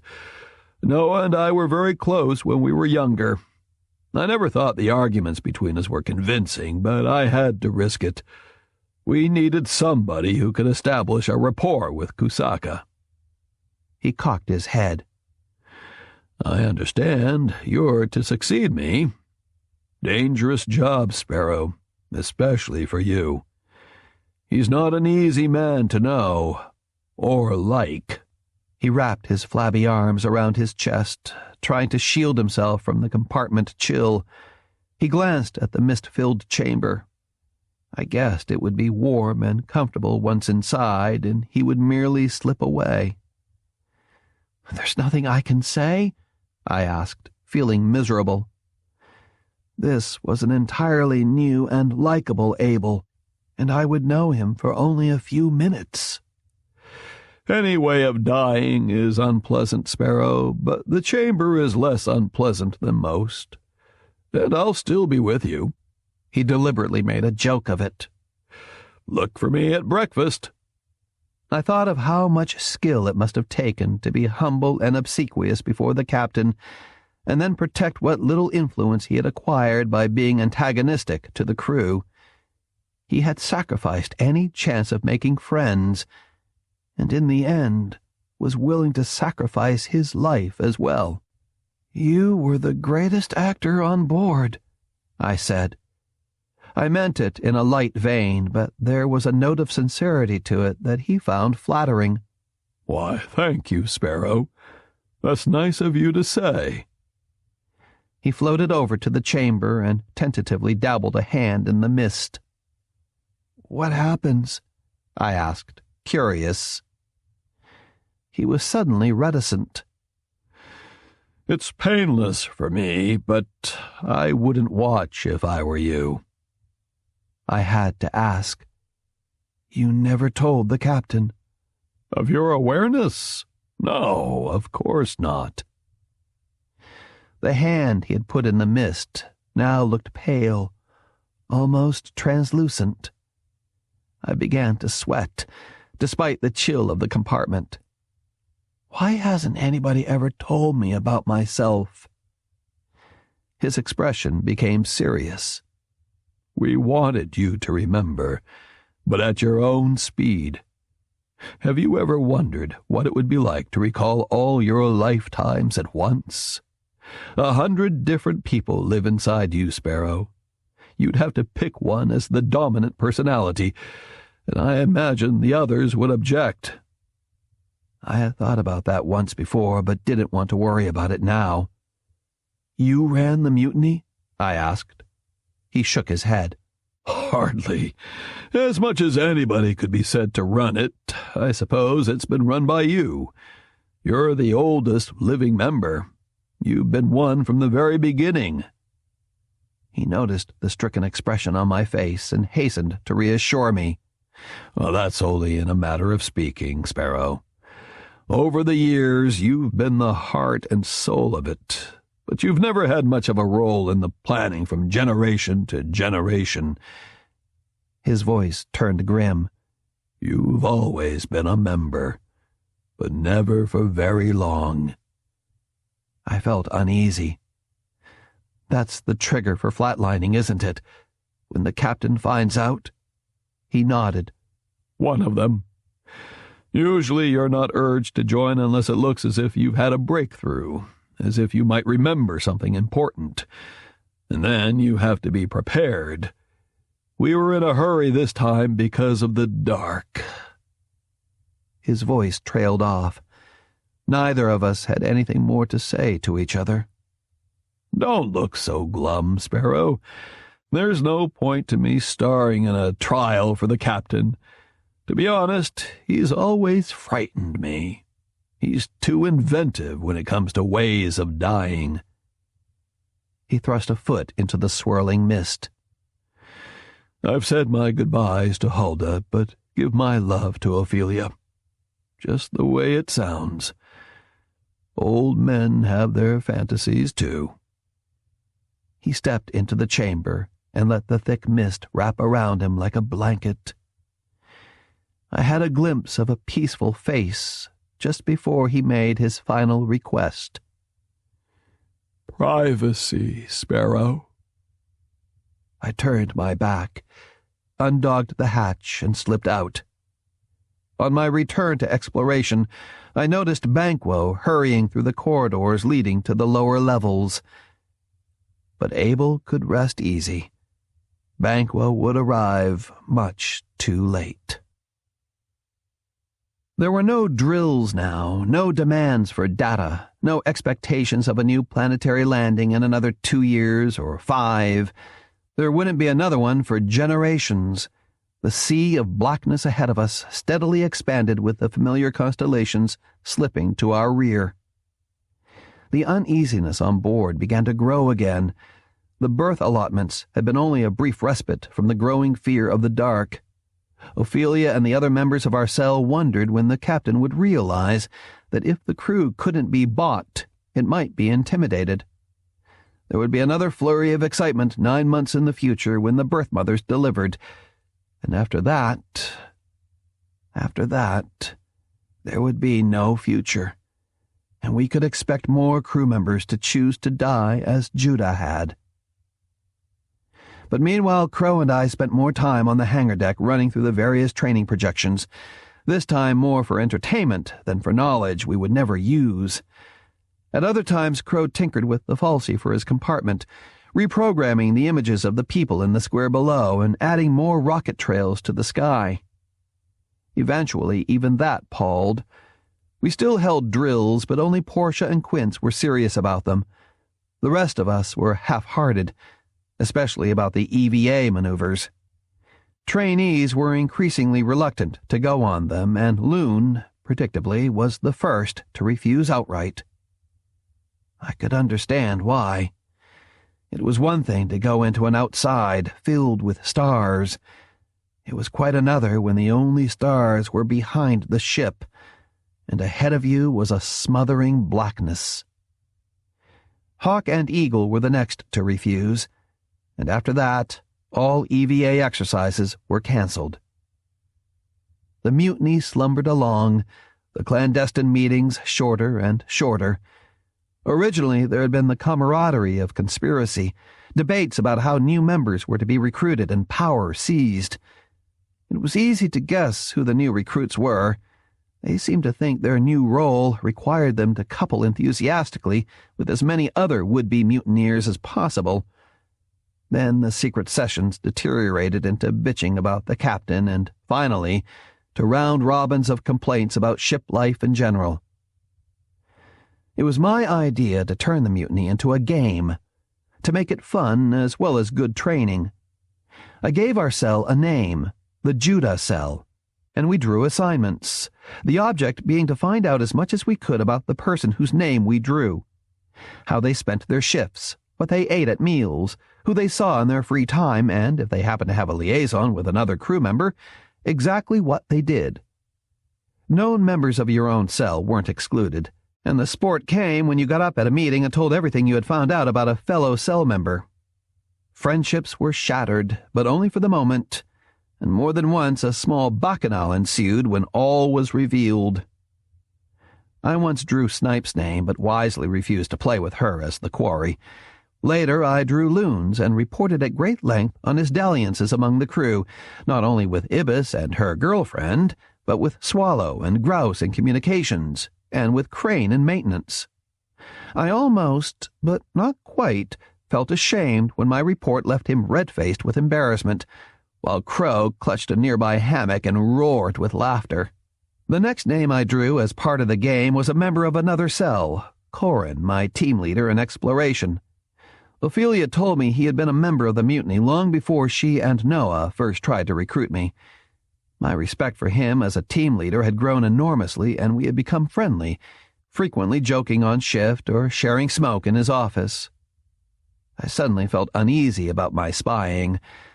The game had turned serious. Now I found myself listening more than I talked. I quickly learned the difference between casual listening, when you concentrate more on what you're going to say next than on what the other person is telling you, and a professional awareness of content and nuance. Corin led an unexciting life, vacillating between partnering with Gull in communications and Raven in maintenance. He worked out regularly in the gymnasium, though he never seemed able to lose the ridge of fat that circled his waist. He was old crew, not new, which meant he was even more of a mystery to the other members of my cell than he was to me. His one character flaw wasn't immediately obvious. He simply took too much interest in crew members whom I knew were mutineers. He listened as carefully to me as I listened to him, and was as difficult to follow about the ship as I knew I was. I had no desire for anyone to trace me to the weekly meetings in the cave compartment, and it quickly became apparent that Corin also had appointments that he wished no one to know about.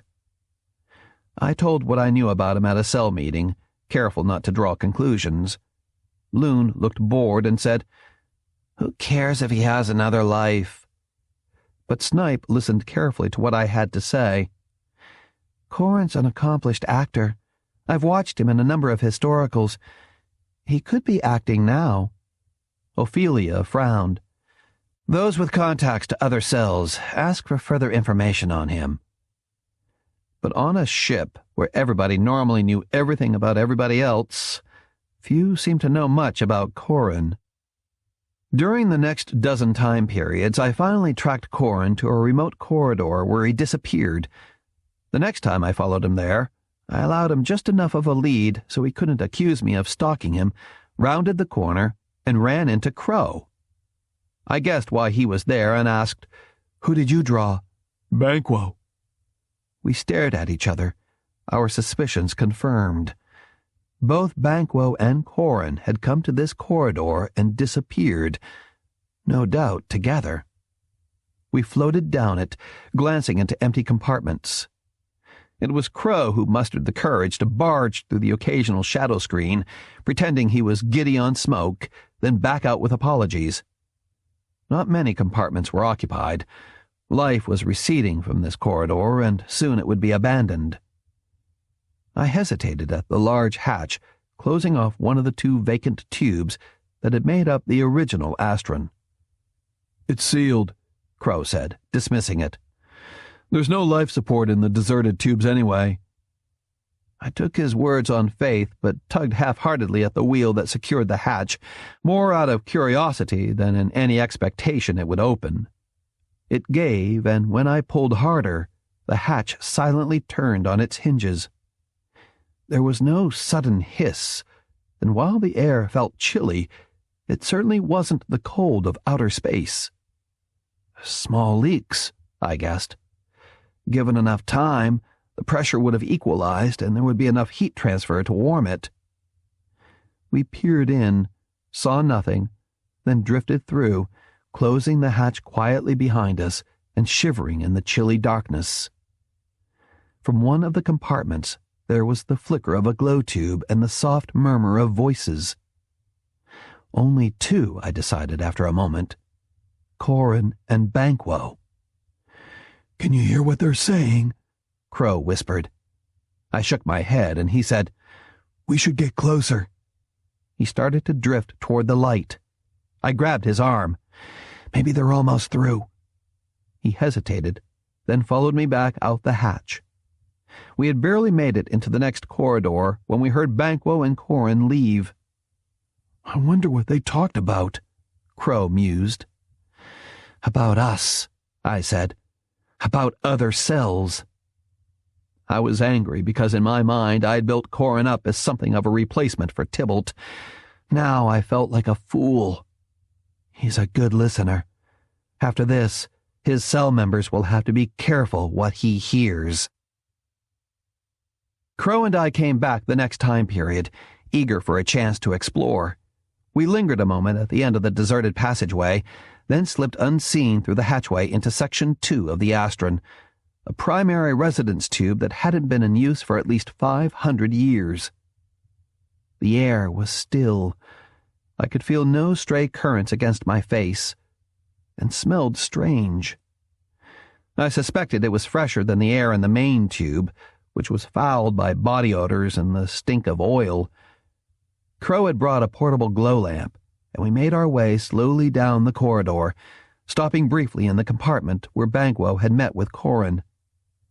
Some threads had adhered to the bulkhead where one of them had bumped into it, and their cling-tights had left faint marks on the oil and dust-caked deck. There wasn't a great deal to see.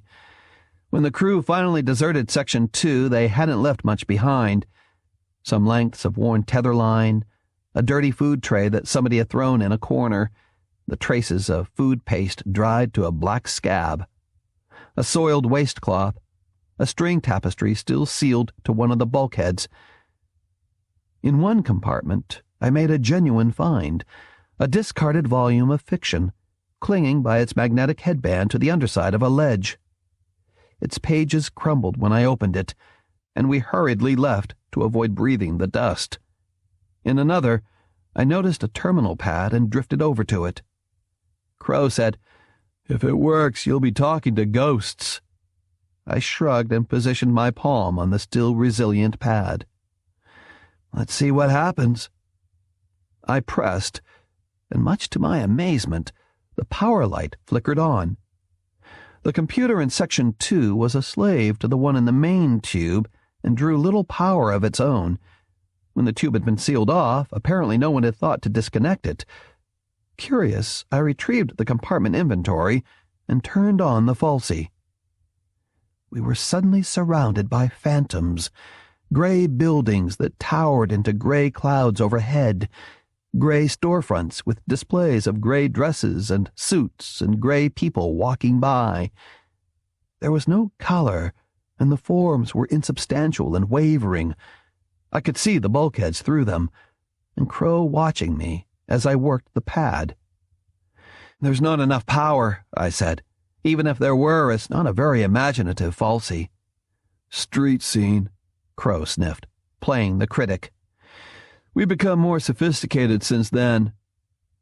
But what city? And what street? And why did it seem so familiar? I flicked it off, and we continued down the corridor, pausing briefly in what was left of Section 2's hydroponics compartment. The grow lights had been ripped out, probably as spares for those in the main tube, leaving only the metal troughs and the plastic mesh. Some dried roots stuck in the plastic crumbled to powder when I touched them.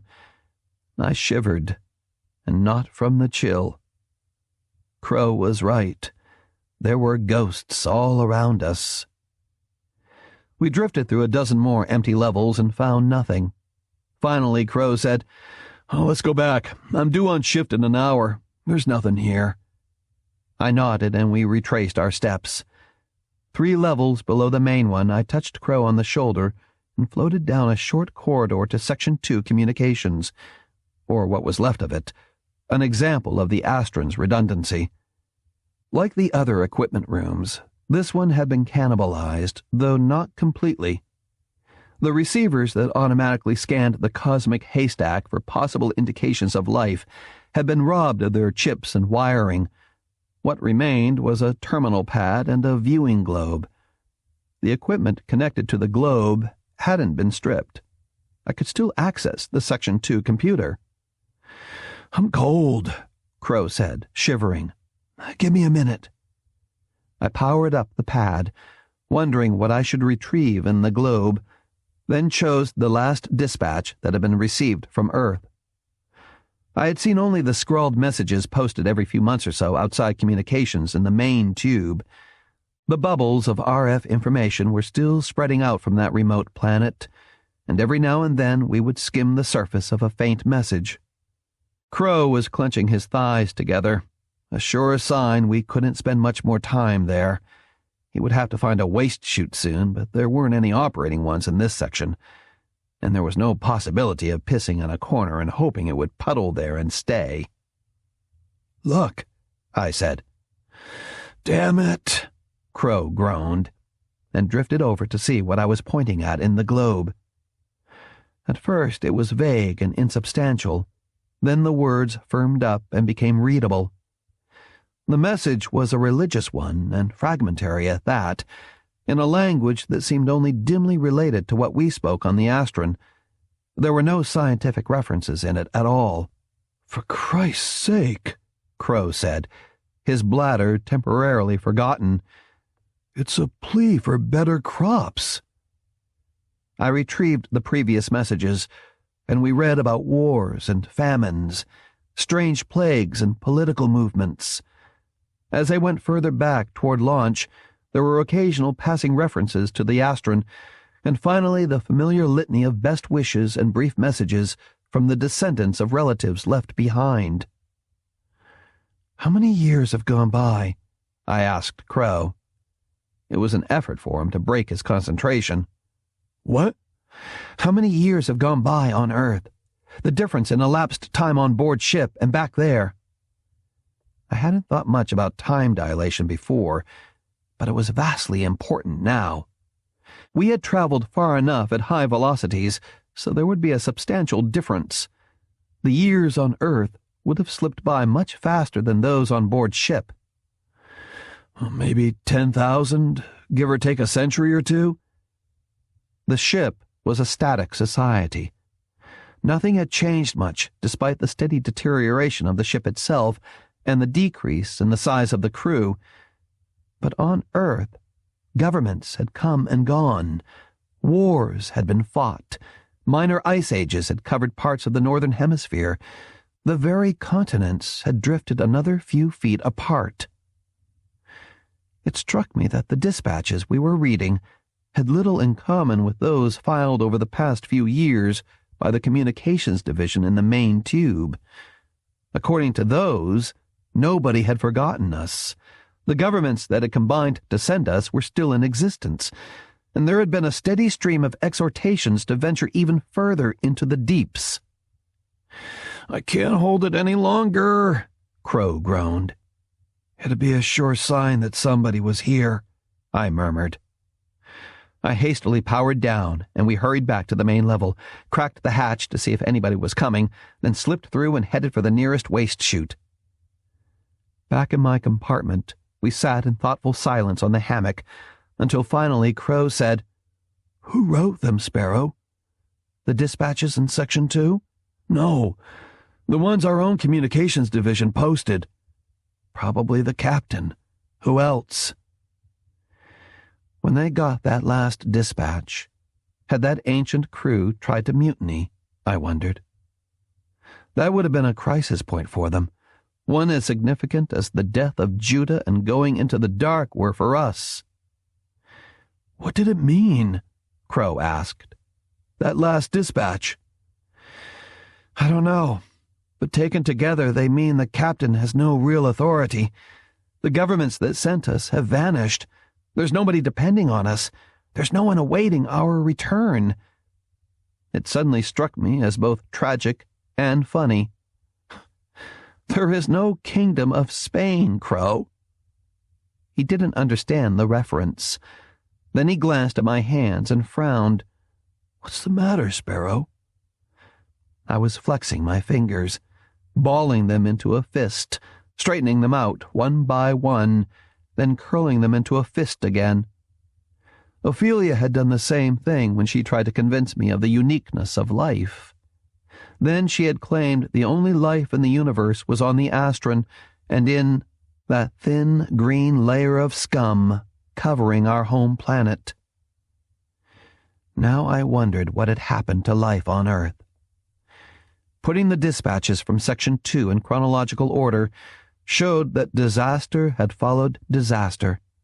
The population had declined to some small farmers, the government to some sort of priesthood. Had wars and plagues reduced them to that? Had there been irreversible changes in the ecosphere? Had life itself survived? "We have to return," I said.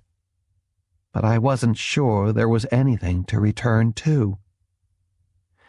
Perhaps that thin green layer of scum covering Earth had vanished completely, and now the only life in the entire universe was that on board the Astron.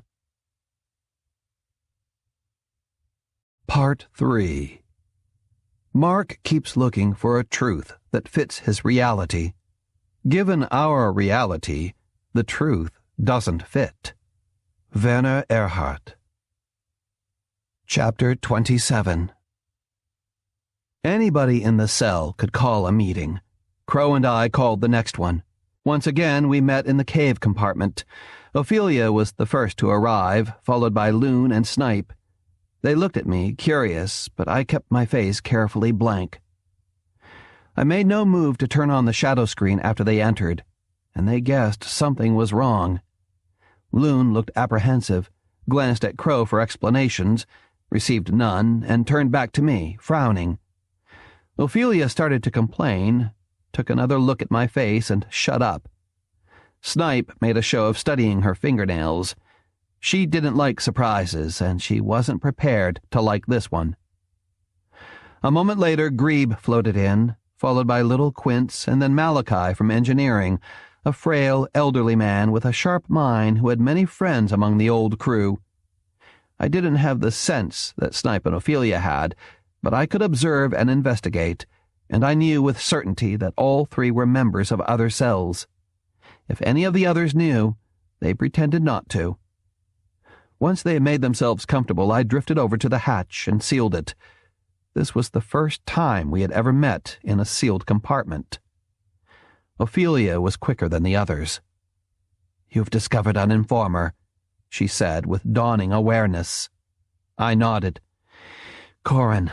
He's one of the captain's men." There was a shocked silence. "The captain knows about us?" Loon was terrified. I shrugged. "He's probably always known about some of you." I devoutly hoped that I wasn't included. "But he's tolerated the mutiny because it's had no real leader since Noah." I turned to Ophelia. "You said you could sense a traitor." She paled. "Corin's old crew. We couldn't sense him. He'd been a friend of Noah's." So much for their overconfidence. Corin had spent years ingratiating himself with Noah. For what, I wondered? A pat on the head from the captain? Assurance that he would be among the next selection of would-be fathers? Maybe. If there had been fewer birth mothers, the competition would have been much tighter this time. But I had more to talk about than a computer man turned informer. All Corin knows is what his cell members tell him. That can work to our advantage. But Corin's not that important. Snipe took offense. "Sparrow, don't play games with us." I nodded in apology, then told them about the communications compartment in Section 2 and the last dispatches received from Earth. When I was through, nobody said anything. I felt irritated. I had done my share. Now it was up to somebody else. Or maybe they didn't realize the significance of what I had just said. "What it means is that the captain has no authority," I said with as much emphasis as I could. "He can't continue the voyage in the name of the governments existing at the time of launch. We've heard nothing in 500 ship years. For all we know, there's nobody left on Earth. At the very least, there's no technological civilization with the ability to send messages." I knew what they were thinking. Michael Kusaka had always been the captain. He had been the captain all their lives and all of their mothers' lives and their grandmothers' lives, going back for as long as they could remember their begats. He had been the highest authority on board and a father figure as well. It was difficult to accept him as anything else, and because of that, despite the trials, despite the course change into the dark, there had been an air of unreality about the mutiny. It had always been serious, but it had also involved a certain amount of play acting. Now the captain had lost the backing of any higher authority, and the mutiny was going to be played out in earnest. The stakes were very real, and so were the penalties. Noah and Tybalt hadn't been condemned in any sort of legal process. They had been murdered. The difference was enormous, and for the first time, everybody in the compartment realized that if we lost, they would pay the same price. Still, nobody volunteered to comment. They were waiting for me, as if somehow I knew all the answers. I realized I had challenged the one natural leader there, Ophelia. She wouldn't offer advice now unless I asked her. "What should we do about it?" I looked at her when I spoke, forcing her out of her silence. She glanced at Loon. "What are the numbers?" He stumbled over his words, his voice still choked with fear. "The captain has perhaps 30 who will follow him, maybe a few less." "Cato's loyal," Malachi warned, "and all of Cato's friends." "Why?" Malachi was as frightened as the rest, but he was older and did a better job of hiding his fears. "Cato would follow the captain to hell if he had to. I'd try to talk to him, but I know he wouldn't listen. It would be dangerous." The others were probably much like Cato, unquestioningly loyal and devoted, if only because that relieved them of making their own decisions. Hulda's breeding program had left behind some dross. Then I reminded myself that I, too, had once been loyal and devoted. There was another silence, and again I thought Ophelia would lead the discussion, but she said nothing, and next time I didn't wait as long before offering my opinion. "The captain still runs the ship," Grebe objected. I shook my head. "He runs the computer, and the computer points the ship in the direction the captain wants it to go. But he doesn't run life support, he doesn't run maintenance, he doesn't run engineering. He sets course, but he doesn't run the ship." "You want us to threaten him?" Grebe looked at me as if I had just suggested it. "Sabotage the water supply for a few time periods? Convince him he can't do without us?" "That's foolish," Ophelia said acidly. "You'd find yourself going to reduction very early." Loon came up with the most telling argument. "The pellet guns. The captain controls the armory." There was another long silence, and again they waited for me to offer suggestions, to say what they were thinking before they thought of it. I glanced at Ophelia once more, wondering why she wasn't doing that. She stared back, silent, a faint smile on her face. "The captain's men are all old crew?" I asked Malachi. "So far as I know." It was a simple equation. New crew wouldn't use violence. Old crew could be talked into it. Hulda's gamble had been the kind you won completely or you didn't win at all. "We can't do things piecemeal," I said at last. "We can't threaten the captain with shutting off the water supply. We can't turn off the odor scrubbers in the ventilation system and wait for him to come to terms. We'd suffer as much as he. Whatever we do has to affect him primarily, and it has to be something dramatic." Crow had almost as much trouble talking as Loon had. "The captain would see through any bluffs." "I'm not talking about a bluff," I said. "How far will the captain go?" Quince asked. There was a hint of aggression in his voice, and I smiled to myself. A little man who wasn't afraid of the odds. I remembered the handball game and the captain continuing to play with a broken finger. "The captain will do whatever he thinks is necessary." All the time I was talking, I was sitting in judgment on myself. I knew I sounded rational and pragmatic, confident, but I also felt uneasy about it. I was doing what I considered Ophelia's job. Snipe summed it up, and we were suddenly back to the beginning. You haven't told us how we can run the ship without the captain. This time I didn't wait for Ophelia to answer, nor did I look to her for tacit permission to speak. The real question is, can the captain run the ship without us? And the answer is, he can't. And you have some ideas as to how we can? It was Ophelia, challenging me this time, but I had no more answers. They had known each other longer than I had. They knew the ship better than I did. That's what you're going to figure out, you and Snipe and Malachi. How can we force the captain to do what we want? If it's a threat, it has to be decisive. I hesitated. We have to be prepared to carry it out. We can't bluff him.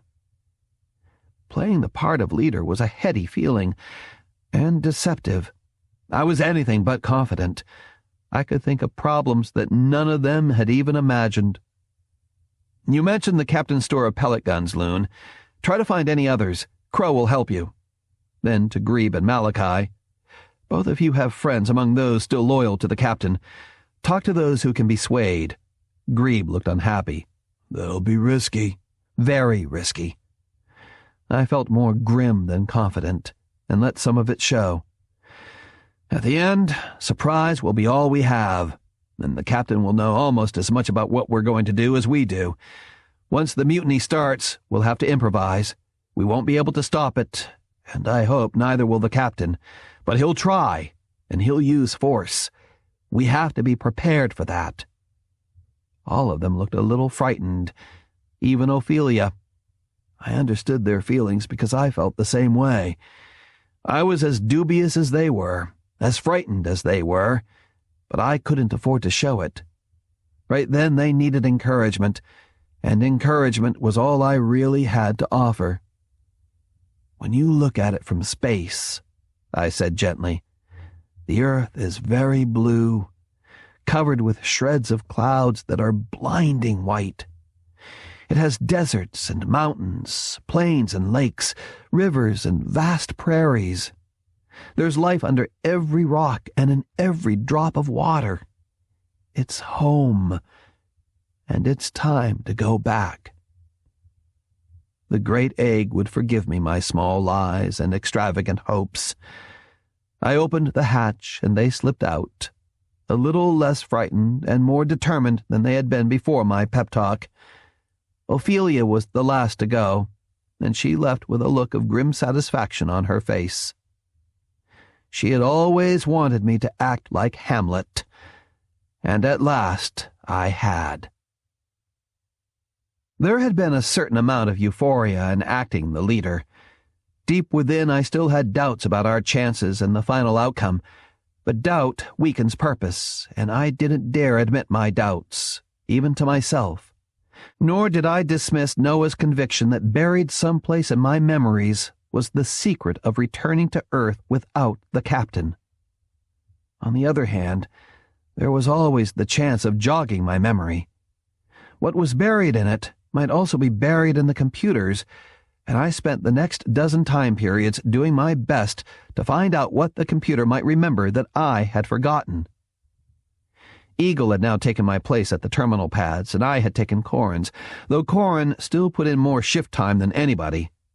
And Thrush was often huddled over a pad in the corner, researching nobody knew what, though sometimes I thought he was there as much to watch me as to dance with the computer. Work remained, including logging in the signatures of distant stars, estimating the chances of planetary systems and the limits of their CHZs, continuously habitable zones. But urgency had fled.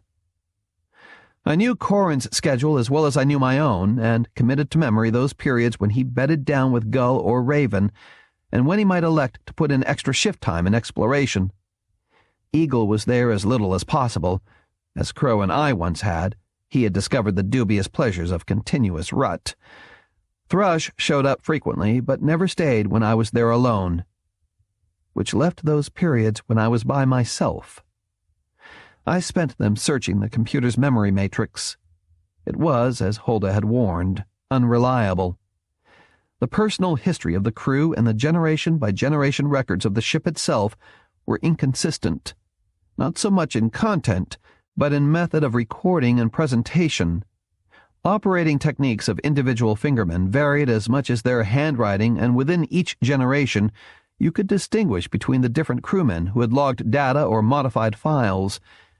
But studying the memory matrix for the first 5 generations confirmed Noah's comment that no true records existed.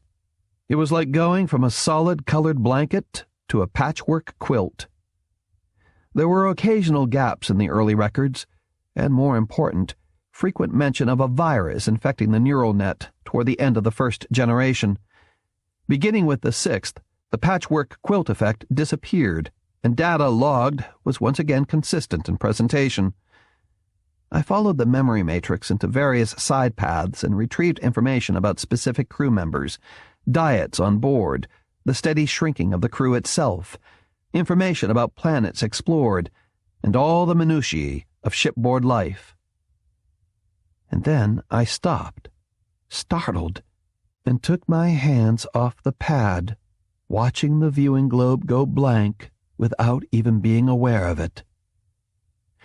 I had expected some raggedness, some scar tissue in the ship's memory, but there were no real indications that the neural net had ever been attacked by a virus.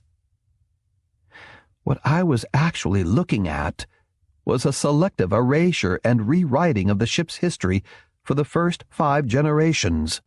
Not only could I tell where the excisions had taken place, I could see that the same individual had logged much of the data throughout that first 100-year period.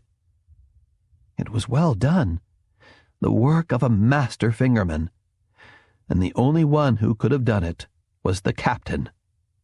He had effectively wiped the slate clean for the first 5 generations and written his own history of the ship. What had really happened I would probably never know, but I could guess. He must have originally intended to plant the stories about the virus, then simply leave the record blank for the next 5 generations. Apparently he had changed his mind, erased all references to the first mutiny, and altered the information logged by following generations. The captain and I were still the only ones who knew what had happened. There were no records of a mutiny, any mutiny, in the Matrix. The next time I was alone, I did some more personal research and reviewed all mentions in the computer of the various crewmen I had once been. I also checked the access codes to see if anybody else had become fascinated by my life history. The codes were like a library card, listing the names of all the interested parties who had accessed certain files. There was only one such person, but he had been very thorough. What Thrush had been researching was me. He had retraced my own steps through the computer's maze of memories, and now knew all the connecting links, all the names of the crewmen whose lives I once had led, all the roles I once had played. What chilled me was not that he had done it, but the reasons why. He had known I was a Phoenix all of his life. What more had he hoped to find out? "You're working late, Sparrow." The display in the viewing globe had vanished before Corin floated in. I jiggled my thumb slightly, and a sheaf of figures appeared. I yawned and wiped my eyes with the back of my hand. "Inventory. Captain's request." The captain hadn't requested any, but I doubted that Corin would bring the matter up with him. Even if he did, I had flooded the captain with so many lists and figures lately that he probably wouldn't recall whether he had requested more or not. "I can't imagine he'd be in a hurry," Corin said easily. His face was more affable than usual, a ready cover for any suspicion beneath. "Supplies on board versus attrition rates for at least the next 200 years, I said. "It will have a big effect on the number of birth mothers for the next few generations. I thought he ought to know." Corin's face became appropriately somber. "Venturing into the dark is the worst thing the captain could have thought of," he said in a low voice. Since he was a member of a cell and probably suspected I was as well, I knew he wanted me to dig my own grave a little deeper. His eyes were a little too innocent, and I knew if I left now he would check my personal code to see what I had been doing. I mumbled something noncommittal, then changed the subject. I understand Gower and Raven have decided to partner. He should have known Raven better, but out of the corner of my eye I caught his sudden look of consternation. Well, she never said... And then he vanished back through the shadow screen, intent on finding Raven. Sex was very open on board, and few gave it much thought. But partnering was respected, and interfering with it was a reportable offense. Raven would laugh it off, and Corn would be relieved and no doubt lingered to cement their relationship. If he ever came back to me about it, I could truthfully say it was only a rumor, that it wasn't my fault he had overreacted. Once Corn was gone, I retrieved the access codes again and studied Thrush's fingerprints, scattered throughout the matrix. He had been tracking me with the aid of the computer, and I wondered why. Then the answer was so obvious, I couldn't believe it hadn't occurred to me before. Thrush wanted to know what was buried in my memories as badly as the others did. 2 time periods later, I was once again invited to the captain's quarters for dinner. I had seen quite a bit of him lately, but primarily as a harassed crew member working hard on lists of information he had wanted, or information I thought he ought to see. I had made sure our meetings weren't social. I hadn't wanted to give him time to notice my increasing nervousness when I was around him, or my efforts to keep him from seeing that the Sparrow of 6 months before and the Sparrow of right now had become 2 different people. I was a good actor, but I was no miracle worker. This time our meeting would be social, and this time he would see. It didn't occur to me that he might not bother to look. I showed up a few minutes early and was waved inside by a bored Banquo, who took only a moment to check my waistcloth for hidden weapons, a procedure now standard. A few meters into the huge compartment, I stopped. My heart felt as if somebody was holding it in his hands and it started to squeeze. The captain was by the port, as I expected he would be, but he wasn't alone. Thrush was by his side, and the captain had rested his hand lightly on Thrush's shoulder while pointing out to him the wonders of a nebula that lay just beyond the glass. He felt the air currents when I came in and turned slightly, saying, "Come over here, Sparrow. I want you to see this too." The sight was beautiful, as always. This time it was a well-defined explosion of orange-colored clouds around a few central stars, then more stars and bright streamers of gas, half hidden by the hazy puffs of orange. "NGC 2237, the captain said quietly. "The Rosette Nebula, seen from Earth thousands of years ago." I could understand the name. It looked like a huge interstellar flower, the petals of gas clearly defined around the stamens of stars in the center. "Beautiful," Thrush breathed. I felt my skin crawl. I was supposed to be above it all, a dispassionate observer who saw and noted everything the captain did or said, while never forgetting that I was a young tech assistant who idolized him. But at the moment I was anything but dispassionate. To my dismay, I was intensely jealous of Thrush. Every other time I had been with the captain, I was the one he took to the top of the mountain to be shown the wonders of the world below. I was the one whose shoulder he touched, the one he tried to impress with the beauty that lay just beyond the port. "What do you think, Sparrow?" I could sense him watching me, gauging my reactions and comparing them to those of Thrush. Or so I thought. "I think it's gorgeous," I said.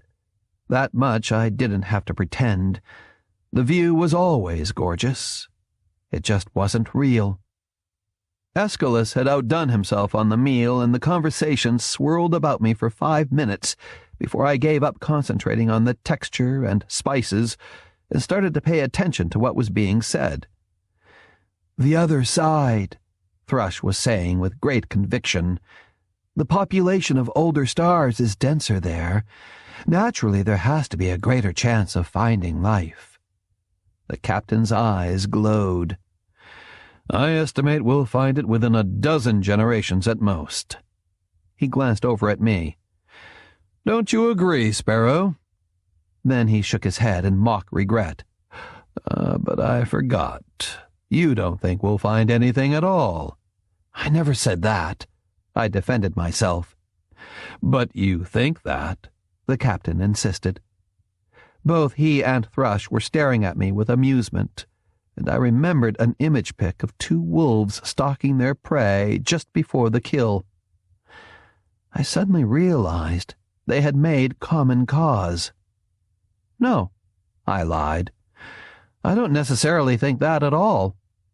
"Sparrow's an optimist by nature," Thrush said, smirking. When he wasn't catering to the captain, Thrush was studying me, and I knew he was thinking of ways to use me. I tried hard to hide my hatred of Thrush, and at the same time flatter the captain by paying as much attention to him as I could, but I suspected it was a losing game, though I couldn't quite determine when I had lost it. "You'll be a hero when we return," the captain said. He and Thrush had wandered back to the port, and I hastened to join them, still feeling twinges of jealousy over Thrush's taking of my place. Thrush, I noted, seemed to have blossomed under the captain's touch. Then I felt the chills start. When we return. As if the captain knew Thrush might still be alive then. Before I had arrived, the captain must have confirmed Thrush's paternity. Now Thrush knew he was the captain's son and would live forever. It was the only thing that could account for his smugness. In return, the captain got an ally, one without scruples, one who was capable of murder, one who would do whatever the captain wanted. We talked some more and gazed in wonder at views of the Ring and Veil nebulas, and finally a view of the dark, that vast sea of nothingness that stretched before us with a faint suggestion of stars on the other side, like phosphorescent sands on a distant beach. I shivered inside, as always, feeling small and insignificant in a tiny world that extended not more than 500 meters in any direction. I was surrounded by the ship's company, but I knew each and every one of the fewer than 300 of them, and they were no protection at all against the sudden ache of loneliness I felt. All the time I floated nervously around the compartment, sometimes leaving Thrush and the captain alone by the port and returning to the table, ostensibly for another tidbit of food, but in reality trying to see into the sleeping quarters just beyond. Loon had mentioned the captain's armory. If it was any place, it had to be there.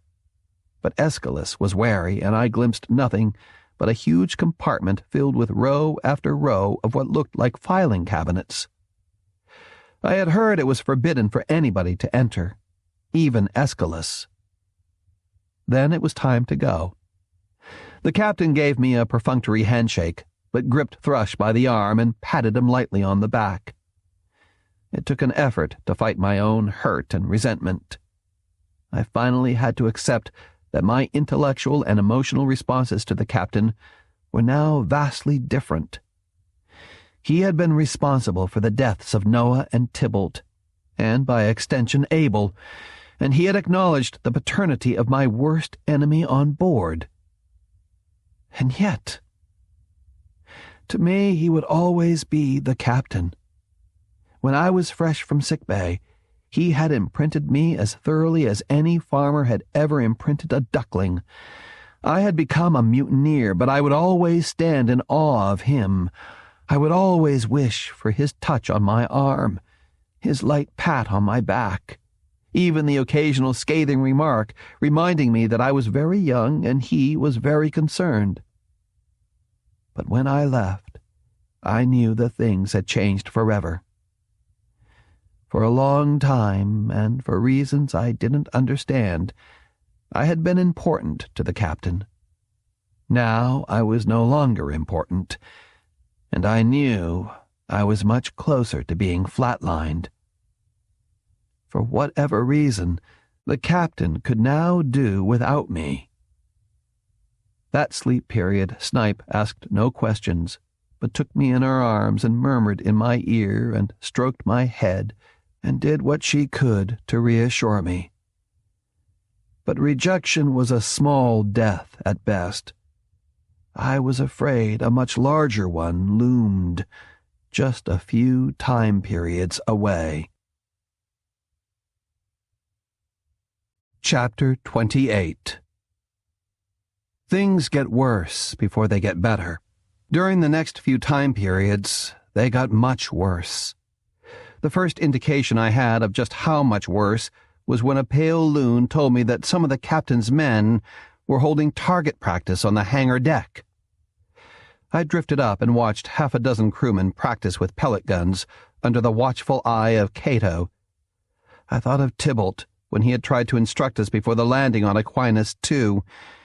I wondered if any of Cato's recruits would be reluctant to fire at the projection of an alien. Then I took another look and felt my stomach lurch. It wasn't an alien they were firing at. It was a crude projection of a fellow crewman. I lingered for a few minutes and discovered there wasn't much difference between the old crew and the new after all. All but one of Cato's men missed the target, and I was sure that the one who hit it, a young communications tech named Robin, hit it by accident. But what interested me as much as the target practice itself was that all of them had tied a strip of red cloth around their upper arms. It was more of a uniform than anybody else wore. As a result, the captain's men stood out from the other crew members, and there was an obvious camaraderie among them. I kicked over to Cato, his mouth a thin line, his face shining with sweat. "Captain's orders?" I asked. He nodded, but didn't want to talk and seemed more unfriendly than usual. It was obvious that I was now one of the enemy. He drilled his men for another half hour, with mixed results. If the mutineers were amateurish, I consoled myself, then so were the captain's men. "Do you think they'll actually fire on a fellow crewman?" I asked Cato when the drill was over. He glared at me and growled, "They'll do what the captain orders." The next practice session, the captain was on hand to watch and give a brief speech about protecting the integrity of the mission and the ship. The marksmanship improved dramatically. Would they willingly take the life of a fellow crewman? I had my doubts. Would they do their best to carry out the captain's orders? Sometime soon there would be a conflict, and they would have to choose between the two. I still had no overall plan of my own, though somewhere in the back of my head I knew it would involve a confrontation with the captain. Hulda's long-term scheme had been to deprive the captain of his crew, to make it impossible for him to maintain the Astron. It still struck me as a good idea, though only now was I beginning to see what it might involve. I was still thinking about it when I dropped by the nursery to see K2. As soon as I entered, he squealed and kicked off against the bulkhead, shooting straight for my midsection. I braced myself, but he grabbed a floor ring just before he reached me and hit my stomach with only a slight bump. "I'm practicing," he said proudly. "I'll bet you are." I glanced around for Pippet. "She's visiting Snipe," K2 offered. He was reading me, and doing a better job than Snipe did. Then, a few minutes later, when we were wrestling on the deck, "She's coming back now." I stared at him. "How do you know that?" He made an O with his mouth, and his eyes widened. It was a secret, and I wasn't supposed to know, though I had a feeling that nobody was supposed to know, certainly not members of the old crew. Was it just the children, or was it all the members of the new crew? Hulda hadn't told me, but perhaps she had worried that somehow the captain would wheedle it out of me.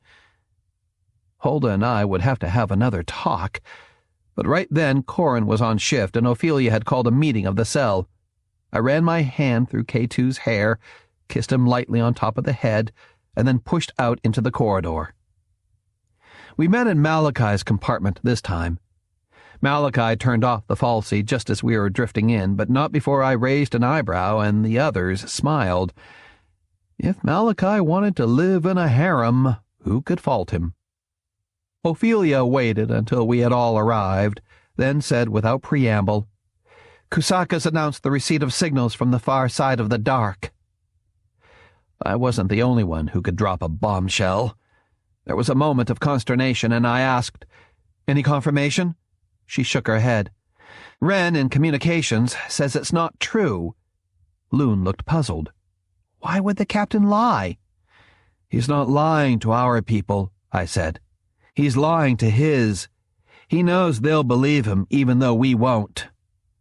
Events were coming to a head faster than anybody, even the captain, had thought. Each side would try their absurd, half-baked schemes first. Eventually things would spin out of control and somebody would stumble past the point of no return. "So what do we do?" Ophelia was looking at me. I was Sparrow, but only to myself. To the others, I was the one who had been with the ship from the very beginning. Like it or not, I was their de facto leader. I shrugged. "Look skeptical and ask for proof." "The captain will invent some," Crow said. "It's too late now if nobody in communications will confirm it." Crow looked unhappy. "Cato will." "Then we'll have to remind crew members that Cato is one of the captain's men. What about armories, Loon?" He started ticking the points off on his fingers, afraid he might forget something important. "There's only one that we know of, and that's the one the captain controls. We haven't found any others." "You searched Section 2? He nodded. "Malachi and Eagle got together a team and we went through it thoroughly." He hesitated. "I think it's haunted." By gray buildings populated with gray people, I thought, and wondered who had played fingerman with the terminal pad. "What about Section 3? "It's sealed," Crow answered. "No air leaks at all. It was the first section to be abandoned, and afterward they pumped out the air and welded the hatch shut." "No possible way of getting in?" "Not unless you went in from the outside." Snipe looked doubtful. "How many of the pellet guns still work?" "A number have been used in target practice," I reminded her, "and Heron's worked well enough." Loon ticked off the last of his fingers. "That leaves the captain's armory. It has to be somewhere in his quarters." Once again, everyone stared at me. I was the only one who had access to the captain's cabin, the only one who might have a reasonable excuse for going there, and the one for whom it was probably the most dangerous. Crow said tentatively, "It's important to know how many guns they have." I reviewed in my own mind the last few times I'd seen the captain and the cursory examination I'd given his quarters. Unfortunately, with both the captain and Aeschylus watching, I had seen very little. "What kind of a man is Aeschylus?" Snipe asked. "A guard rat, loyal. He sleeps there as well?" I shrugged. I didn't know his schedule. "He's fond of Plover and maintenance," Loon said. "He spends his off-shift time with her." Snipe frowned. "Are you sure?" Loon looked surprised. "I thought everybody knew." Snipe turned back to me. "Where does the captain sleep?" "In the after compartment. The forward is used strictly for meetings, dinners, entertainment, that sort of thing. The compartment's organized around the viewing port." Plots and intrigues were second nature to Snipe, probably because she had spent so much time studying the historicals. It took her only a few minutes to draw up a plan. When the captain retired to sleep, Aeschylus was on his own time and usually spent it with Plover. Banquo would be on duty in the passageway, but he might be decoyed away by a small disturbance on the same level. Snipe would talk to Plover and make sure she kept Aeschylus occupied, which would guarantee me time alone in the compartment. Provided Aeschylus left, provided Banquo could be decoyed, provided Plover would cooperate, provided the captain had actually retired to sleep. Snipe would let me know when Aeschylus went off duty, and Quince and Loon would make arrangements for a disturbance in the corridor. 2 crewmen noisy on smoke, enough to lure Banquo away from his post, but not enough to wake the captain. We all agreed, and they left. All but Ophelia, who stayed behind, her face gray with strain. "We have a plan to force the captain to go back." I waited for her to continue, but instead she shook her head and said, "I'm not sure I should tell you, Sparrow. It's not dependent on you." She hesitated. "It's your decision." For a moment I was both hurt and insulted, then understood why she was withholding the information. Of all the mutineers, I was now the most important, and the most exposed. Ophelia knew as well as I did that I was hanging by a thread, and the captain could cut it at any time. "Will it work?" I asked. She nodded. "It has to." That wasn't quite the same thing, but I didn't pursue it. I would have to trust her. "Then don't tell me. Not yet." "I wish you luck, Sparrow." It was Hamlet she was talking to, and it was Hamlet who nodded his thanks. It wasn't difficult to lure Banquo away from the hatchway, and it took only a moment for me to slip into the captain's quarters, 2 or 3 writing slates tucked under my arm in case the captain was still awake. He would be annoyed, but my seeing him early in his sleep period would hardly be enough reason to flatline me. Only one glow tube was on, which left most of the compartment in shadow. I froze, waiting until my eyes had adjusted to the gloom. The captain's sling was empty, and the only real light came from the after-sleeping compartment and office. I could hear the low murmur of conversation and felt the hair on the back of my neck stiffen. The captain was still up, talking to somebody. Probably Cato. My armpits and palms were slimy with sweat, and I debated leaving, though I was also tempted to edge closer so I could overhear the conversation, or quickly search the cabin for any stock of weapons. I hesitated, convinced I was being foolish. If he kept pellet guns any place, it would be in the after compartment. The few slates I carried with me suddenly seemed like a feeble excuse for being there. I made up my mind to go, hoping that Banquo was still occupied at the other end of the corridor. My courage had slipped away and my heart had started to race. Then I froze again. The huge port that took up one whole side of the compartment lacked its usual display, and for once showed outside as it looked from the hangar deck. It was as if the whole side of the ship were open to outer space. I had to fight a moment of vertigo, panicked that I might float out to be lost between the light dusting of stars on the left and the ocean of blackness on the right. Darkness and the deep, I thought bleakly. Here we were, a group of frightened, chattering primates, light years away from the safety of the jungle, breeding and fighting within the steel confines of a tiny artificial world that had been launched millennia ago. Once it was gone, there might be no life left in the universe, and no point at all to the vast explosions of matter and the whirling lumps of rock and bubbles of gas that filled the void, and I swallowed my fears and started going through the compartment. If the captain came in, I would try and bluff my way out. If Banquo interrupted me, I would do the same, though I doubted I could convince either one. I drifted over to the captain's desk. The viewing globe was empty, and there was nothing else on the desktop with the sole exception of the ancient paperweight that I had first seen on the bridge. I held it for a moment, then carefully put it back. I silently slid open the drawers in the desk, making sure that none of the contents escaped into the compartment. They held nothing but a few small writing slates. I pushed them shut, then floated over to the bookcases against the opposite bulkhead. I ran my fingers across the bindings, managed to read a few of the titles, and fought down an urge to steal one or two. It was an odd morality. I could lead a mutiny against the captain, but I couldn't steal one of his books. From somewhere, there came the tiny tick of a clock, and once again I was paralyzed with fear. Time was running out. They couldn't keep Banquo away forever, and the captain could wind up his conference at any moment. I shivered and groped my way past the bookcases, then turned to stare at the compartment. I had searched everywhere. Any armory had to be in the after compartment, as I had thought all along. I took a final look at the huge port on my left, the captain's desk and chair, his hammock for the occasional nap, and the row of bookcases, along with the dining table and the private food machine, the only real touch of luxury in a compartment almost as Spartan as those of the crew.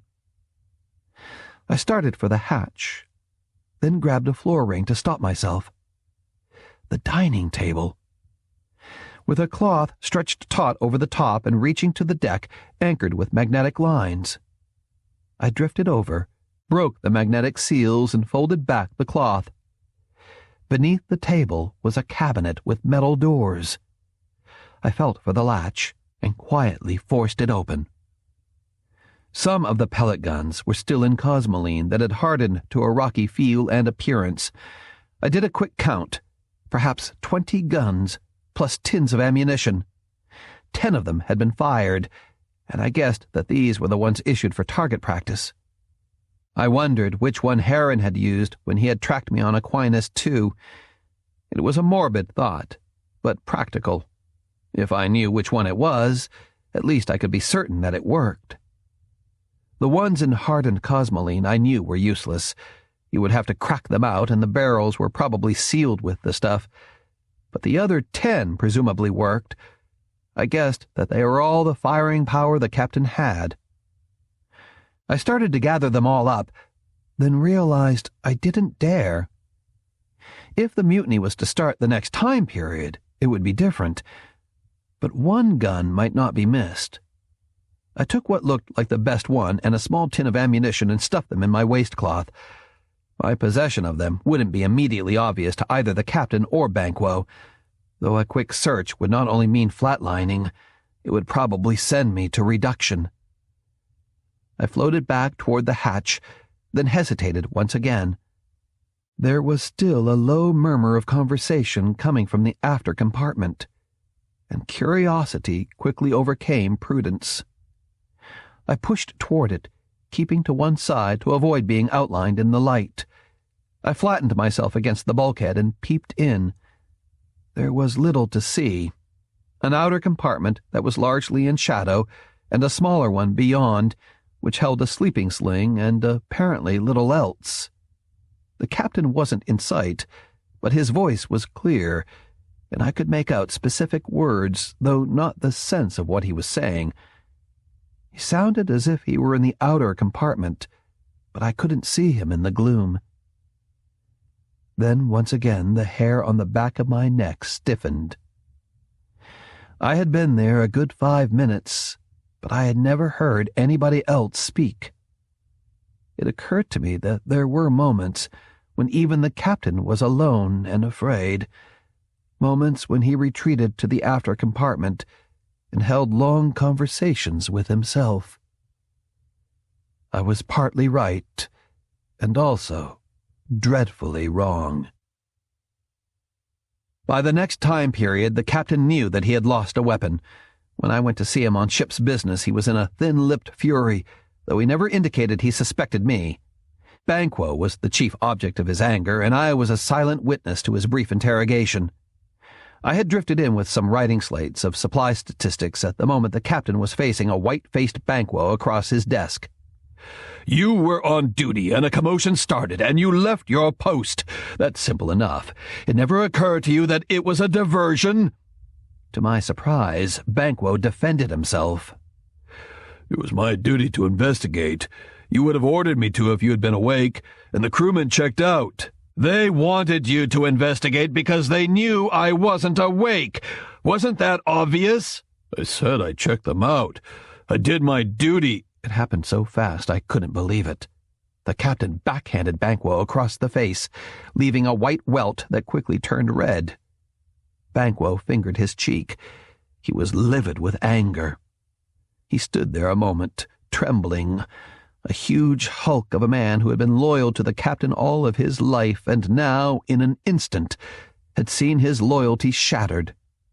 Even though he was old crew, he had a built-in aversion to violence, and that had been stripped away as well. I had no idea what he would do. I don't think he himself knew. There was an ominous silence. Then the captain said in a low voice, "I give you permission, Banquo. Go ahead. Strike." The captain was out of control, I thought with amazement. The veins in his forehead and neck pulsed with anger. His eyes were narrow with rage. Banquo stared for a moment. Then his flush faded and he turned away without a word and pushed outside to the corridor to take up his post. I thought at first the captain had faced him down, then realized the same thing Banquo had. If he had struck, the captain would have killed him. The captain glared at me and snarled, "He probably took the gun himself," then nodded at the slates in my hand. "Leave them, and I don't want to see any more statistics for the next dozen time periods, or you either." I had been hovering there, quaking with guilt, and left as quickly as I could. It was a side of the captain I had never seen before and hoped I never saw again. Sweating with rage, out of control, capable of murder. He was more than a match for all of us, and I began to think we would never be prepared to deal with him. Our final plan was simple, too simple. We would pick a specific time, then cripple the ship. We had a lot of work to do beforehand, from a final effort to subvert as many of the captain's men as we could, to a systems analysis of the ship's functioning so we could disable it with precise strikes. The end result would be to force the captain to return to Earth. It had become an article of faith that he could not run the ship himself, and that once we had convinced him of that, he would have to turn back. In retrospect, it was all wishful thinking. I would wake in the middle of a sleep period, realizing how flimsy our plan was, and yet fail to find any fault with the logic. The captain had to go back. But we had no textbooks on mutinies, and ours was flawed from the very beginning. It lurched to a start long before we were ready, and whatever it was no body blow to the operation of the ship. Everybody had their pet idea on how to cripple the Astron. Tried that idea out first, and then told me about it. The mutiny never spun out of control because it was never in control. The first blow was at hydroponics, a blockage in a nutrient valve that wasn't discovered until 3 rows of soybeans had turned brown and useless. Nobody raised an alarm. The withering could have happened in the natural course of events. And then a proud ibis told me what she had done. I was harsh and probably frightened her, but I desperately didn't want to warn the captain of what we were planning. The next assault came the following breakfast period. It was a good deal more serious than turning off a spigot in hydroponics. Halfway through the meal, Snipe wrinkled her nose. At first I thought the food machine had malfunctioned or that one of the children in the compartment hadn't made it to a waste chute in time. Somebody, I never discovered who, had linked the waste processing units with air support. We had long been used to foul air, but we weren't used to the new odors, and I doubted that anyone ever could be. The last attempt was against the water system. Without warning, the drinking water began to taste like bile. The 3 events, in less than a dozen time periods, convinced everybody it was no coincidence. More important, they alerted the captain. His move was immediate and drastic. All the birth mothers were sequestered in an off-limits corridor with armed guards at both ends, and no chance for anybody to see them without a permit. The pressure was no longer on the captain. It was on us. He had taken hostages, and none of us knew what plans he had for them. But I couldn't forget the conversation with Ophelia about limiting the size of the crew once we ventured into the dark. The next sleep period I spent staring at the overhead and thinking of Pippet and the other birth mothers, wondering what the captain might do next. Lack of sleep combined with an overactive imagination. What happened then was spontaneous and part of nobody's plan. One of the captain's men lost his nerve. I lost my temper, and the bloody revolt began. Chapter 29. The next time period we ate breakfast in silence. Loon worked the food machine with mediocre results, though none of us had much of an appetite. Crow hunched by himself in a corner while Ophelia talked to him in low tones. Then she gave up and pushed away, glancing at me and shaking her head. Corin was nervous and ate with a false heartiness. Thrush floated in, glanced around and sensed the mood, then slipped out. Crow's dark eyes followed him, and I could feel the battle going on within. Hulda's breeding program would soon be put to the acid test. Then Crow handed his plate to Loon and kicked out into the corridor. I pushed my own plate aside and started after him. Snipe grabbed my arm. "You can't help him, Sparrow." "I can't help any of them," I said bitterly. "But I can keep Crow from doing something foolish."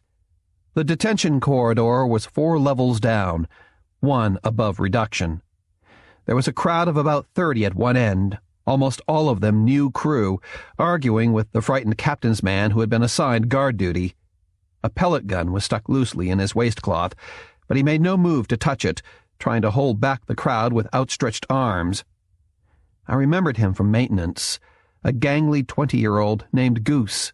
He had probably become a captain's man for the sake of the red strip of cloth around his upper arm and an occasional smile and pat on the back from the captain himself. I mingled with the crowd and listened to the rumors, some of which made my hair stand on end. An entire generation was to be skipped in birth allotments. The children were to be aborted, the birth mothers sterilized. I caught up with Crow, who managed a twisted smile, and said, "I'm just here to observe, Sparrow, for right now." "Don't lie," I said. "What were you going to do?" He looked away in uneasy agony. "I don't know." "The captain forbids any unauthorized personnel in this corridor." Goose's voice was high-pitched and nervous. The crowd was gradually pushing him back, but none of them struck or threatened him. I glanced at the corridor behind me. The captain must know of the commotion. Reinforcements would arrive any moment. "You've got no right!" somebody shouted, which struck me as odd, since they must know by now that nobody had any rights, not in the captain's eyes. "Get the captain!" I spotted Eagle and next to him Hawk. Neither one could pass up this sort of excitement, but I worried that the crowd was playing into the captain's hands. It was growing, and I feared what might happen next. Crow read me and said bitterly, "They won't do anything. They can't." Hulda had emasculated an entire generation. Then I wondered what they could do in any event. The captain had the arms. He controlled the ship. And whatever else it was, this wasn't the type of demonstration that would convince him of anything. I looked around the crowd and tried to locate the leaders. There were a few up front and several in the middle who were doing most of the shouting, but it didn't look as if it were planned. It was a spontaneous demonstration of fear and anger, one of the many things we hadn't counted on. Another of the captain's men appeared at the far end of the corridor, Cato himself, and I guessed others were slipping through the passageways behind us. I pulled at Crow and said, "Let's get out of here. We'll be trapped." He started to fall back, and I turned to follow, then saw Turn at the front of the crowd, a little to one side of Goose. Turn was in love with Swift. I remembered him waiting outside her compartment during the ritual, and Loon had said they intended to partner after the birth of her child. There were more captain's men at the far end of the corridor now. I changed my mind and tried to force my way through the crowd to reach Turn, all the time shouting for the crowd to disperse. The demonstration would be a golden opportunity for the captain to drum up trials of those who had disobeyed his edict. "Turn!" He heard me and twisted around for a brief glance, then continued arguing with Goose. I was almost up to him when he pushed Goose aside and shot down the corridor, yelling for Swift. I think nobody but me heard the small report of the pellet gun above the shouting of the crowd. The air in the corridor suddenly turned pink with a fine red mist, and there was an abrupt silence as all the actors froze in tableau. I'm sure at first they thought the air system had been sabotaged again. Then they realized what had happened, and a low moan filled the passageway. I remembered playing with the children in the nursery. If one hurt, they all hurt. And if Tern was dying, the new crew would feel each failing moment. At the far end of the corridor, a captain's man threw away his pellet gun and vomited into his waistcloth.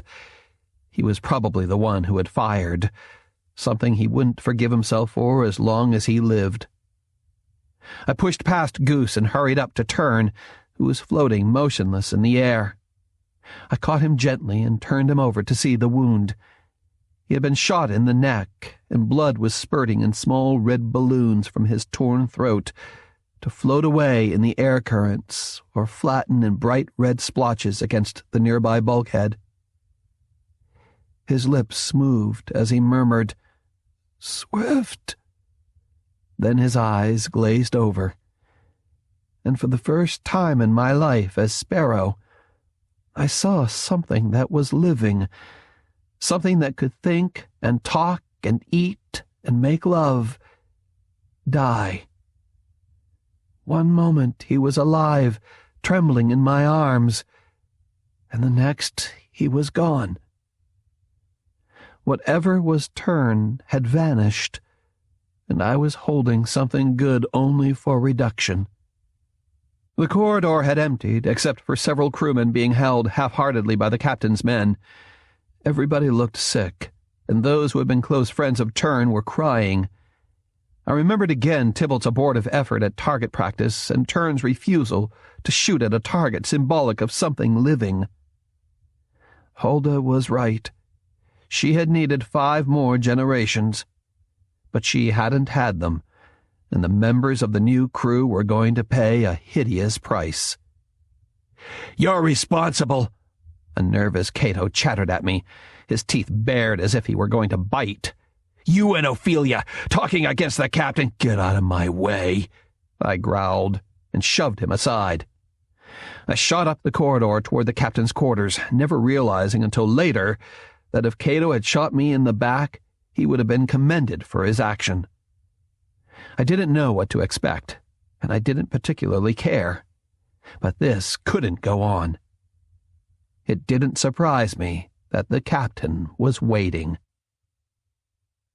By the time I got there, I remembered that I was supposed to be a young tech assistant who had once been close to the captain and was outraged and frightened by Tern's murder. I could have avoided the captain altogether, but that wouldn't have been in character and would be just as dangerous as my bitter protests. Banquo showed me in and went back to his post in the corridor. The captain was alone at his desk, checking some writing slates. "Cato killed Tern," I said, the words tumbling out. "Tern was in the detention corridor, but he wasn't doing anything. The captain held up a hand. He looked puzzled and mildly concerned, and I made the mistake of taking him at face value, of assuming that he didn't know, despite the peep screens at his back. "Tell me what happened, from the beginning, Sparrow." I took a deep breath and said that I had heard about a disturbance in the detention corridor, went to see what was happening and tried to get the crowd to disperse. I had shouted at Tern to leave, but he had been worried about Swift. "The guards were posted to keep crewmen away," the captain interrupted, frowning. "If anybody wanted to see one of the birth mothers, they should have applied for a pass. It would have been granted." "There were rumors," I said. "That detention—" The captain interrupted again. "It's customary to give birth mothers private quarters until their delivery date." I didn't know whether he was lying or not. Then, too casually, "What sort of rumors, Sparrow?" He was friendly and sympathetic, There was no indication he would penalize me for telling the truth. When I was through, he shook his head in dismay. "Do you think any of those would have been good for the ship, Sparrow?" "No, of course not," I said slowly. "Then why would I have ordered them?" "They were just rumors," I defended sullenly. "I didn't say I believed them." "You tried to get the crewmen to disperse?" I nodded. "I did my best." He looked past my shoulder. "What happened down there, Cato?" I twisted around. Cato had come in behind me, his expression one of fear of the captain and anger toward me. "A riot in the detention corridor. Some crewmen showed up and threatened the guard. Apparently they wanted to take the birth mothers away. One of the crewmen broke past the guard and he was shot, not intentionally. The guard tried to shoot over his head." "Your men need more practice," the captain said dryly. He nodded at me. "Sparrow tells me he tried to get them to disperse." Cato's mouth turned down at the corners. "Hardly. He urged them on." I started to protest, but the captain held up his hand to quiet me and said, "Return to your post, Cato. I'll talk to you later." After Cato was gone, the captain turned back to me, still friendly. "You shouldn't antagonize Cato, Sparrow, but I can't believe you'd urge a crowd to riot." He pushed out of his chair and drifted over to the port. It was the last time I would see him outlined against the vast expanse of the galaxy. "What should I do, Sparrow? The crew doesn't want to continue with the mission. It's only myself and a few dozen crewmen who want to keep going." He clasped his hands behind his back, silent for a moment. Then, "What would you do if you were me?" I was amazed that he had faced the truth so easily. Would he think of going back, I wondered. The captain seemed open to my advice, and the temptation was too great. I abandoned all caution and hastened to give it. "Go back," I said. "We can't make it across the dark." I couldn't tell whether he was disappointed or not. "You have the figures?" I reeled them off from memory. The lack of supplies, the necessary cutbacks in crew size, the diminishing ability to actually maintain the ship. The captain held up his hand with a half-smile. "Did you know we've received signals in the waterhole frequency from the other side?" He was giving me a last chance to recant, but I couldn't bring myself to accept the lie. I tried to argue around it. "It doesn't change the figures." I stumbled over them once again. He stared at me, and I finally saw, beyond the look of friendship, to the real face beneath. I had forgotten that he was a better actor than I had ever thought of being. "But success is there, just waiting for our arrival," he mused. I wondered if he really believed what he was saying. He turned to gaze out the port. "You know, Sparrow, I've done the best I could for 100 generations, until this one. And now people I thought I could trust are holding secret meetings, sabotaging the Astron." I couldn't believe he was indulging in self-pity, and I was right. He wasn't.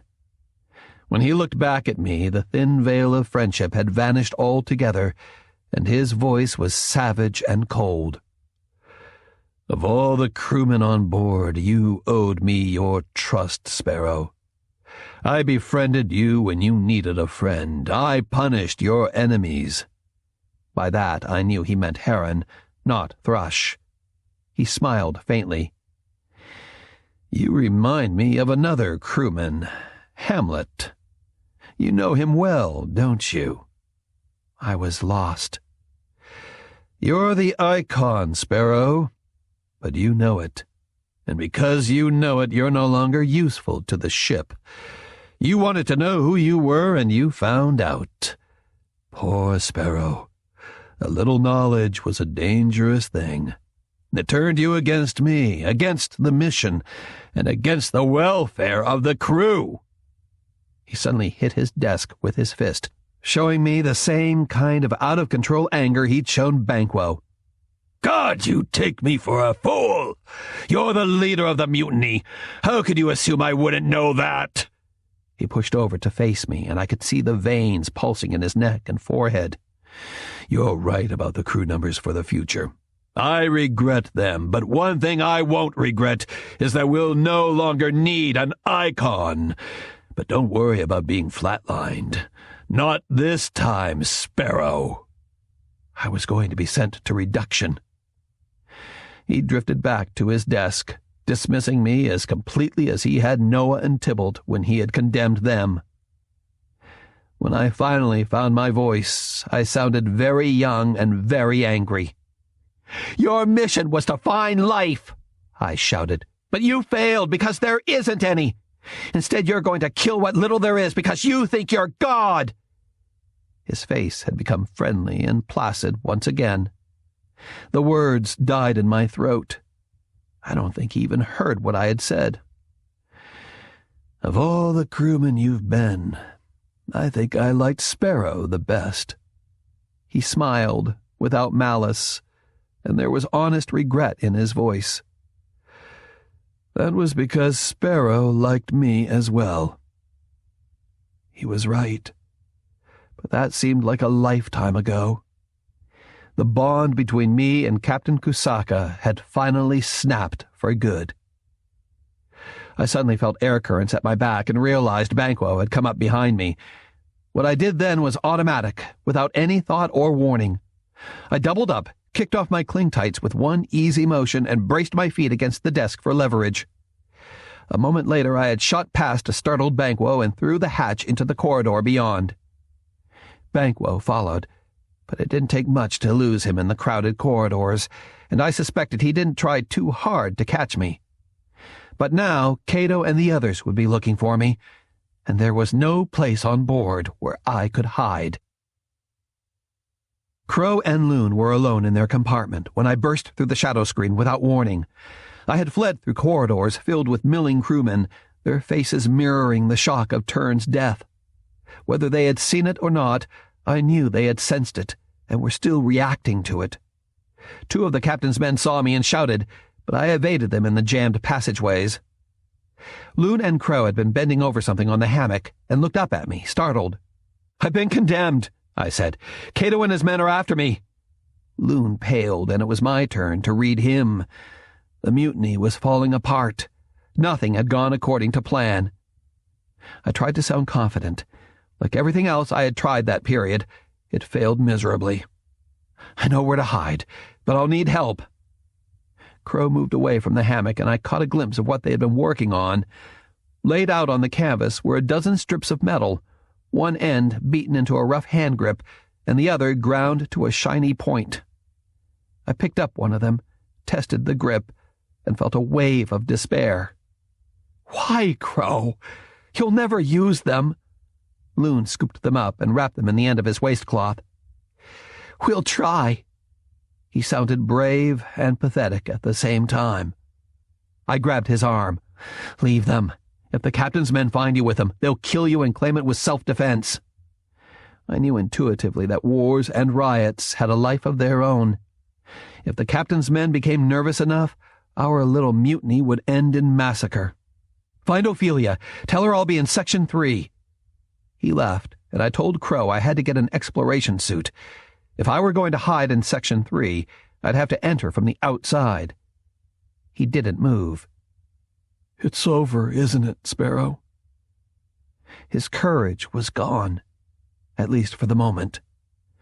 I guessed that half the new crew felt the same way, devastated by Turn's murder and their first sight of blood. It's easy to lead when everybody wants to follow. It's far more difficult when nobody wants to. But Kusaka had left me with no choice. I would have to be everybody else's courage and lead as well as I could to whatever fate awaited us, even if I was followed only by my shadow. I hugged him and said quietly, "It isn't over until I say it's over." I slipped out through the shadow screen. I didn't look behind to see if he followed, but I knew that he had. The corridors were still filled with milling crewmen, but exploration itself was deserted. I grabbed the suit that looked in best repair, then told Crow to take a spare helmet radio and stay in touch on the team frequency. What are you going to do? Patch into the computer. Wreck the ship. I said it with more confidence than I felt. A ghostly smile surfaced then. Wreck the ship? With us in it? I slapped him on the back. Not wreck it completely, just enough to scare Kusaka. A ghostly smile surfaced now, and we sailed down the corridor, towing the suit behind us, doing our best to avoid colliding with fellow crewmen. We didn't meet any of the captain's men until we were almost to communications, where we ran into one floating around a corner. He tugged frantically at the pellet gun in his waistcloth, and for a moment I thought he might shoot himself in the leg. "A fire, Sparrow! The captain wants you!" We didn't stop. His first shot went wild. Then we had kicked through the deserted gymnasium, turning abruptly into a passageway on the other side. One level down and we were at the airlock. Crow helped me into the suit, then grinned. Section 3, right? I nodded. Tell Ophelia I'll try and disable the ship from there. With the captain's men looking for me, there was no way I could remain in the main tube. I took a portable glow lamp from the row against the bulkhead and stepped into the lock. The last I saw of Crow, he was still smiling, but the smile was painted on, and I knew he had little confidence in his ability to stay alive. I was the one Kusaka wanted most, but he and Ophelia couldn't be far below me on the list. A moment later, the outer hatch rolled away, and I stepped out onto the side of the Astron with no tether line as insurance, only my magnetic boots sticking to the pitted hull. Any sudden move, and I could tear myself free and wind up another speck of matter, lost in the immensity of the dark. The main tube was outlined by the warm glow of light coming from its ports. I gradually worked my way over the huge curve of the ship toward the third cylinder. The glow lamp's batteries were half exhausted by the time I finally located the outside hatch to Section 3. For a moment I thought it was corroded shut, then finally tugged it open. I slipped in, sealed it behind me, and manually cycled the inner lock. There was no air, no heat, no light, only the silence of empty corridors and deserted compartments. I was fighting frantically against loneliness and fear when the helmet radio cut in. "Sparrow?" "Right here, Crow. Give me a few minutes." 3 lonely levels down, I found the small satellite bridge. Like communications in Section 2, it had been partially stripped, but the viewing globe and the terminal pad were still intact. For a moment, I thought we had lost. Encased in my suit, I had no way of working the pad, and even if I hadn't been in my suit, at the temperature inside Section 3, the pad would be anything but warm and resilient to the touch. I sat in the operator's chair, cursing silently to myself, then pushed over to the hatch and sealed it. I opened the valve on one of my air tanks. The compartment was small. I might be able to pressurize it enough to survive. I watched the air as it escaped in a steady stream, freezing against the deck and the bulkheads. I tripped the levers on my suit heating units, and over the next few minutes let the temperature rise until I felt I was roasting. But the frost disappeared from the bulkheads, and a few minutes later, my suit sensors measured a cold but thin and breathable atmosphere. I stripped off the suit and huddled over the heating units, praying I wouldn't freeze to death before the compartment warmed enough to be livable. I put my hands on the terminal pad, felt my skin adhere to its surface because of the cold, then patiently waited for the pad to soften and spring to life. As in Section 2, there was residual power in the computer.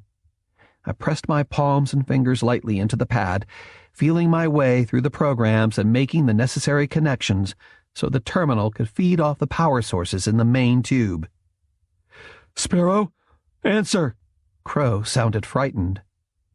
My teeth were chattering and the air felt thinner than that on a mountain peak, but I was alive and well. "I'm still here, Crow. For the moment." The strain in his voice didn't go away. "You're going to have company. Kato and 2 of the captain's men are coming over." I didn't need the interruption, and at the moment I wasn't mobile. I was pinned in the compartment. They would probably guess where I was and head right for me. I moved my hand on the pad and powered the compartment's peep screen and the monitor in the airlock area. I thought I had lost my pursuers, then picked them up 2 corridors in. 3 crewmen in exploration suits, armed with pellet guns and carrying portable glow lamps, so they were visible on the screen as 3 bobbing smudges of light, populating the empty passageways with shadows that ebbed and flowed around corners and into deserted compartments. Eventually, I would have to suit up and get out, but before I did, perhaps I could leave them with some lasting memories. I caressed the terminal pad again and retrieved the compartment inventories. On the peep screen, the glow tubes in the corridors started to flicker on. Then I activated every falsie in the section. Section 3 was suddenly a brand new ship, with gleaming bulkheads and crowds of crewmen thronging its various levels. On the screen, the captain's men froze with shock, unable to tell the real from the unreal. Exploration suits didn't come equipped with eye masks, and I guessed the ghostly crewmen around them would slow their progress considerably, and maybe give me enough time to prepare some surprises for Kusaka. I worked the terminal pad feverishly, trying desperately for control of the Astron's life support systems. I retrieved the code for the air circulating and maintenance machinery, had momentary control, then felt it slip away as passwords were abruptly changed and electronic gates slammed shut. Heating and lighting were next, but I was milliseconds too late for each. I thought it was Thrush fighting me for control, then realized that while he was good, he wasn't this good. I was fighting Kusaka, and I was losing. I finally leaned back, the sweat greasing my nose and gathering in globules in my armpits, despite the chill of the compartment. I had been blocked from the main computer completely, and it would be a very few minutes before Kusaka had control of the slave computer in Section 3 as well. "Sparrow?" I didn't know how to tell Crow that we had lost, but I didn't get the chance. "They're leaving, Sparrow." "Who's leaving?" "The crew." His voice caught. "They're deserting the ship." I sat there, my hands still on the pad, not knowing what to say or think or do. Ophelia's final plan, I thought. It had taken great courage. But I didn't think it was going to work. Not against Kusaka. "I'm coming back, Crow. Meet me at the lock." I didn't wait for him to reply, but took a last look at the peep screen, noted that Cato and his men were only 3 corridors away, then hastily suited up, unsealed the hatch, and slipped out. The trip back to the airlock took far more time than I thought. The crowds of crewmen in the compartment falsies, talking silently to each other in the cold, near vacuum of Section 3, made it difficult for me to keep my bearings. The corridors seemed far longer than they actually were, and some of them led no place at all. But the ghosts gliding around me seemed strangely familiar. The section had probably looked like this shortly after launch, all chrome, stainless steel, and polish. I had probably known the crewmen. My name was Byron, and I was jammed in with 100 others at a lecture in exploration. We were coming up on Lexus, a system with 6 planets, 2 of them in the CHZ. The lecture was boring and my attention had started to drift, focusing on a young man named Macefield, 2 rows ahead, who was staring at me. I guessed why, and, as Sparrow, was mildly embarrassed. As Byron, I was intrigued and looked boldly back. The memories were crowding up in my mind at a time when I couldn't afford them. I turned and plunged down a corridor which ended abruptly in a small compartment, then closed my eyes to recall the various levels and passageways from the images on the peep screen. I reassured myself that the captain's men were having even more difficulty than I was. I got my bearings and a few minutes later opened the airlock, ignoring the ghostly operator who made a dumb show of asking for my authorization. I had just pushed into the lock when there was a shower of metal sparks from the frame. Cato and his men were 2 corridors away, and one of them was firing a pellet gun. There was another shower of sparks, and I slammed the inner hatch shut and secured it. The outer hatch cycled open automatically. I had just floated through when all the glow tubes in the airlock died. Kusaka had gained control of the Section 3 computer, but for the moment he had handicapped his own men more than me. I waited for the outer hatch to cycle shut, then smashed the control set in the frame. Cato and his men were now trapped in the section. 3 of the captain's men I would no longer have to worry about. But other things were now more important. My portable glow lamp flickered and died. The darkness was smothering, palpable. I took tiny little steps over the hull, unwilling to break the magnetic seal for more than a fraction of a second.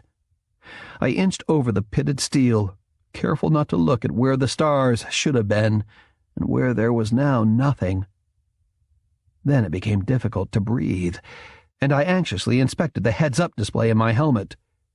The air was fine. It was my imagination. I had started to hyperventilate. Where was the lock? I felt a thin vibration through my boots. Once. Again. I got down on my hands and knees and crawled toward the vibrations, feeling for the thin crevice that marked the edges of the hatch. I beat against it with the dead glow lamp, wondering all the time who was sobbing, then realized it was myself. Beneath me, the hatch moved, and a glow of golden light pulsed out.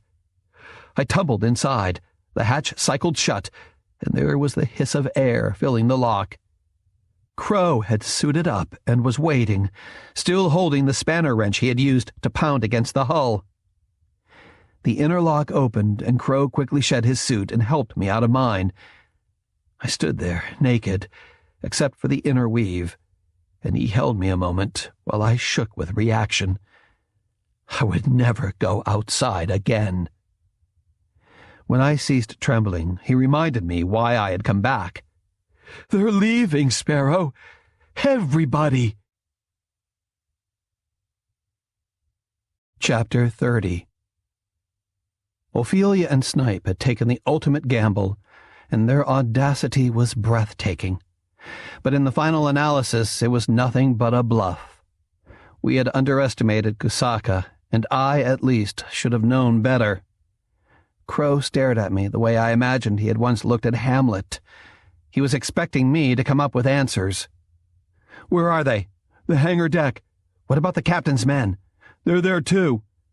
I kicked off the nearest bulkhead and shot down the deserted passageway to the hangar deck, Crow following close behind. When we got there, the hatch was closed and nothing I could do would open it. I put my ear against the seal and heard the faint shriek of the emergency evacuation siren within. The air pressure was dropping on the deck. Nobody could open the hatch now, not even Kusaka. I leapt for the operator's terminal pad and the peep screen just above it, powered them up, and watched as the view inside wavered onto the screen and solidified. The captain's men were firing pellet guns at the open hatches of In-Between Station and the lander. They didn't realize they could have rushed them without worry. In the long run, Ophelia's bluff might not work with Kusaka, but so far it was working with his men. I increased magnification and searched among the anxious faces looking out of the ports of the station and the lander, hoping for Crow's sake that Pippet was among them. I didn't see her, though she might have been among the crewmen in exploration suits who had taken shelter behind both vessels. "What about the berth mothers?" "They were freed. 2 more crewmen died, Crane and Bunting." Both had been friends of Crow. "And Loon?" I asked. Crow's voice came close to cracking. "He was one of those who stole an exploration suit." On the hangar deck, a captain's man frantically tried to work the compartment's control panel. "What happened?" "Ophelia called a rally. Everybody knew what was going to happen afterward." There had been no need to talk about it. Ophelia would have made sure of that, so no informers would overhear and report it. "The captain's men followed them, and Ophelia started the evacuation procedure. They were trapped when the hatch closed." "All of them?" "I can't sense normal crew. I think so." I worked with the pad, trying to bring up the sound so I could hear what was going on inside. I was still making the connections when one of the crewmen who had suited up crumpled. I swore to myself, but Crow reassured me. "He's all right. He was hit in a shoulder disconnect." On the screen, several of the other figures grabbed their wounded comrade and rushed to the station's hatchway. I was praying they would make it when there was an explosion of sound from the peep screen. "Exit hatches have been sealed. You have 15 seconds to throw down your pellet guns and come aboard the station." It was Ophelia's voice on the station intercom. The firing suddenly died. Several of the captain's men ran to try and open the compartment hatch manually, but with no success. "Deck air is being pumped out. Pressure is now 10 psi. You have only a few seconds left." The sound now became tinny and faint in the thinning air. One of the captain's men threw down his pellet gun and raced for the still open hatch on In-Between Station. Another second, and the others followed. I saw Banquo among those who disappeared into the safety of the station just as the hatch closed behind them. All action on the deck suddenly seemed frozen. I could no longer hear any sound, and for a moment thought the speaker had died, then realized the air had become too thin for transmission. Then the shadow screen vanished overhead, and the huge hangar doors rolled open. On the screen, played out in miniature, In-Between Station lifted on its jets and silently slipped into space, followed by the overcrowded lander and several dozen tiny specks of crewmen in patched-up exploration suits. The crew of the Astron drifting away into the dark.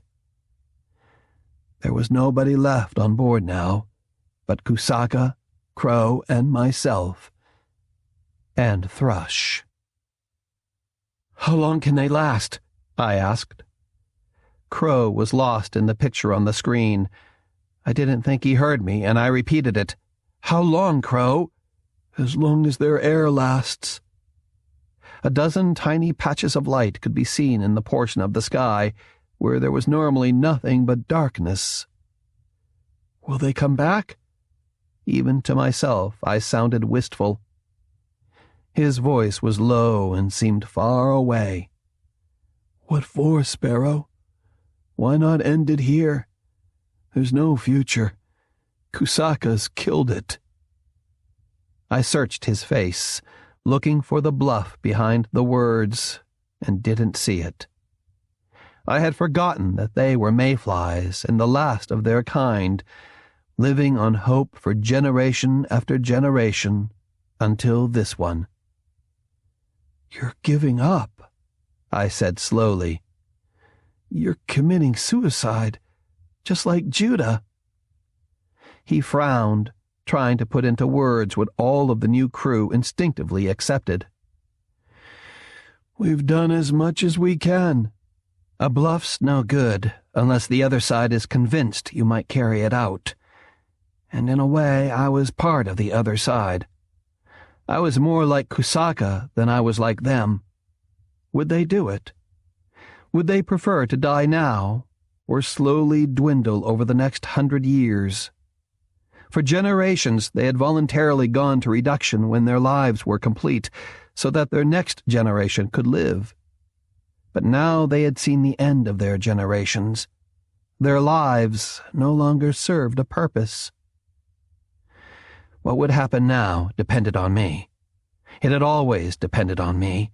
No matter what plans were made or what plots were hatched, I was the icon, the phoenix, trying to save the last of the human race, even though it was no longer quite human. "Let's go, Crow." He turned, his eyes still seeing the dwindling dots of light on the screen. Pippet, Loon, a dozen others, all the people he had loved and who had loved him, were drifting away into the darkness. "Go where?" His eyes hadn't focused on me at all. "To see Kusaka." We kicked back through the levels until we came to the one that held my own compartment. I retrieved the pellet gun and the ammunition from the folds of the hammock where I had hidden them. We sped back through the deserted passageways, and memories of my life as Sparrow kept recurring as we passed the various compartments. Exploration where Tybalt and I had shared a dozen smokes, and I had listened rapidly to his tales of aliens on the planets he had explored. The nursery and the sick bay, filled with the silent squeals of Cusco and K2 and the other children. The compartment where Pippet had fixed our meals and I had played chess with Noah. Pleasant memories. Memories I wanted to hang on to because they were what made me Sparrow. I couldn't imagine myself without them. The captain's compartment was as deserted as the others, without even a shadow screen to close off the hatch. I hesitated, then floated through with Crow close behind me. I held the pellet gun nervously in my hand, wondering if Kusaka was alone, or whether Crow had been wrong and some of the captain's men had escaped the trap on the hangar deck and were with him now. "You took your time?" Thrush said. He was sitting behind the captain's desk, watching the various astronomical scenes roll across the port one by one, each spectacular view replaced after a few moments by one even more spectacular. The Trifid Nebula, the Horsehead, the Lagoon, the bright pink of the region of Eta Carina, the filaments of the Vela supernova, and the bright red burst of the Rude, the purple fires of the large Magellanic Cloud. There was no other light in the compartment, so it was either bright or dim depending on the view just beyond the port. Shadows and colors flowed over Thrush's pale face, his own lack of color a perfect background for those flickering through the port. But Thrush was thumbing through the images out of idle curiosity. Without Kusaka's sense of awe, they were shabby deceptions. "Cato won't be coming," I said. He looked faintly interested. "You lost him in Section 3? Good for you, Sparrow. I never cared much for him." "Kusaka," I said coldly. "Where is he?" Thrush waved toward the after compartment. "The captain's in there. I imagine he's waiting for you." "You stayed behind," I said. "I'm not without," he grinned, "filial feelings. Besides, those who left only have air for an hour or so. They'll have to come back. It wasn't even a decent bluff, Sparrow." He was very smug, very confident, but his eyes jumped nervously back and forth between me and Crow, who was staring at him with a terrifying intensity. I doubted that Thrush had ever given much thought to the differences between new crew and old, or maybe he hadn't even known there were any. "It's not a bluff," I said. "You and Kusaka are going to have the entire ship to yourselves, forever. Something to look forward to, Thrush, though you'll be sick of each other's company after the first 1,000 years. His eyes narrowed. He was wondering what I knew that he didn't. "I don't believe in suicide," he said firmly. "They'll be back." But in his voice was the tiniest shadow of doubt. He had no weapon, at least none that I could see. No pellet guns protruded from his waistcloth, and no knives or sharp-edged strips of metal clung to the bottom of the desk, which only meant he had hidden them well. "You came to see the captain, Sparrow. Nobody's keeping you from him. Not even you, when I turn my back." He pushed out from behind the desk and floated over to the hatchway leading to the after cabin. He bowed slightly and made an exaggerated sweep with his arm. "I wouldn't dream of it, Sparrow. Go right in." His smile was unpleasant. I ignored him and pushed through the hatchway into the compartment beyond. I could feel the sweat start to bead on my back. Something was waiting for me in there. Something that Thrush was anxious for me to see. In the dim compartment, what had looked like rows of filing cabinets seemed to stretch on forever. I made a quick estimate, maybe 900 all told. Just beyond, I could see another compartment that was the captain's sleeping quarters, brightly lit with glow tubes. though I couldn't see Kusaka himself through the hatchway. I kicked toward it, pellet gun in hand, then caught a floor ring to slow down.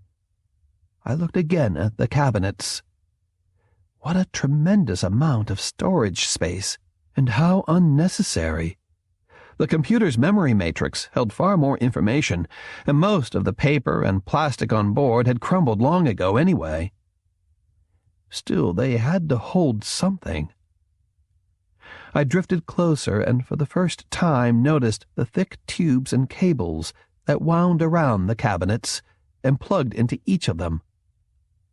They weren't cabinets after all. They were more like the chamber in reduction, like coffins standing on end. I pushed over to one and stared at it, the hair at the back of my head sticky with sudden fear.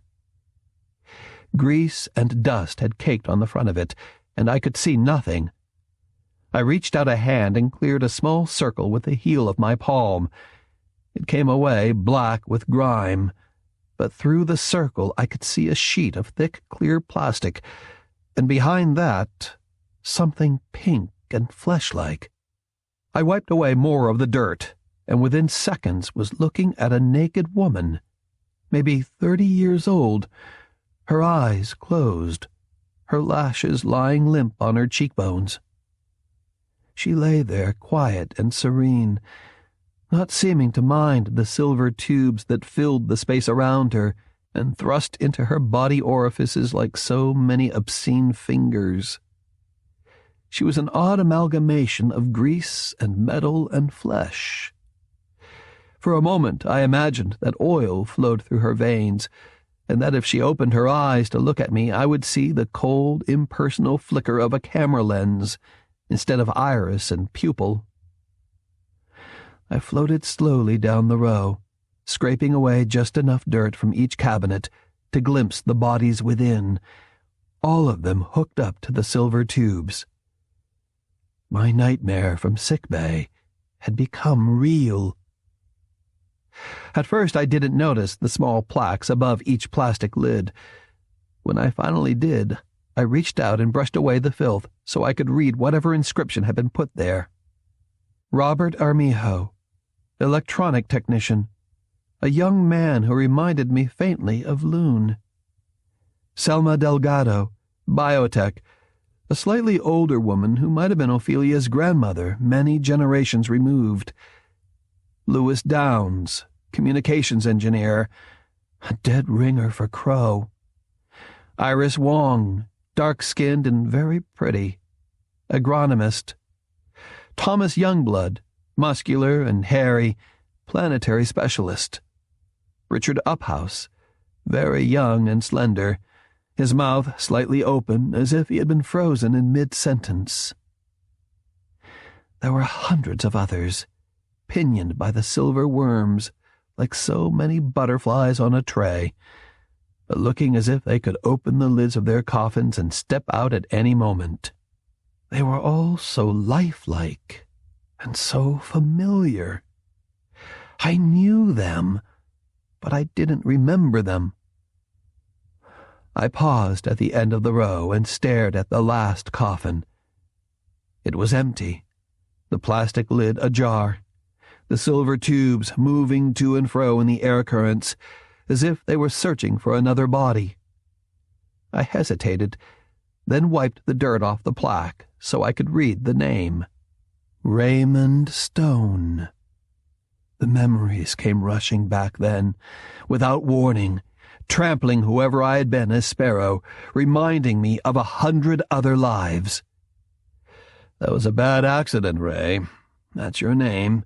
You'll remember it, and a lot more in another day or two. Accidents like this, the initial shock is severe. I'm sorry about Susan, but there was no possibility of saving her. She died immediately. You'll be out of bed in another 2 weeks, but there'll be months of rehabilitation.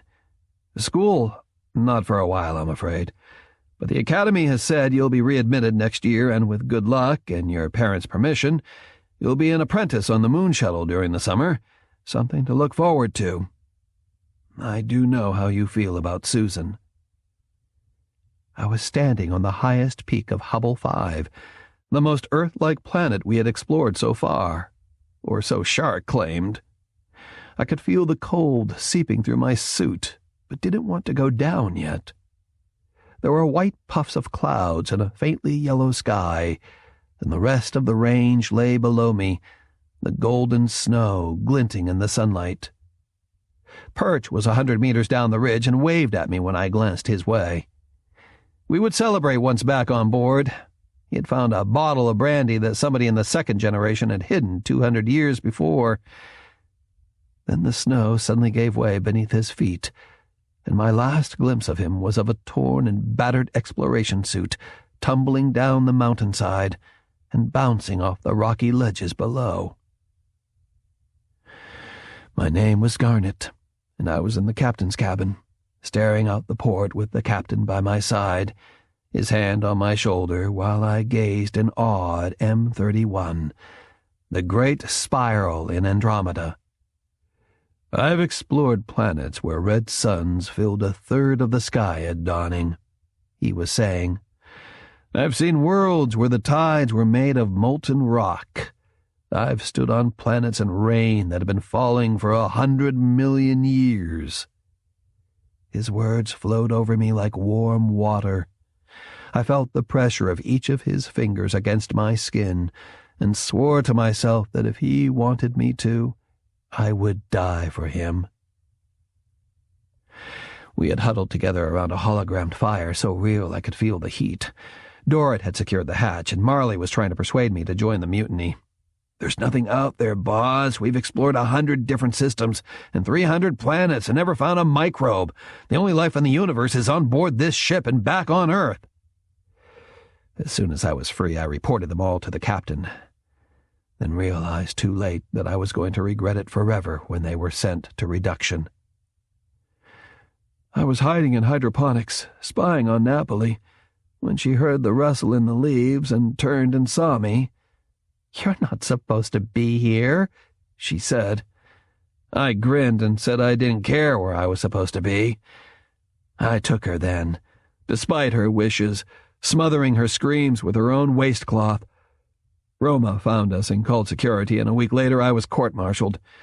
The captain told me afterward that I was too old, that I had been a member of the crew too long. I had never known who I was until then, but the knowledge did me no good.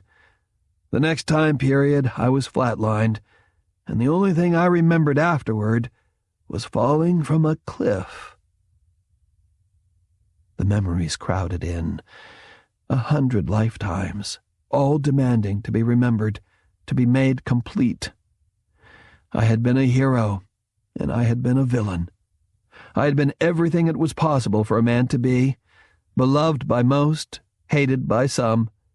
But whatever role I might have played, I was always the Phoenix, the reminder of Earth and everything that had once been, the biological yardstick the crew compared themselves to in an effort to determine the depth of their own humanity and how much they might have changed. But now I was flying apart.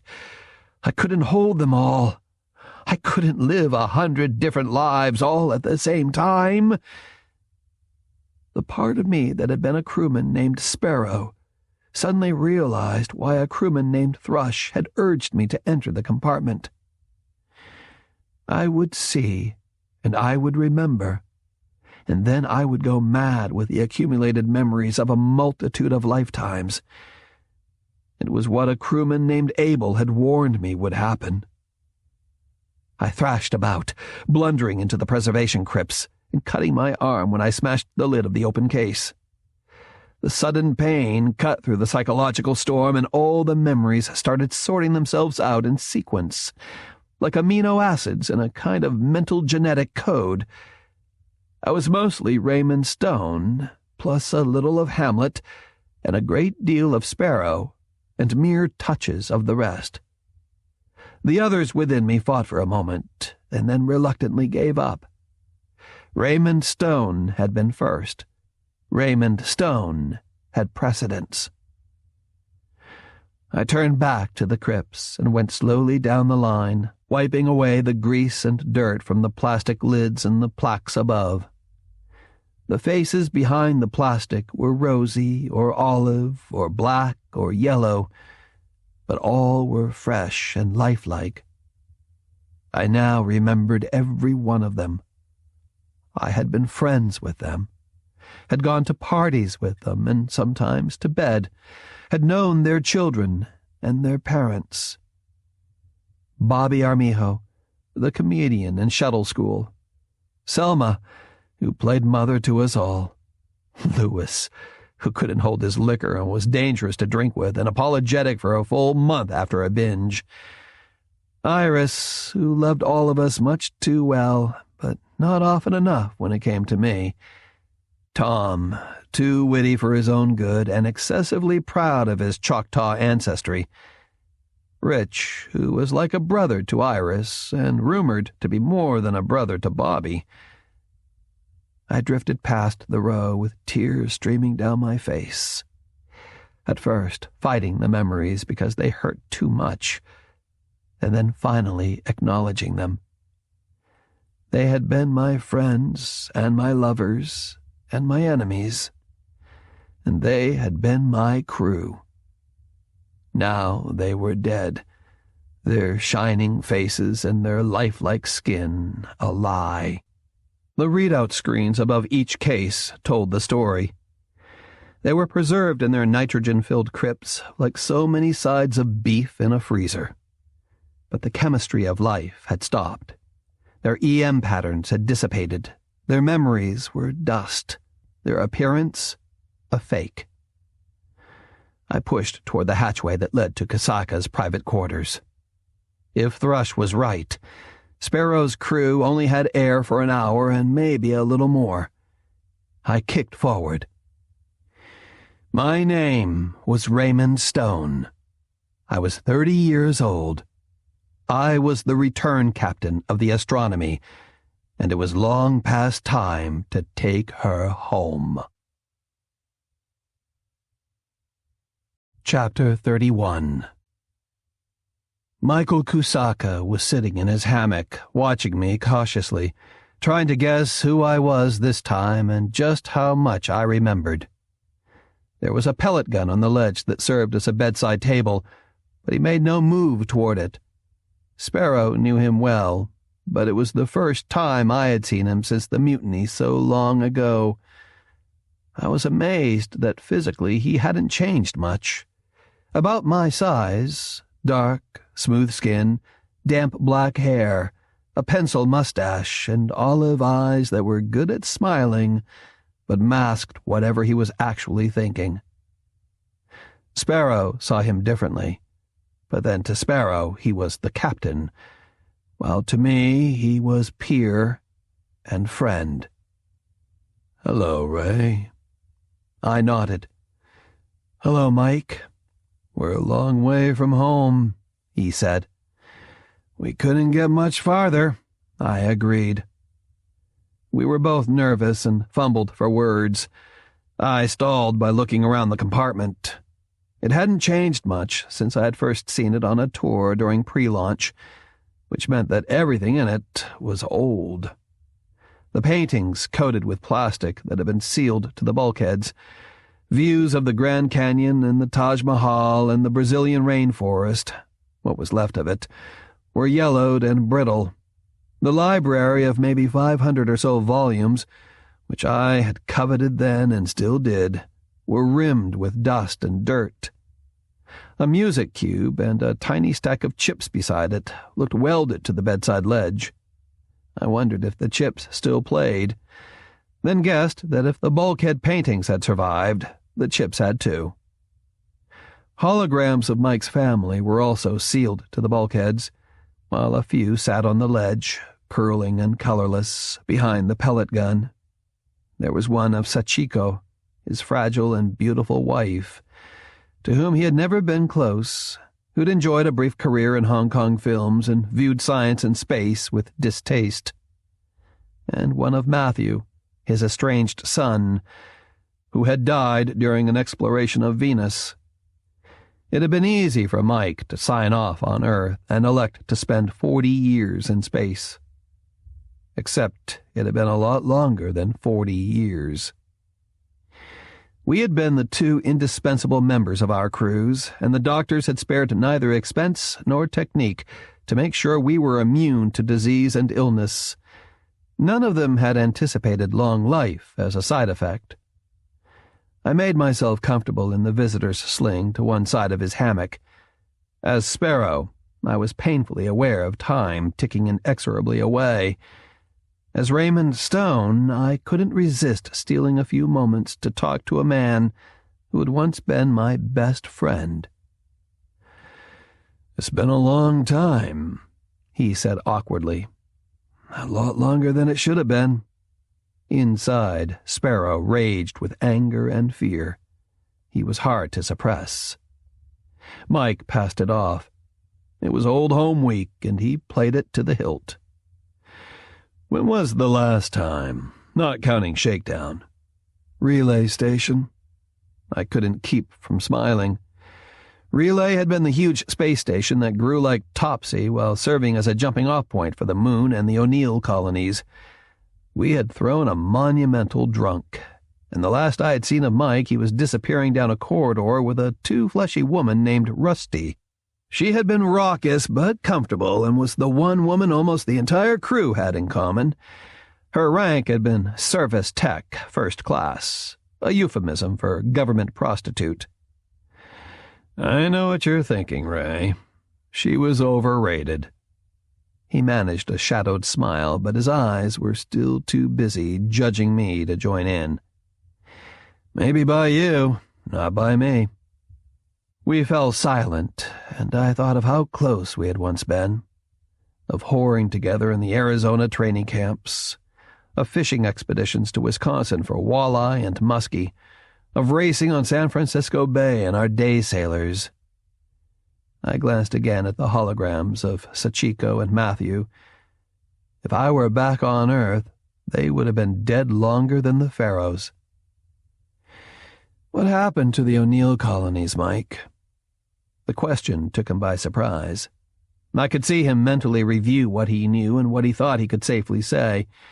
I wondered if he would lie and pretend that nothing much had changed aside from the passage of time itself, that the dispatches he had written for communications had actually happened. He surprised me. "All gone," he said matter-of-factly. 100 years after we left.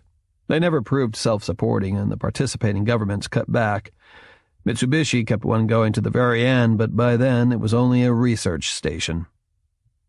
He had decided that most of me was Raymond Stone, and he could afford the truth.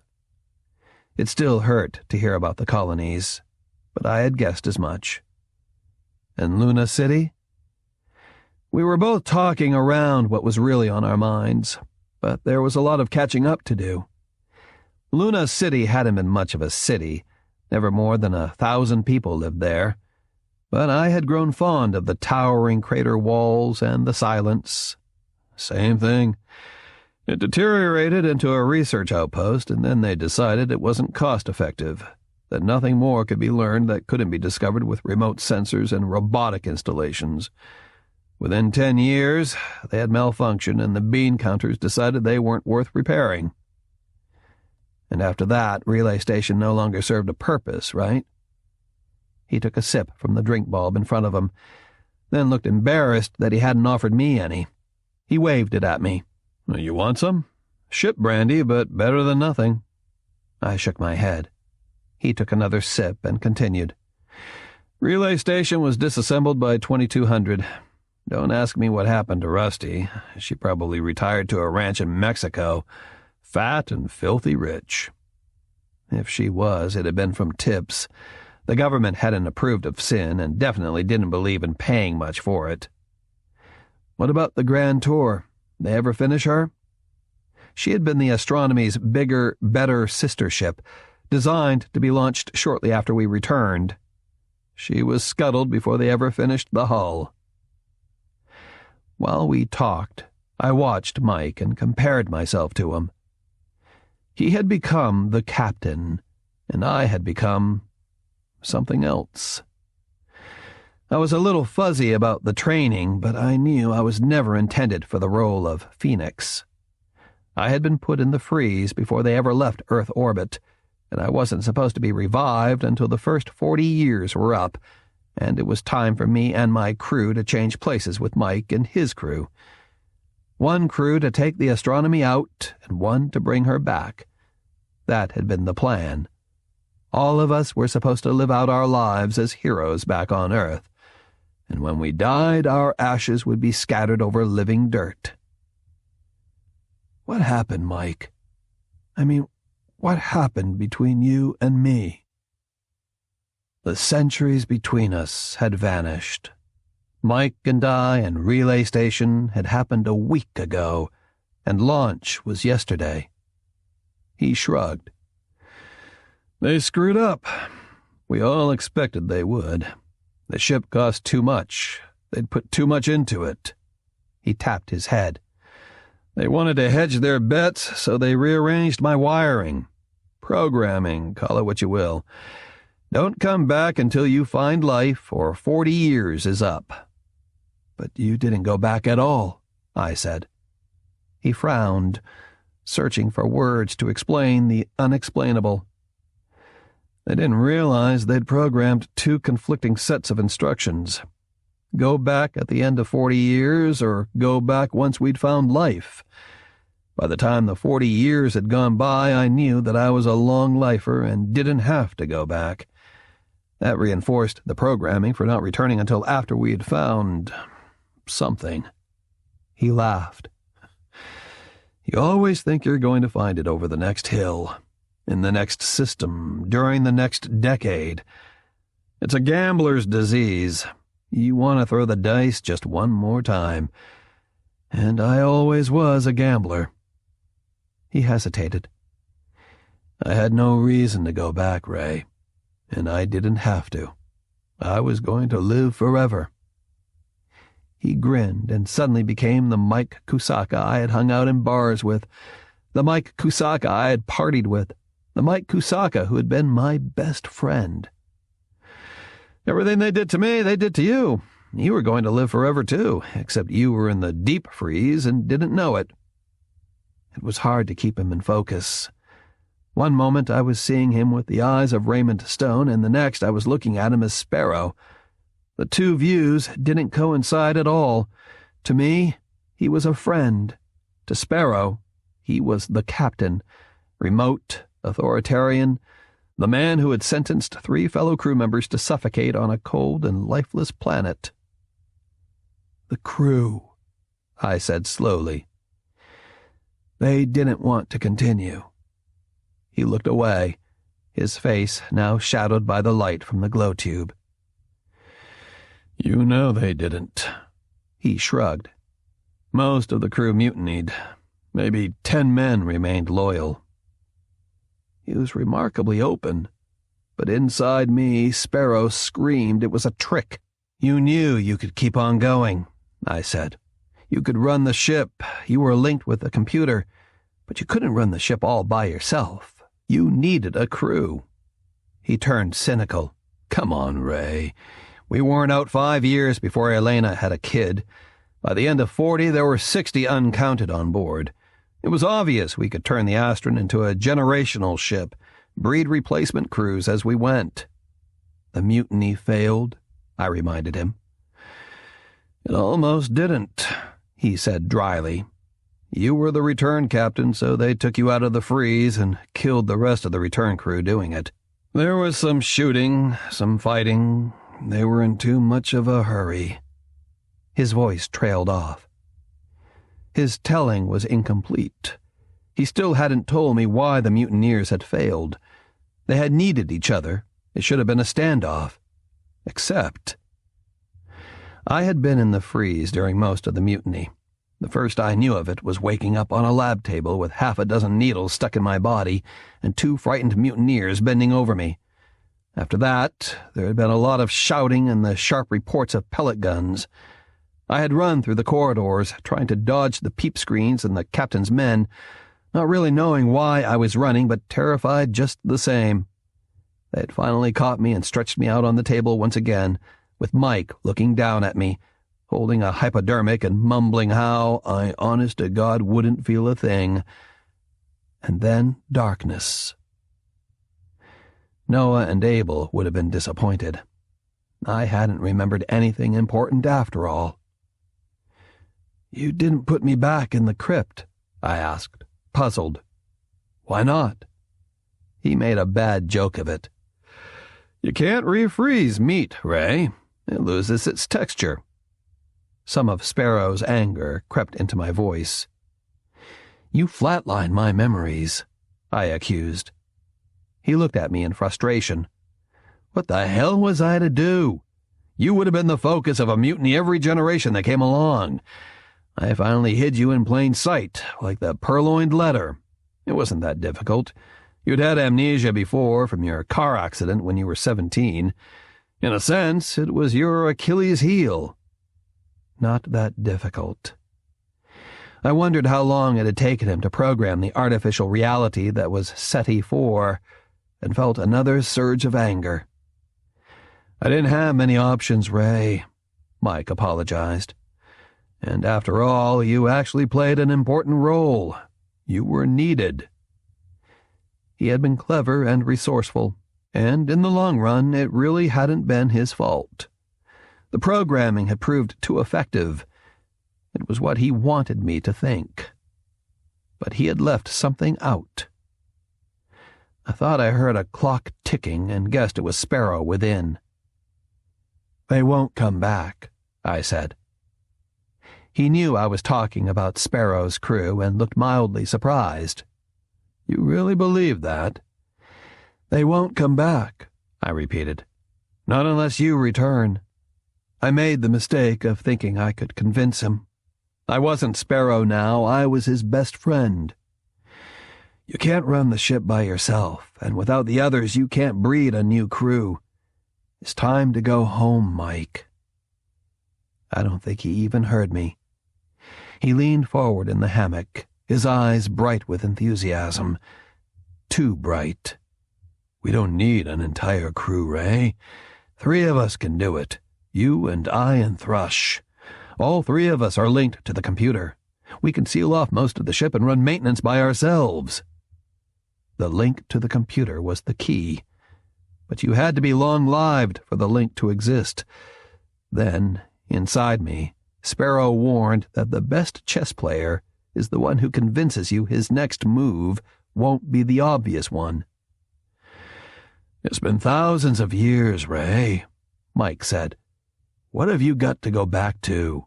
You wouldn't have signed on if you didn't want to be an explorer." The image of him and me and Thrush, voyaging forever into the great unknown, sickened me. Pippet, Crow, Ophelia, and the hundreds of others didn't matter. They were mayflies. He watched the parade of emotions cross my face, and his own expression hardened. "I can't go back, Ray. I told you. They rearranged my wiring." Neither side had been bluffing, and that surprised me. The members of the new crew had made up their minds not to continue unless Mike turned back, and Mike couldn't. No friendship can survive a lie if it's serious enough. And right then I watched my own friendship with Mike dissolve like tissue paper in the rain. The lie was simple and brutal, and I hadn't wanted to look at it. Nobody but Mike had wanted to go on. He was the only one who had been programmed. He had to force the others. "The mutiny had failed before you ever caught me, hadn't it, Mike? You pulled the plug on the return crew, didn't you? Nobody in your crew was going to live long enough to return, so they had no choice but to breed their own replacements and hope that someday their children could go back." His voice turned acid. "Don't think they didn't jump at the chance." We sat there and stared at each other.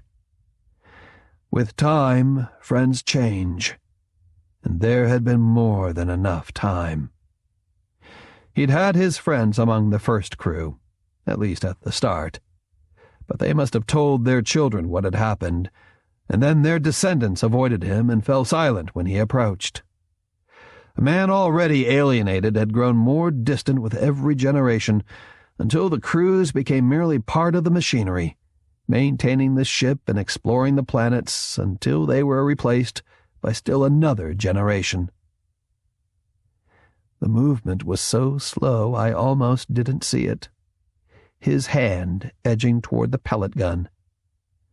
I could feel my own in my waistband and wondered if he had seen its outline.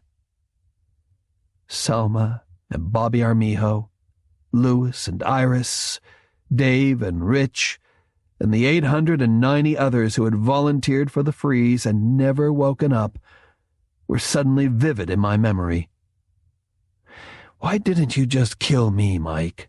Why the purloined letter routine? He looked surprised. You were the return captain. If we'd found life, you'd be the one to take the astronomy back. And if anything happened to me, you were my replacement. I couldn't kill my own replacement, Ray. That would have endangered the voyage. Nobody could endanger the voyage. Not even the captain. 2,000 years ago, some minor bureaucrat in charge of programming had saved my life. And then, in anger, a jealous Sparrow made the mistake of saying the obvious. You've got one replacement. You don't need two. Mike's hand closed around the pellet gun and he aimed it at my chest. He now sounded as indifferent as he had when condemning Noah and Tybalt at their courts-martial. But at least he solved the last of the mysteries. You're right, Ray. Thrush can act as my replacement. That's why I had him. He fired. At the same time, I jerked to one side, fumbling in my waistcloth for my own pellet gun. I never got the chance to use it. His foot caught me in the stomach and the gun went flying into the other compartment. I felt blood puddling on my skin where the pellet had grazed me. Then we were grappling in the center of the cabin. It had taken valuable minutes for my friendship with Mike to finally fade, to realize that his own for me had vanished 2,000 years before. What power hadn't corrupted, time had.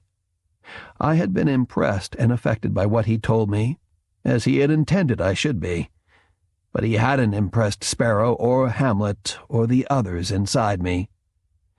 They had anticipated deception and prepared me for it. He was strong and quick, but I didn't suffer from the sense of inferiority Sparrow might have had. I had beaten Mike before. He still had the pellet gun, and I grabbed his wrist and cracked it against the ledge. He grunted and kneed me in the groin. I let loose and shot across the compartment, scraping my scalp on the hatch. When I shook my head, a thin stream of tiny red globules jetted into the air. I turned back to him and saw his face fixed in the same intense look of concentration that he had when he played handball. He didn't play to lose. I dove for him, and he fired the pellet gun again. I twisted aside in midair, crashing into the bookshelf. The air was suddenly filled with bits of paper and plastic, and I held my breath when I sailed through them. I grabbed his wrist with my hands and once more tried to loosen his grip on the gun. We both had purchase now. He had wrapped his legs around one of the uprights his hammock was tied to, and I had gripped the ledge with my own. It was a test of pure strength, and he was stronger. The hand that held the pellet gun slowly swiveled until it was pointed dead center at my chest. He could just as easily have aimed at my head. I thought grimly that only our former friendship prevented it. It would have been too much even for him to see my features explode in a mist of bone and blood. "I'm sorry, Ray," he murmured. "This isn't easy." But it seemed all too easy to me. Inside, I could hear Sparrow silently screaming, not only because I might die and he as well, but because, if I didn't, I would probably kill his captain. Sparrow had never quite recovered from that first meeting on the bridge. I had kept my hand on his wrist and jerked it aside just before he pulled the trigger. The gun misfired.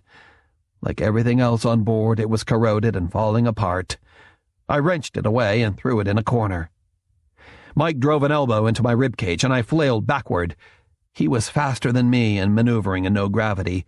My back hit the bulkhead as he wrapped his hands around my neck, his thumbs pressing against my windpipe. I waited until he had set himself, then clasped my hands together and thrust them up between his arms, breaking the hold. We flew apart, ending up at opposite ends of the cabin. Breathing was painful and blood was still misting out of my scalp. Across from me, Mike tried desperately to retain an appearance of calm, but his skin was shiny with sweat, and he was gulping air as hard as I was. In 2,000 years, you were the only one I could really talk to. You were my last link to the original cruise. He flashed a smile. The universe is not only queerer than we suppose, but queerer than we can suppose. That used to be your favorite quote, Ray. He held out a hand. Come with us, he pleaded, and I swore because I could feel a part of myself respond.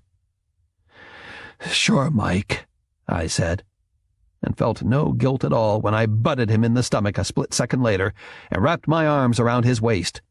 I held him in a bear hug and squeezed while he thrashed in the air, trying desperately to catch his breath. When he went limp, I loosened my hold and dragged him through the hatchway into the compartment that contained the preservation crypts of the return crew. Look at them, Mike. They almost look alive, don't they? Remember Selma? And Iris? There was a time when you thought the world of Iris.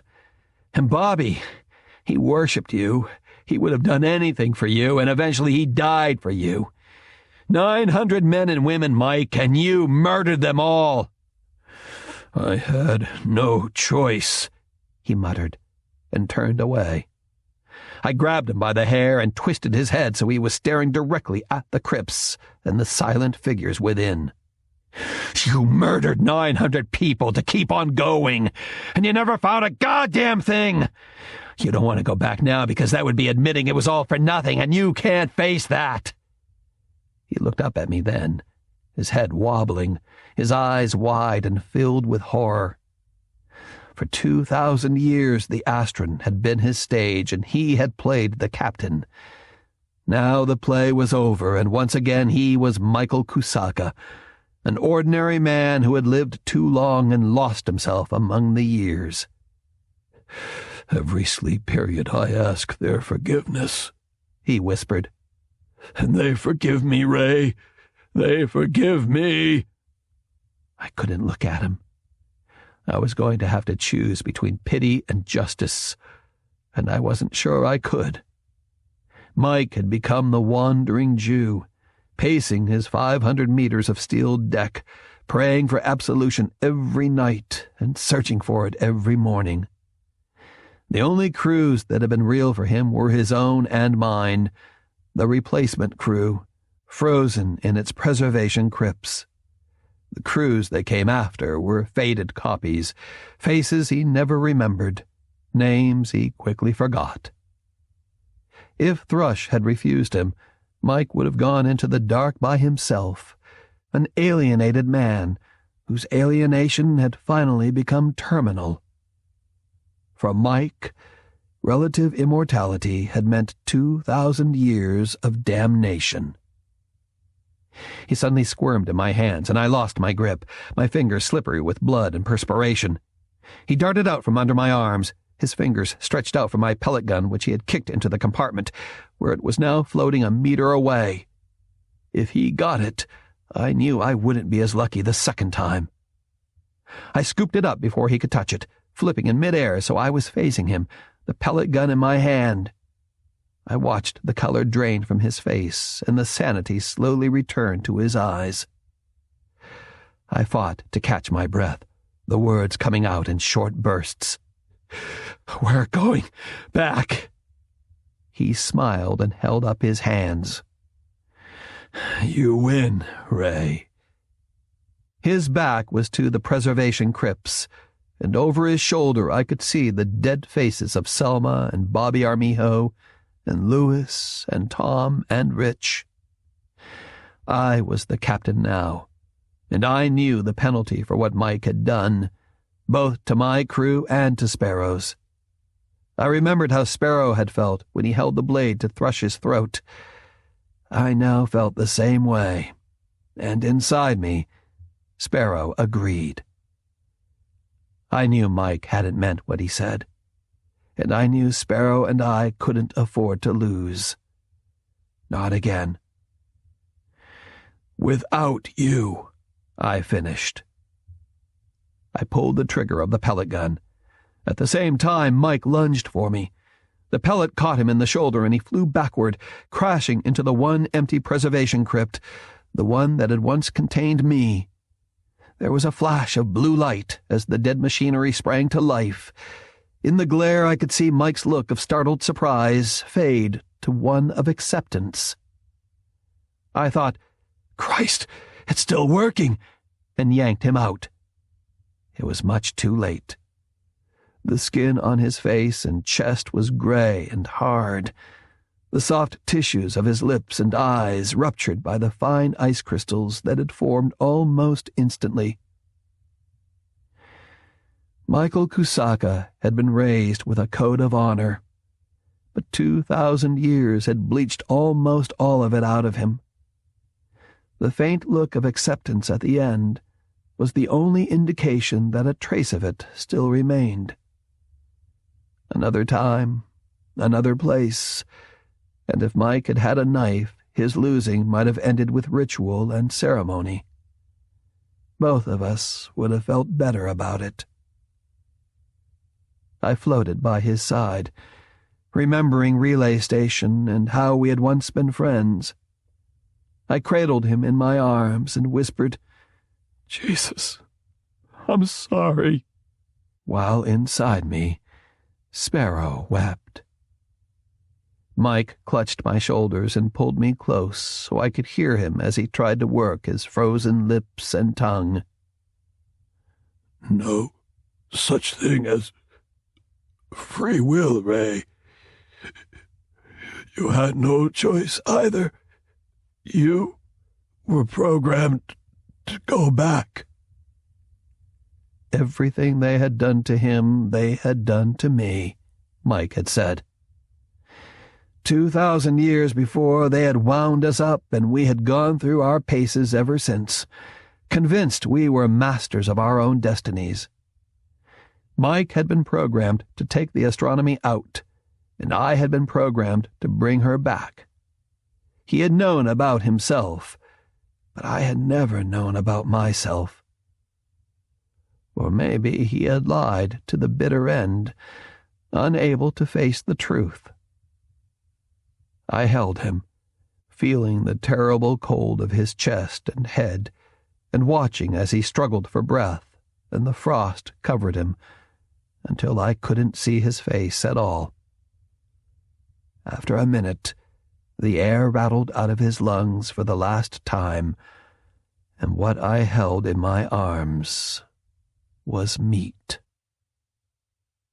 I drifted back to the outer compartment, gripping my side where I still bled. Crow was waiting for me. He looked sick, and I wondered what had happened, then glanced over at Thrush, nursing a bleeding lip. Crow was holding a pellet gun, and I guessed he had taken it away from Thrush. Crow had committed violence, and I was grateful that he had, but it would be a while before he forgave himself. Both of them stared at me. I had looked 17 when I pushed into the captain's living quarters, but then I had thought I was 17. Now I knew my true age was 30, and I looked the part. "He wanted to go in," Crow said. "I didn't think you wanted him there." "You were right," I muttered. "I didn't." I looked at Thrush and saw both of them through Sparrow's eyes at the same time I saw them through mine. It was an unsettling superimposition. Sparrow saw Crow as larger than himself, thickly muscled with heavy features and an odd air of saintliness. Thrush was handsome, lightly but well-built, with a sly look and a seductive arrogance about him. To me, they were both kids, maybe 20 years old, one pale and skinny, and the other husky, with long hair and an open face that would someday get him into trouble with more women than one. The skinny one may have been arrogant at one time, but right now he was badly frightened. Had Thrush wanted to help the Michael Kusaka who was the captain, or had he wanted to help the Michael Kusaka who was his father? They were one and the same, but they were also quite different. It didn't matter. In trying to help Kusaka, Thrush had probably earned the right to his own life. When everything was over, I would have to talk to him. I turned to tell Crow to call back in between station, the lander, and the various floaters, but he read me before I could even ask. "They're on their way." "Lose any?" "Maybe Finch. He might be beyond reach. Tell the lander to try and pick him up." I wondered just how far their ability to locate fellow crew members extended. He was almost to the hatchway when I said, "Was it a bluff, Crow?" "I don't know, sir." But he looked stricken, and that told me what I wanted to know. They hadn't run the bluff against Mike. They had known that he was programmed, that he wouldn't buy it, couldn't buy it. They had run the bluff against Sparrow. They knew if they pressed him hard enough, he would confront the captain to try and save them, and then something would happen. They weren't sure what, but since the Phoenix dated from year 1 of the voyage, they knew something would. And they had gambled that the Phoenix would win. Lucky fools. A few hours later, we gathered on the bridge. I sat in the captain's chair and could feel myself tied into every part of the ship. The chair was a giant terminal pad. The captain ran the ship not just with his hands, but with every portion of his body. The chair itself was warm and resilient, and I could feel my nerve endings tingle. The last time I sat there had been during the shakedown cruise, and I remembered the same sense of power it had given me. It gave me the same feeling now, but this time I didn't relish it. I had lived 100 lifetimes and come out of it with a far different view of life and my place in it. They were all there. Ophelia, Snipe, Crow, and Loon, all looking expectant, while Grebe seemed apprehensive and Cato was frowning. Even Aeschylus was there, his eyes red-rimmed with grief. I knew I would have to watch him for as long as he lived. Finally, there was Thrush, his expression, as always, mocking. Nobody was going to dispute that I was captain, but all wondered what I was going to do now. Ophelia, naturally, nominated herself as spokesperson. "What are your plans?" she asked. But the question was a formality. Everybody on the bridge knew what I was going to do. "We're going home," I said. But I wasn't sure there was still a home to go to. Chapter 32. They got to Finch minutes before his air ran out, so the only casualties were Tern, Crane, Bunting, and a member of the old crew, Gower. I had known him only vaguely, and that bothered me. I would have to make a point of getting to know the crew better. I couldn't rely on Sparrow's memories of friends and acquaintances. But what bothered me most was Snipe. I had become somebody she had never known, somebody she was uncomfortable living with. She could read me as well as ever, but the person she read wasn't Sparrow. During the next sleep period, we went through the motions of making love just once and found that it repelled both of us. After that, we were awkward and cold with each other and seldom found reason to talk. We worked it out another sleep period when I accidentally brushed her face and discovered her cheek was damp with tears. "What's wrong, Snipe?" "I miss Sparrow," she murmured.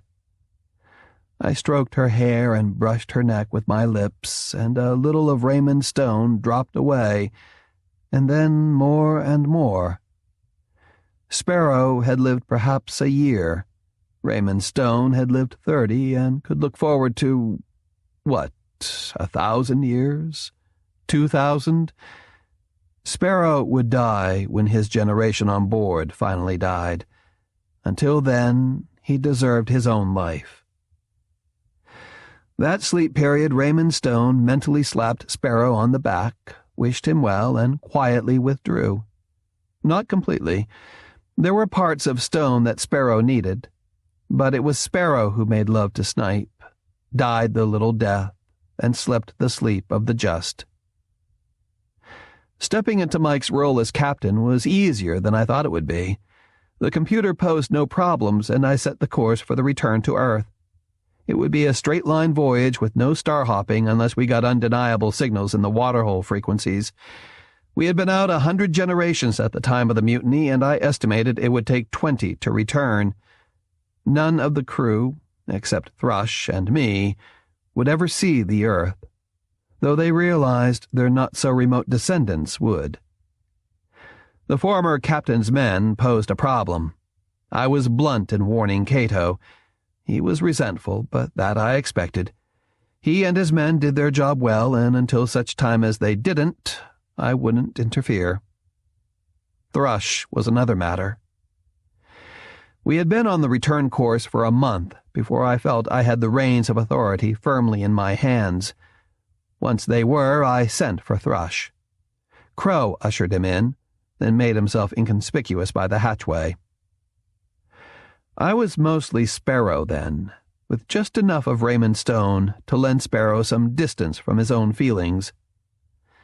Thrush had changed very little. Pale, arrogant, suspicious, searching my face to determine how much of me was Sparrow and how much was Raymond Stone. He saw enough of Sparrow to be reassured, and just enough of Raymond Stone to keep him off balance. We stared at each other in silence. I waited while he became increasingly uncomfortable. Finally, he blurted, "When am I to be sent?" "Sent where?" I asked, mystified. "Reduction." His smile was sardonic. "You've won your mutiny, but I'm sure you're worried about the possibility of others." "Mutinies are composed of followers," I said quietly, "not just leaders. Who would follow you, Thrush?" He colored, and I shook my head, dismissing the fantasy. "If you go to reduction, it will be because you want to go, not because I sent you." I had been responsible for Mike's death, and that was going to be hard to live down. "You knew all along I was the return captain," I said, curious. "How?" He seemed bemused. "Being an icon was too romantic, and even considering the practice time you spent with the computer, you were too good." He shrugged and for the first time sounded bitter. "The captain should have sent you to reduction 6 times, and he never did. Only one explanation made sense." I cut him off. "You're thinking emotionally, and you're not the type, Thrush. What were the real reasons?"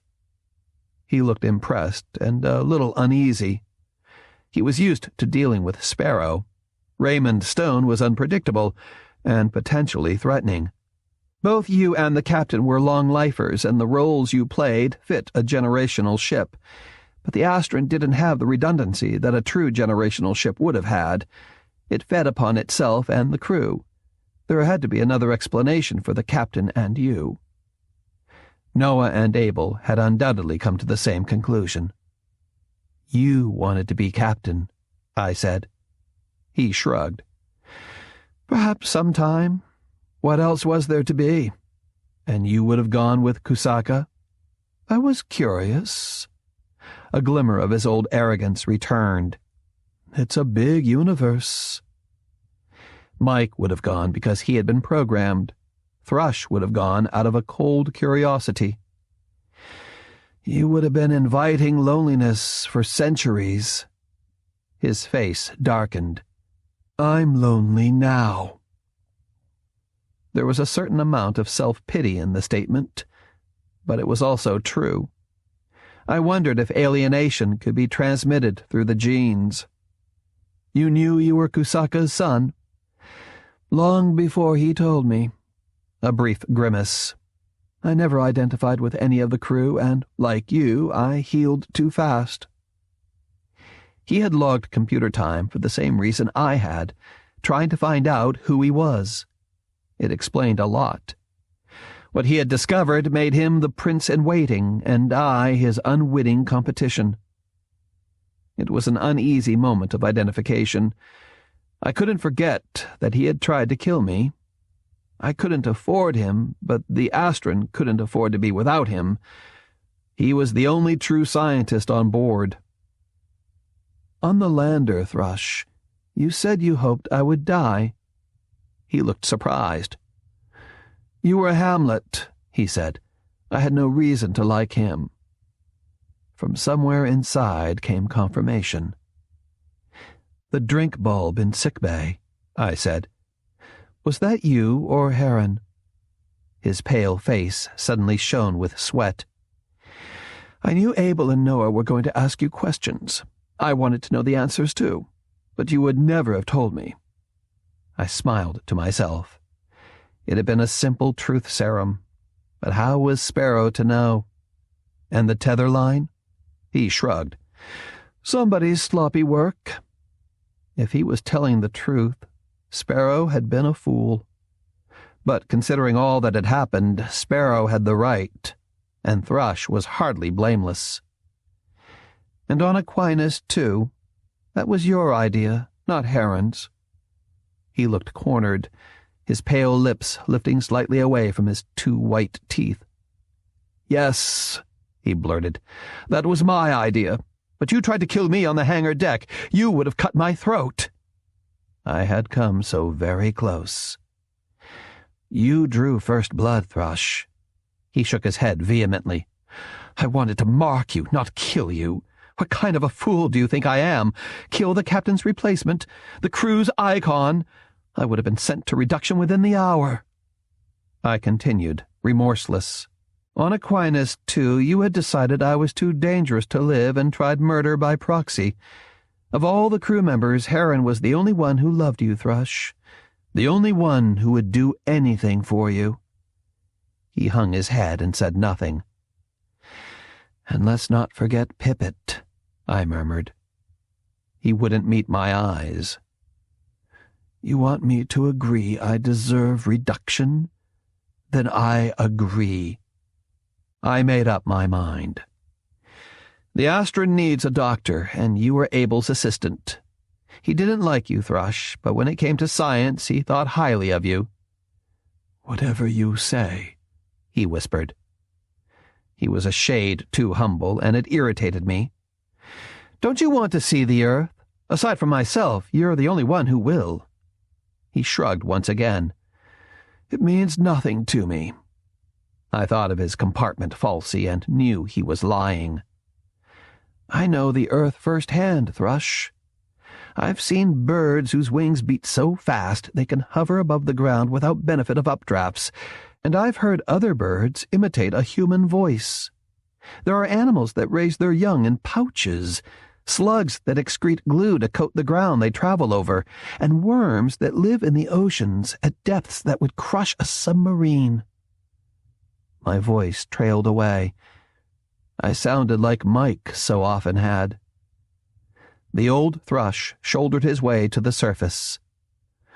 You've seen a lot, he said sarcastically. The Astron needed him, but it needed him on its terms, not his. An ice volcano is not the highest achievement of the universe, I said slowly. Neither are planetary rings, nor a rock sitting in the middle of a lunar plain. You and I are its highest achievements, Thrush. We can think, and we can feel, and we can run and play games and pick our noses. There's nothing else in the universe that can do any of those.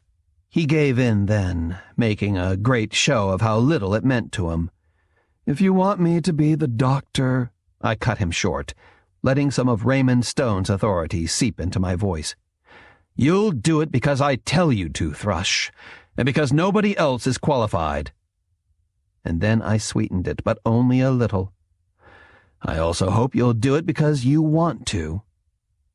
When he was at the hatchway, I said, "I'm sorry about your father. At one time, he was my friend." "My father let you win," Thrush said proudly. "He knew all about the mutiny. He could have stopped it at any time, but even after he knew I could serve as his replacement, he didn't do it." He looked away. "Captain Kusaka committed suicide." That was one of the few times I ever saw the real Thrush. It didn't make me like him anymore, but I understood him a little better. Everybody on board needed someone to take an interest. The captain never had until he knew for sure that Thrush was going to live forever. By then, it was too late. My first real test as captain didn't jump out at me all at once. I became aware of it bit by bit. Fewer and fewer crew members seemed to be wearing eye masks, preferring the comforting illusion of the compartment falsies to the reality of the ship as it actually was. A sullenness also seemed to be spreading through the crew, and too many of them fell silent when I passed. "It's because you've taken away purpose," Snipe said one sleep period when we had curled up in the hammock. "I haven't taken away purpose," I said, puzzled. "I've given it." She was silent, stroking my legs and tangling her fingers in the hair on my chest. "Hey, that hurts." "Sorry," she said, not sorry at all. Then, trying to explain, "You've seen the Earth, Sparrow. They never will. Before we went from planet to planet, and while we never found anything, there was always the hope that we would, and we kept ourselves busy preparing." Mike had made them promises, and he was credible because he believed in them himself. If not here, he would say, then there. If not this generation, then next. I could promise them nothing for 20 generations, and I wasn't sure I could promise them the Earth even then, and they sensed it. They would rather believe in fantasy? "There's not much difference, Sparrow. What you promise, they'll never see." She was right. I also knew I couldn't live with a sullen crew. I called in Thrush and told him what I wanted, then guaranteed I would get it by suggesting he couldn't do it.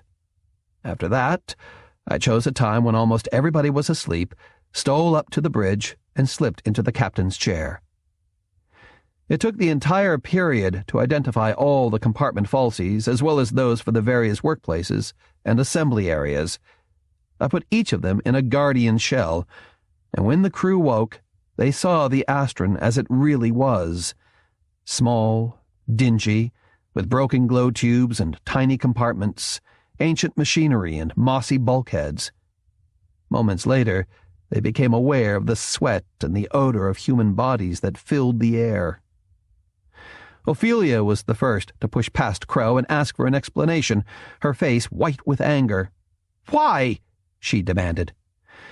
"They've grown too fond of shadows," I said. "You've seen the Earth," she objected. "They haven't. They know where they've been, but they don't know where they're going. Is that it?"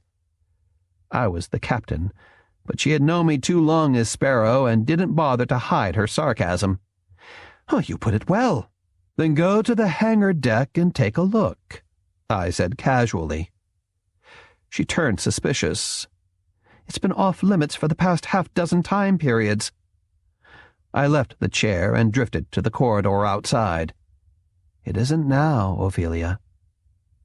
She hesitated in mid-tirade, then followed me to the well that led to the hangar deck. The news had already spread, and outside the hatchway the corridor was jammed. Inside, the crew gaped in awe at the prairie spread out before them. The huge expanse was a sloping hill of grass and wildflowers, while at the bottom was a small brook whose surface was broken by the frequent splashes of fish. There were little eddies in the stream, and along its banks weeds hung over the water, acting as cover for a dozen croaking frogs. Overhead, the sky was a light blue mottled with wispy white clouds. The touch of genius was the occasional bird that Thrush had programmed, winging its way toward a distant plot of plowed land. A farmhouse topped a nearby hill. Off in the distance was the barely discernible smudge of a city. It was the third time I had seen it, but it still took my breath away. "I'll turn all the falsies back on," I assured Ophelia, "but I wanted the crew to know where we're going." The sullen looks disappeared after that, and there was more talk of when we would arrive at Earth orbit and what we might find. I gave Thrush full credit. He accepted the compliments grudgingly, but secretly I think he was proud. I was gambling that such a meadow still existed, consoling myself with the thought that those who admired the fantasy would never live long enough to be disappointed by the reality.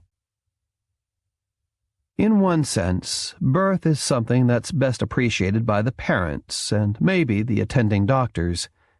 For an outsider, it's a bloody, unpleasant, unaesthetic, barbaric business, reminding us of the animals we are and the basic bodily functions we share with them. But that was Raymond Stone's view, and certainly didn't reflect that of the Astron's crew. For 2 weeks, the corridors were crowded with crew members watching the deliveries on peep screens and cheering wildly at the first cry of each baby. They gambled on the sex of each, and the most beautiful was always the one that had just been born. The women identified vicariously with the various mothers. None of the men openly claimed paternity, but each secretly felt the baby of the birth mother he had been with was his. Thrush was efficient and stoic, sometimes tending the mothers around the clock. One period I went with them to sick bay, filled with nursing mothers and their bawling, lusty flock, and was deeply moved. Life, I thought, with all its unlimited possibilities. I looked around. "Where's Pippet?" "In her compartment. She didn't want me to attend her after delivery." His face showed no emotions, but his voice betrayed him. "Healthy baby?" I asked inanely. "A boy. You might recognize him." It was a strange remark. A few minutes later I asked and was granted permission to enter Pippet's compartment. She was nursing the baby. Crow was beside her on the hammock, oohing and awing and going through the fatherly routine I had already seen a dozen times. "Hold him a minute," Pippet said proudly. I did, and promptly regretted it. But that's what waistcloths are for. His skin was as olive as Pippet's, and his eyes were almost black. I chucked him under the chin, and he tolerated it a moment, his dark eyes staring somberly into mine, before crying for his mother. I handed him back and congratulated Pippet profusely. I managed to control my shivering until I was out in the corridor, then let the goosebumps form. When young babies stare at you, they sometimes seem far older than their years and very wise, as if they know something important that you don't. Unfortunately, by the time they learn to speak, they've forgotten whatever it was they wanted to say shortly after they were born. That's more fantasy than theory, but when I looked into the dark eyes of Pippet's baby, I imagined I saw Michael Kusaka staring back. When the excitement of the births had died away and the Astron had settled once more into routine, I asked Crow and Thrush and Ophelia to meet me in the captain's private compartment. It had been left exactly as it was when Mike had died. The 900 crypts sat silent, the figures within looking deceptively natural and lifelike, waiting patiently for the technicians to revive them. Ophelia and Crow inspected them uneasily, noting the names and the various professions. Thrush's face was as blank of emotion as my own. I didn't know whether he mourned Mike, but I mourned them all. I waited a moment, then cleared my throat and said, "The return crew was cheated. They never had the chance to see outside as the first crew did, and neither did they have the chance to return to Earth to live out their lives and die there as they thought they would. They were my crew and my friends." My voice trailed off, but I had more control than to let myself weep. They never received much for participating in the voyage, but they've left us a legacy, themselves. Thanks to them, we'll arrive back on Earth with the same crew complement that we have right now, perhaps a few more. They knew what I meant.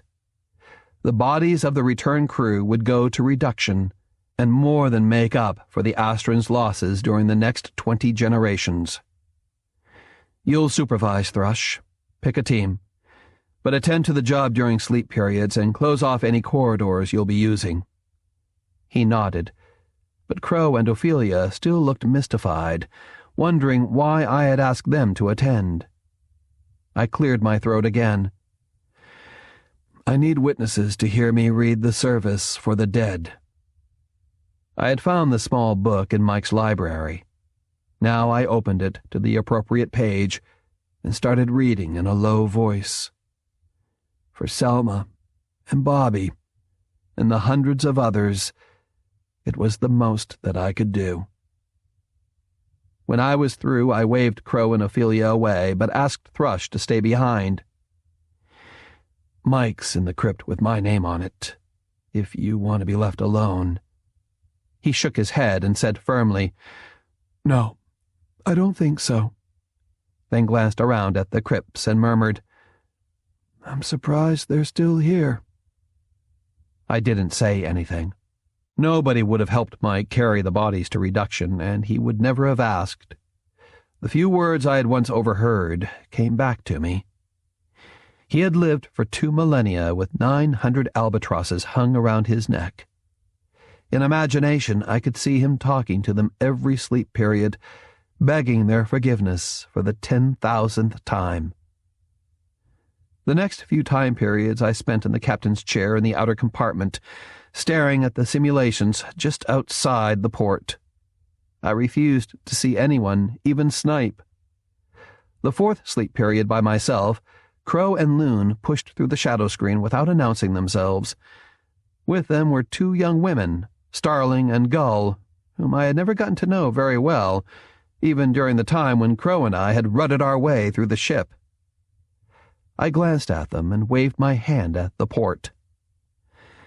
That's the solar system, Jupiter and its moons. The 2 women looked at the view beyond the port and then back at me.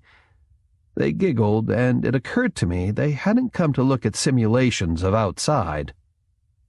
Oh, no, I thought. But Crow read me, nodded firmly, and said, Oh, yes, Sparrow. My heart wasn't in it, but they had brought some smoke, and Loon played an old tune on his harmonica. Half an hour later, our waistcloths were floating limply about the compartment, and I discovered that despite everything that had happened, I was still very human and could smile and laugh after all. Some time during that period, Crow murmured in my ear, It's life, Sparrow. Crow had made his point, and it was one that I never forgot. Life is for the living. Chapter 33. As the months rolled by, I found myself regretting more and more that I was no longer a 17-year-old tech assistant. The problems of the ship were relatively easy to handle. The personal problems were trying. When I talked to Hulda now, it was difficult to see her as the matriarch on board. In my mind's eye, I kept seeing her as she was when I was Erin. She was very young and very pretty, with unwrinkled skin and large, dark eyes that always smiled when they saw me. As Erin, I had been a friend of Noah's and Abel's, and all 3 of us had competed for Hulda. I remembered my hurt when she had finally dropped me, and how sullen I had been around Noah and Abel after that. Strangely, I kept seeing the younger Hulda when we met, and kept apologizing for it afterward until she finally stopped me. Sparrow, I don't mind being mistaken for a younger and prettier self. It's flattering, until you apologize for doing it. We laughed, and once again I saw in her everything that I had admired when she was younger. She was curious about the history of the ship, and I filled her in from my own memories, surprised that her oral history was so accurate. For many months we met regularly every other time period, and I would tell her about events in which I had played a part and remembered so well, but about which she had only heard at second or third or 20th hand. Then one period, her interest seemed to flag. I noticed for the first time that she was becoming frail, and her skin was turning translucent. She was failing, and we both knew it. The last time I saw her, we didn't talk about history, but simply about Noah and Abel and us, and the hurts and traumas of young love. I kissed her fondly when I left, knowing that we would never see each other again. Her successor, as we all knew it would be, was Pippet, who now took Huldah's compartment and assumed the role of matron. Snipe aged well, though there came a time when she pushed me firmly away in the hammock and said she loved me very much, but the role she was playing was making her increasingly uncomfortable. The next shift, she showed up on the bridge with a young woman and announced that I needed an assistant record keeper and she had found one for me. "You remember Denali, Sparrow?" Denali smiled, and I smiled tentatively back. I had met her first in Pippet's nursery, and had watched her grow into a young and beautiful woman. I remembered that Ophelia had introduced me to Snipe, and guessed that Snipe was now passing on the favor. "A moment, Denali." I took Snipe by the hand and led her back to our living quarters. "Why, Snipe?" She stroked my cheek and said, "Look at me, Sparrow. See me as I am now, not as I was yesterday. Who will take care of you when I'm gone? I trust Denali." Snipe remained a part of my household for many time periods after that, though eventually she moved in with Loon and Crow. Once again she had become interested in the historicals and fantasy. She and Loon had much in common. When I visited them, I noted that the unicorn, which had vanished shortly after we first partnered, had returned to graze by the stream. In the distance, outside a camp of tents with flying pennons, knights were jousting. Ophelia and Grebe partnered for the remainder of their lives. Then, one time period, both vanished, apparently having agreed to go to reduction together. I missed Ophelia more than she could have guessed. We made one stop at a system where communications reported a signal in the waterhole. There were 7 planets, 2 of which had possibilities. We explored both. On the second, we lost K2 in a landslide. I grieved for months. And then one sleep period, a bowed and hobbling Snipe slipped through the shadow screen and said simply, "Will you go with me, Sparrow?" We went to reduction together, and sat on the ledge, and I held her tight, my arms wrapped around her thin shoulders. She murmured something to herself, and I leaned closer to listen. "Wilt thou be gone? It is not yet near day. It was the nightingale and not the lark that pierced the fearful hollow of thine ear." "I have more care to stay than will to go," I said gently. She laughed quietly and pushed me away. "Is that the best you can do?" she said with mock scorn, and I found myself looking at the Snipe of 60 years before. I started to weep, and she put her fingers on my lips as Pippet once had, and said, "Shush, Sparrow." Then her voice thinned, and she murmured, "Help me in, please." I led her over to the chamber, undid her halter, and helped her slide into the swirling red mists until only her face was visible. She smiled at me and said, "Privacy, Sparrow," then closed her eyes. I waited until she faded from view. then went back to my quarters and exiled Denali for 6 months. A year later, I had one last party with Crow and Loon and a youngster to whom Loon had taught his songs and his skill with the harmonica. There was smoke for all, and Denali and I floated near the window that opened out on St. Mark's Square, our arms entwined, and laughed as Loon and Samson and a young girl named Dido traded off playing duets. When it was over and the others had left, Crow turned to me, concerned. "Your face gets longer by the year, Sparrow. What's wrong?" I hesitated, then shrugged. Crow and I had never kept anything from each other.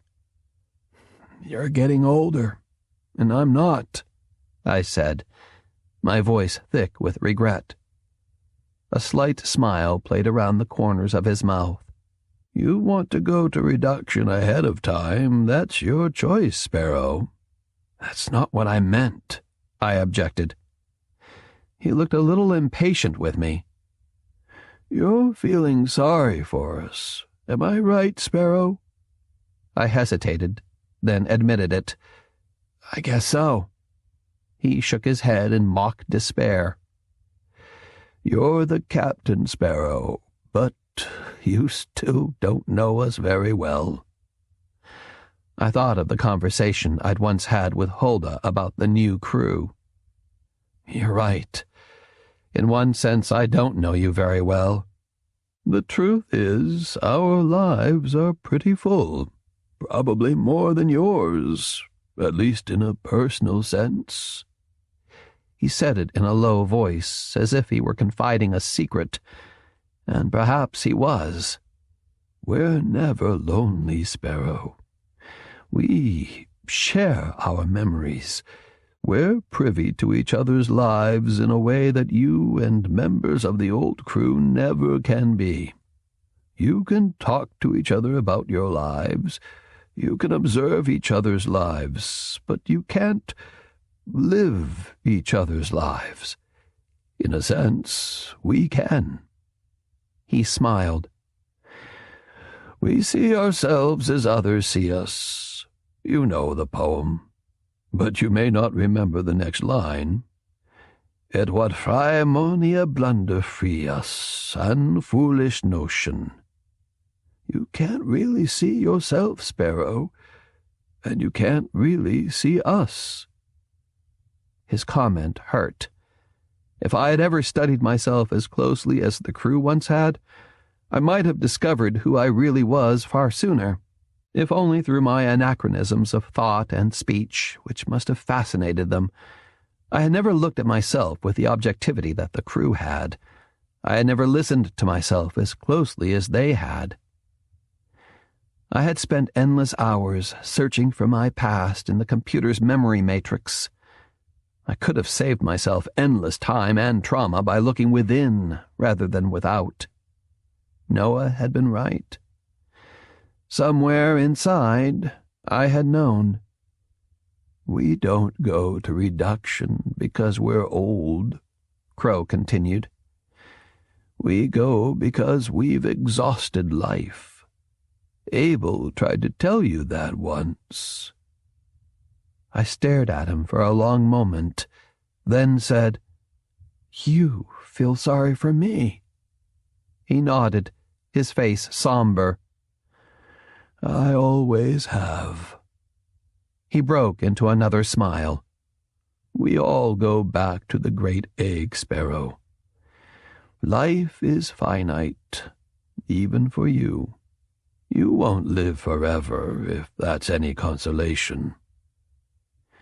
I hugged him when I left, and we made plans to share a meal the next time period. But when the next time period came, I ate alone. To live your life with no regrets was the most important thing I learned from Crow. I settled back and let the generations roll over me, watching with fascination the never-ending shuttling of the genes as they wove the tapestry of life.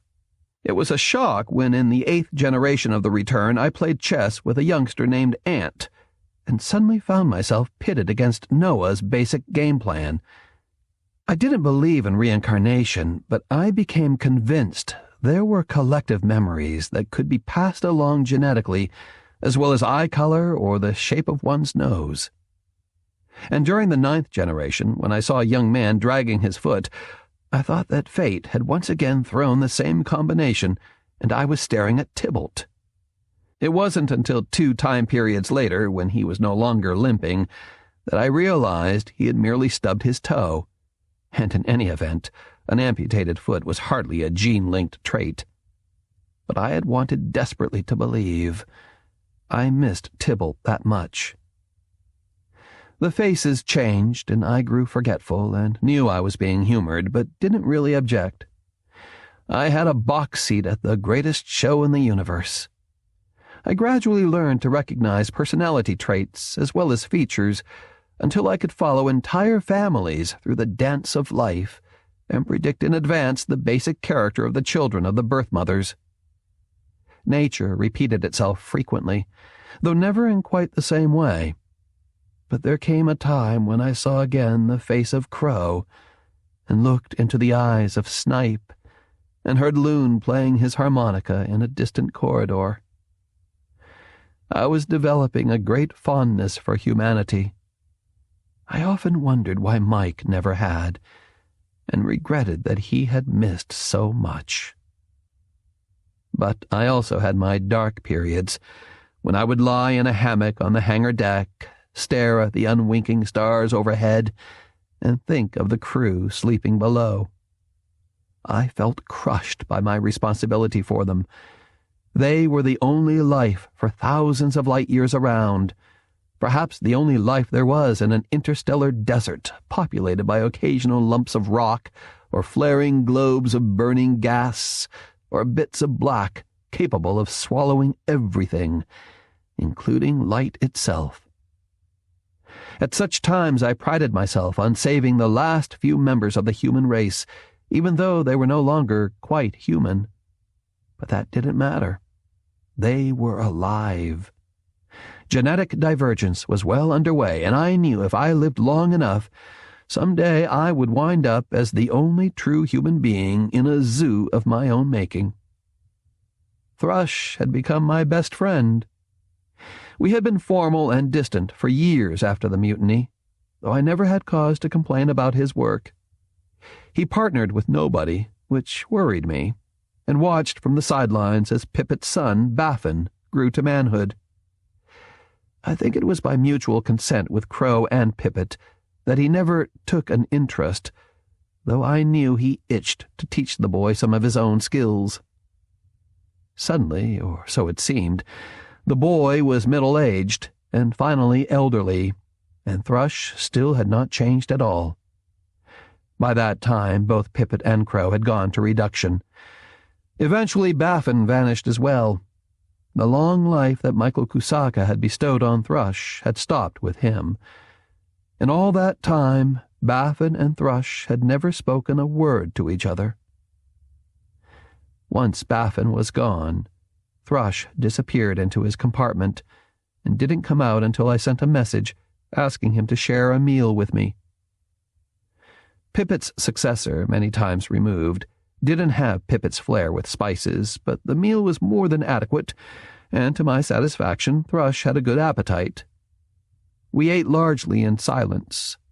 After we had finished, he leaned back in his sling, his hands loose in his lap, and waited. He still looked the same, but the arrogance had been replaced by an air of reserve. We tolerated each other, though I was beginning to think that it was a little more than tolerance. Of all the crew, only Thrush was left of those I had known as Sparrow. "You and Baffin never spoke," I said. He looked uncomfortable. "Neither Crow nor Pippet would have encouraged it. But you would have liked to." He looked away. "Yes, I would have liked to." I didn't pursue it any further. The hurt was too obvious. "I've somebody I want you to meet," I said. He looked more polite than interested. "Oh? Who?" I grinned. I think he's here now. Errol had been allowed in by the corridor guard and now floated over to the table, his olive black eyes wide with curiosity. He was 7 years old and had never been in the compartment before, nor seen the simulations beyond the port. You know Thrush, Errol. He's the Astron's scientist. Errol clasped his hands behind his back and bowed formally, too shy to actually touch fingers. Thrush studied him, curious. Would you like to see the solar system, Errol? I asked. He nodded, interest bright in his eyes. There had been no simulation beyond the port, only the off sheet of gray. I played my hand over the terminal pad, and a moment later, Saturn and its satellites filled the port. Errol drifted over until his hands and nose touched the glass. "That's Titan," he said, pointing. "And that's Enceladus. It's ice." "Which one has life?" I asked. He looked at me with a young boy's eager contempt for ignorance. "There's no life. It's too cold." I laughed. "Would you like to see the Trifid Nebula?" We went through a dozen of the views. Then I shooed him out. "He needs someone to take an interest," I said to Thrush. "Nobody has?" He looked surprised. "The boy has his problems, one of them being he's too bright. How about you, Thrush?" He froze up, disappointing me. "Is that an order?" "I ceased giving you orders generations ago," I murmured. Thrush ignored the boy for a month, then thawed, and soon they were inseparable. Errol grew to be his assistant, and eventually took an interest in a young girl who showed Pippett's talent for biology. I finally told Thrush that Errol was his great-grandson. The next generation, Thrush started a school and even began to partner, usually with one of the mothers of his flock of students. We gradually grew closer until we regularly took our meals together and spent more than one sleep period planning the procedures to follow once in Earth orbit. Then one time period, Thrush drifted in unannounced with a large mirror under his arm. He placed it on my desk and motioned me over so we could look in it together. For the first time in generations, I started to tremble. Thrush had put his hand on my shoulder to calm me. In the mirror, my own face looked back, unlined, unmarred by the passage of time. But Thrush's pale hair had turned silver, and a crescent of fine wrinkles had formed under his eyes. "You'll have to take the Astron in yourself, Ray." Thrush lived 14 generations. When he went to reduction, he left me the cube of plastic that Sparrow had first noticed on the captain's desk. The small blue and white flowers with their roots embedded in fine sand and tiny pebbles hadn't faded at all.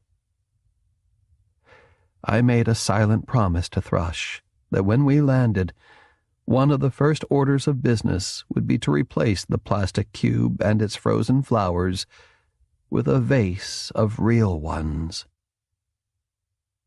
2 generations before planetfall, I indulged myself and changed what had been a tradition on board.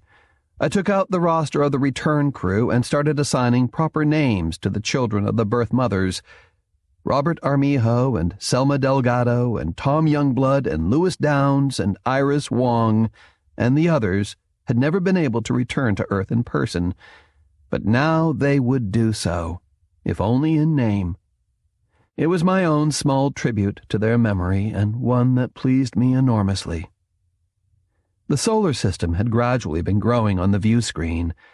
In the 5th year of the 20th generation of the return, we were once again in Earth orbit, high above a blue planet, swathed in bands of white clouds.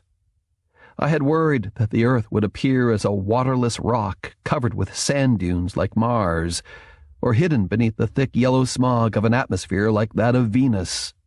"Instrument readings, Crow?" I murmured. "What?"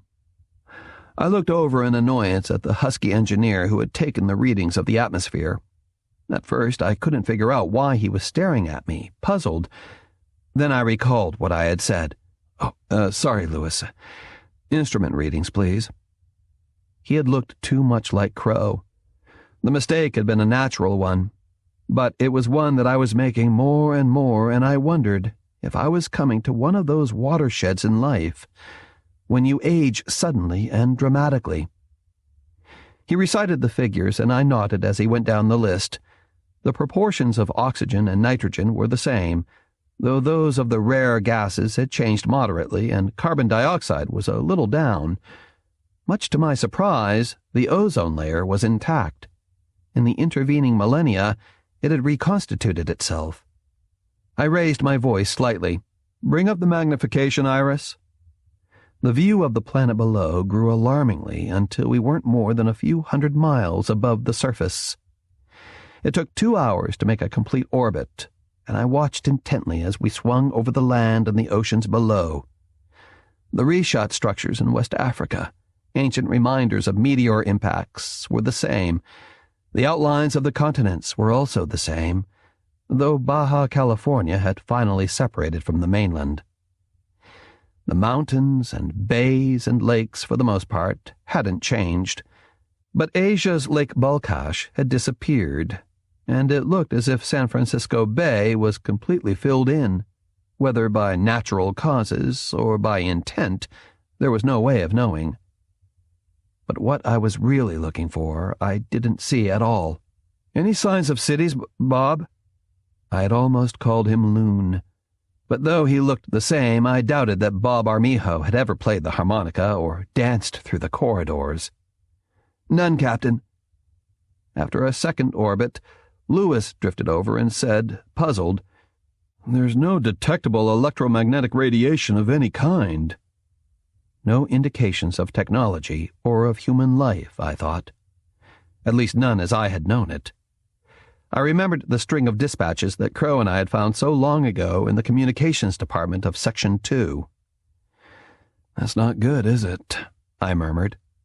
Lewis shook his head, his brown hair floating in a halo around his face, and once again I thought of Crow. "A team of us could take the lander and go down," he offered. It was tempting, but dangerous. "We'll try a probe first and bring back a sample," I said. He looked disappointed. "We've lived 122 generations at a constant temperature and in a sterile atmosphere, Lewis. Send somebody down to the only planet we know of that has life, and we could be dead within a week." "Sorry, Captain, I didn't think." "You're as anxious as I am," I said easily. "Send a probe, and when we get it back, we'll see what's down there." It was another half-dozen orbits before I watched the probe dropping down through the atmosphere. We guided it under radio control toward one of the flat areas in North America, the part I remembered as farmland. We would bring back atmospheric samples and a core sample of topsoil for lab analysis. Better the devil we knew, I thought. Nobody on board had any experience with a planet where there was life in every drop of water and under every rock, and if you didn't eat it first, it would eat you. For the next time period, all of us were nervous and ill at ease. Lewis and Iris and I practically lived on the bridge, and all of us were getting ripe, but nobody wanted to take the time to shower for fear he would miss something. I was alone with my thoughts while we waited. With the members of the crew, conversation seemed to be falling into disuse, and I knew it was because they sensed each other's feelings so completely and precisely that speech was used primarily for transmitting information. I kept wondering if there was any life at all on the Earth, and if there were, whether the crew could live with it. And what would the descendants of the crew be like in another 100 generations? Would they be content to remain on the Earth? I doubted it. Tybalt's fever dreams had become the stuff of legend. They had all been fiction and delusion, but there was no denying their impact as inspiration. There would be a relaxation time, and then they would go out again, maybe even crossing the dark this time. Perhaps not so much to explore as to colonize. though that was a vastly long time in the future. "Captain?" I shook myself out of the half-doze I had fallen into. "The probe's back, Captain. We've built a P3 containment on the hangar deck where we can open it." I pushed out of my chair and kicked through the hatchway, and a few moments later 100 of us were gathered around the plastic containment, watching while Iris manipulated the jury-rigged remotes to open the small drone and take out the core sample. We held our collective breath as she slowly picked through the collection of dirt and stones. For an agonizing moment, I thought there was nothing at all. Then, "Go back, Iris. Gently." The tiny scalpels felt their way back through the muck, stopping at the smudge of something that I had seen. They brushed away the grains of dirt, then carefully unfolded a splotch of green. I stared at it, and for the first time in generations, wiped away tears without embarrassment. I glanced up at the faces of Iris and Louis and Bob and Selma, but their features kept shifting, and I found myself looking at Crow and Snipe and Ophelia and Loon and all the others with whom I had lived the most important life of my 120 or so. "Do you see it?" I cried. And I was talking to all of them, Crow and Snipe, as well as Louis and Iris. "Do you see it?" For centuries, I had been a broken field runner, carrying a case of eggs across a plain filled with rocks and potholes, perhaps all the humanity in the universe, maybe all the life in the universe. And finally, I was safely home. In the containment, separated now from the dirt and sand that had crushed them, were several perfectly formed sprigs of clover. The first bit of life I had seen in almost 3,000 years that hadn't been grown on the Astron itself. I had gambled, and I had won.